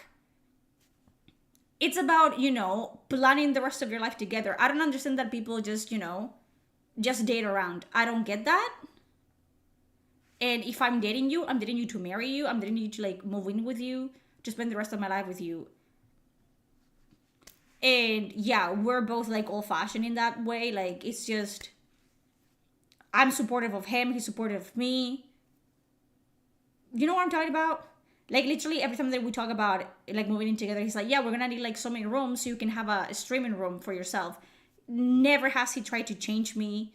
If we have changed in a relationship, it's been to the better, and it's been organically, just by being adults and good human beings to each other and talking things out. He knows that I'm jealous, but he doesn't, like, throw it in my face. Or, like, I tell him all the time, like, oh, did you do that with your girlfriend? It's like, I'm not gonna talk to you about this because it's gonna make you upset. And that's it. And I know that he's right, so I don't fucking delve into it. He knows me. I know him. That's it. People settle. You guys settle. And I settled. My first boyfriend was extremely toxic to me. I don't think he was a terrible human being. He just was a very broken man.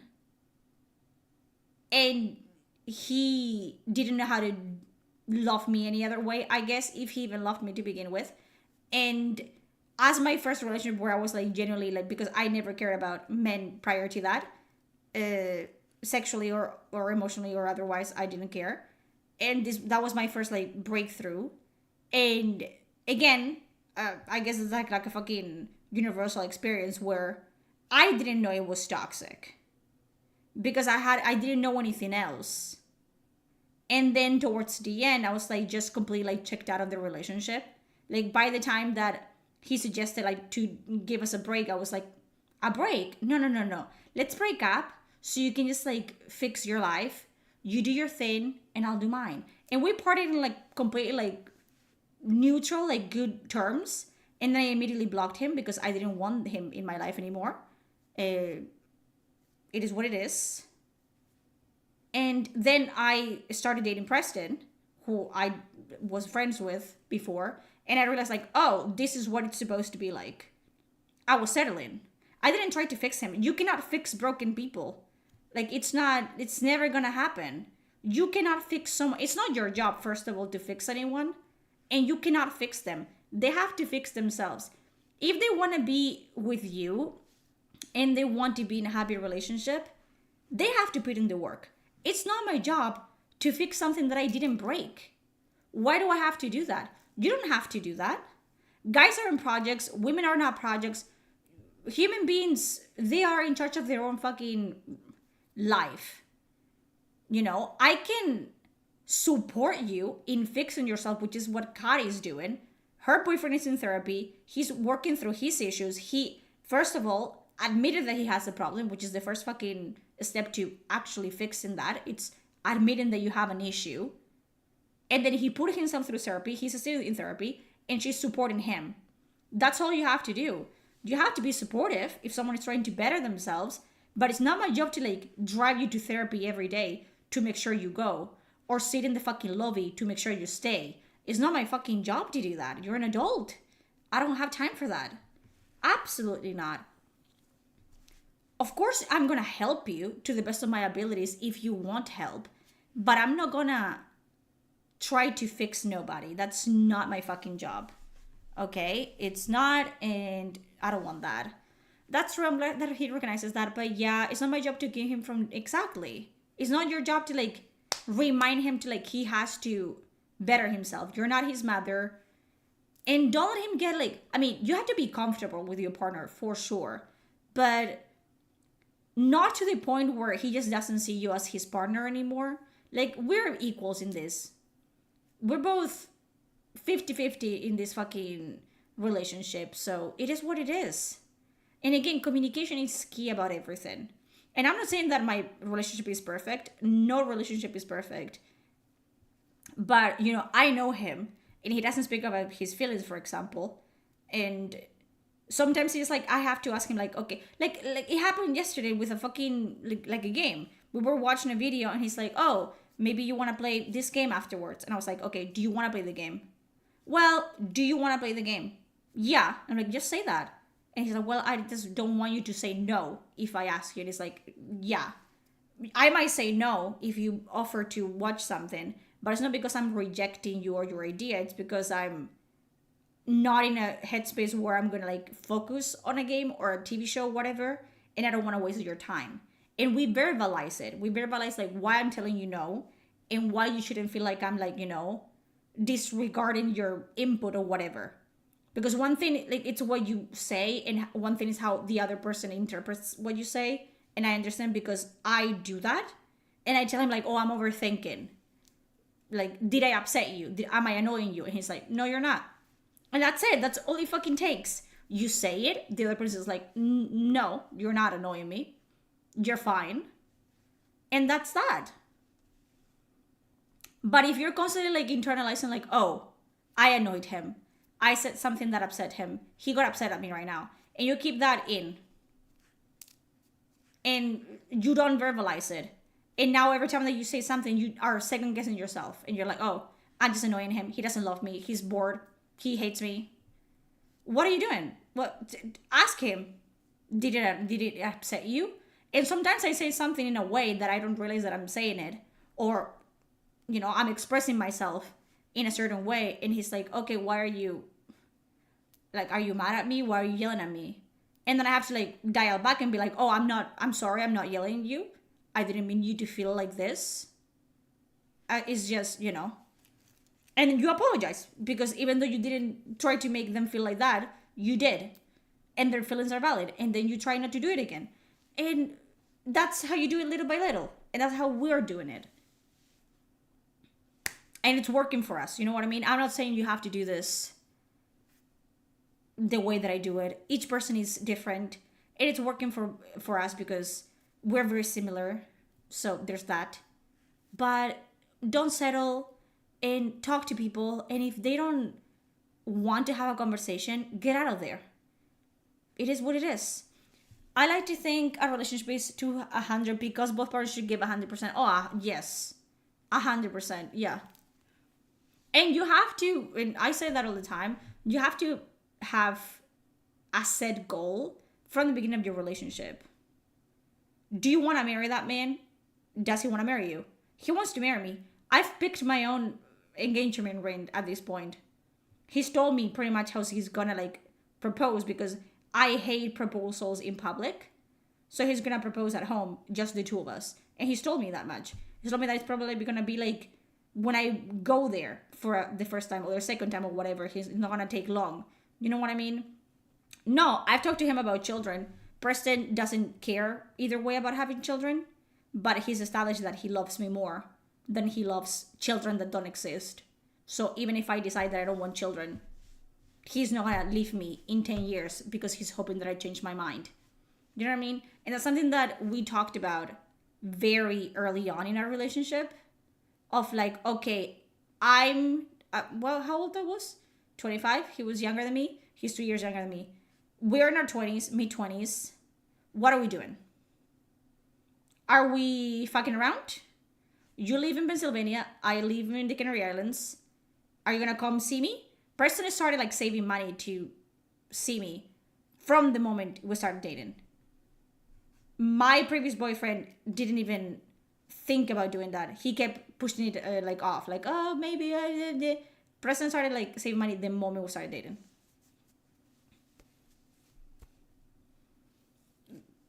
So there you go, a shift in fucking, you know, priorities and intentions and energy. And I was like, oh, so this is what it's supposed to be like, okay? And yeah, we have talked about, you know, moving in together, how we're gonna do it, you know, finances, stuff like that. It's just a future. Do you want a future with this person? If you do, you have to know that your life are gonna be compatible. I don't want Preston to marry me thinking that I'm gonna change my mind about having children and then resenting me for it. So you talk about it. You talk about, hey, what if I never want to have children? And he's like, okay, sure, there you go. And then you have a happy relationship for many years to come. Like, it's not that hard. It's literally not that hard. I understand why people are like so, they like to make things more difficult than it actually is. What a loser, who, my boyfriend? Yeah, a loser that gets pussy on the regular, so, you know. When are you planning to wed? Where or when? Also, we don't want like a wedding in, like, we don't want like a wedding. We're just gonna sign the papers. Not nowhere. We're gonna go to sign the papers and then we're gonna like eat fucking burgers at his dad's house. And I'm gonna marry there. Because, you know. And we're married, like, I mean, I wanna marry him because I love him. But it's also because of papers and stuff. I don't want, like, he doesn't like crowds. I don't like crowds. I don't want a party. I don't want like a wedding dress and whatever. I want to go to like a cornfield, like a wheat field. Wheat field. And take a couple pictures in a wedding, not a wedding dress, like a white dress or whatever. So we can have a couple memories and then sign the papers. His parents are going to be the witness and we're just going to eat some fucking casserole, whatever Americans do. And move on with our lives, honestly. And again, we talked about it, so that's it. Like, honestly, like I've picked wedding dresses with him. Like I was Googling like, oh, maybe I should something like this. We've seen like tuxedos for him. Like, oh, because he wants to like not wear like a black one, like maybe like a darker green one or whatever. You know what I mean? Yeah. Literally just talk to each other. Why are you even dating? You guys have literally tasted each other's fucking genitals and you cannot speak about basic stuff for your future? You have sucked that man's dick and he has put his fucking mouth on your vagina and you cannot talk about like life because that's too personal. Ooh. Stupid. I'm not gonna have your dad making pie in the background. No, because my dad is gonna be in Spain. But we might come back, not immediately, but and have like a fucking like a week with my family here. Congratulations, future United States citizens. Here's your complimentary firearm. I want a pink gun. Judge should plan the wedding. Yeah, right. I like the pragmatism. It's just reality. If you want to make something work, you have to be very aware of what the end goal is. And both parties have to be aware of what you cannot just like drag their relationship like one-sided. Like that's not what are you doing? If you're like, he's dragging one way and I'm dragging the other, we're never gonna go anywhere. So, a sunflower field would be nice. True. We'll do wheat. Wheat is pretty. Like we were even seeing like a couple like pictures that look like that as well, with like a couple in a wheat field, and it's pretty nice. His father's gonna take the pictures. Who cares? I don't care. I literally just don't give a shit. Weddings at the end of the day is like, they're a piece of paper that makes your life legally easier. But it's also just like proof of, okay, we are committing to each other for the long run. That's it. And it's between him and me. I don't want it to be like a fucking spectacle. If you want like a lavish wedding, that's on you. We don't. We don't. We just want to sign the papers and go to fucking McDonald's afterwards or whatever. It's just what it is. It is what it is. Okay, it's been 4 hours and 30 minutes and I'm peeing myself. I think we have covered everything about my life. I think you know everything about me. You're welcome, I guess. Yeah, go to bed. Have a good one. Tomorrow, I might stream.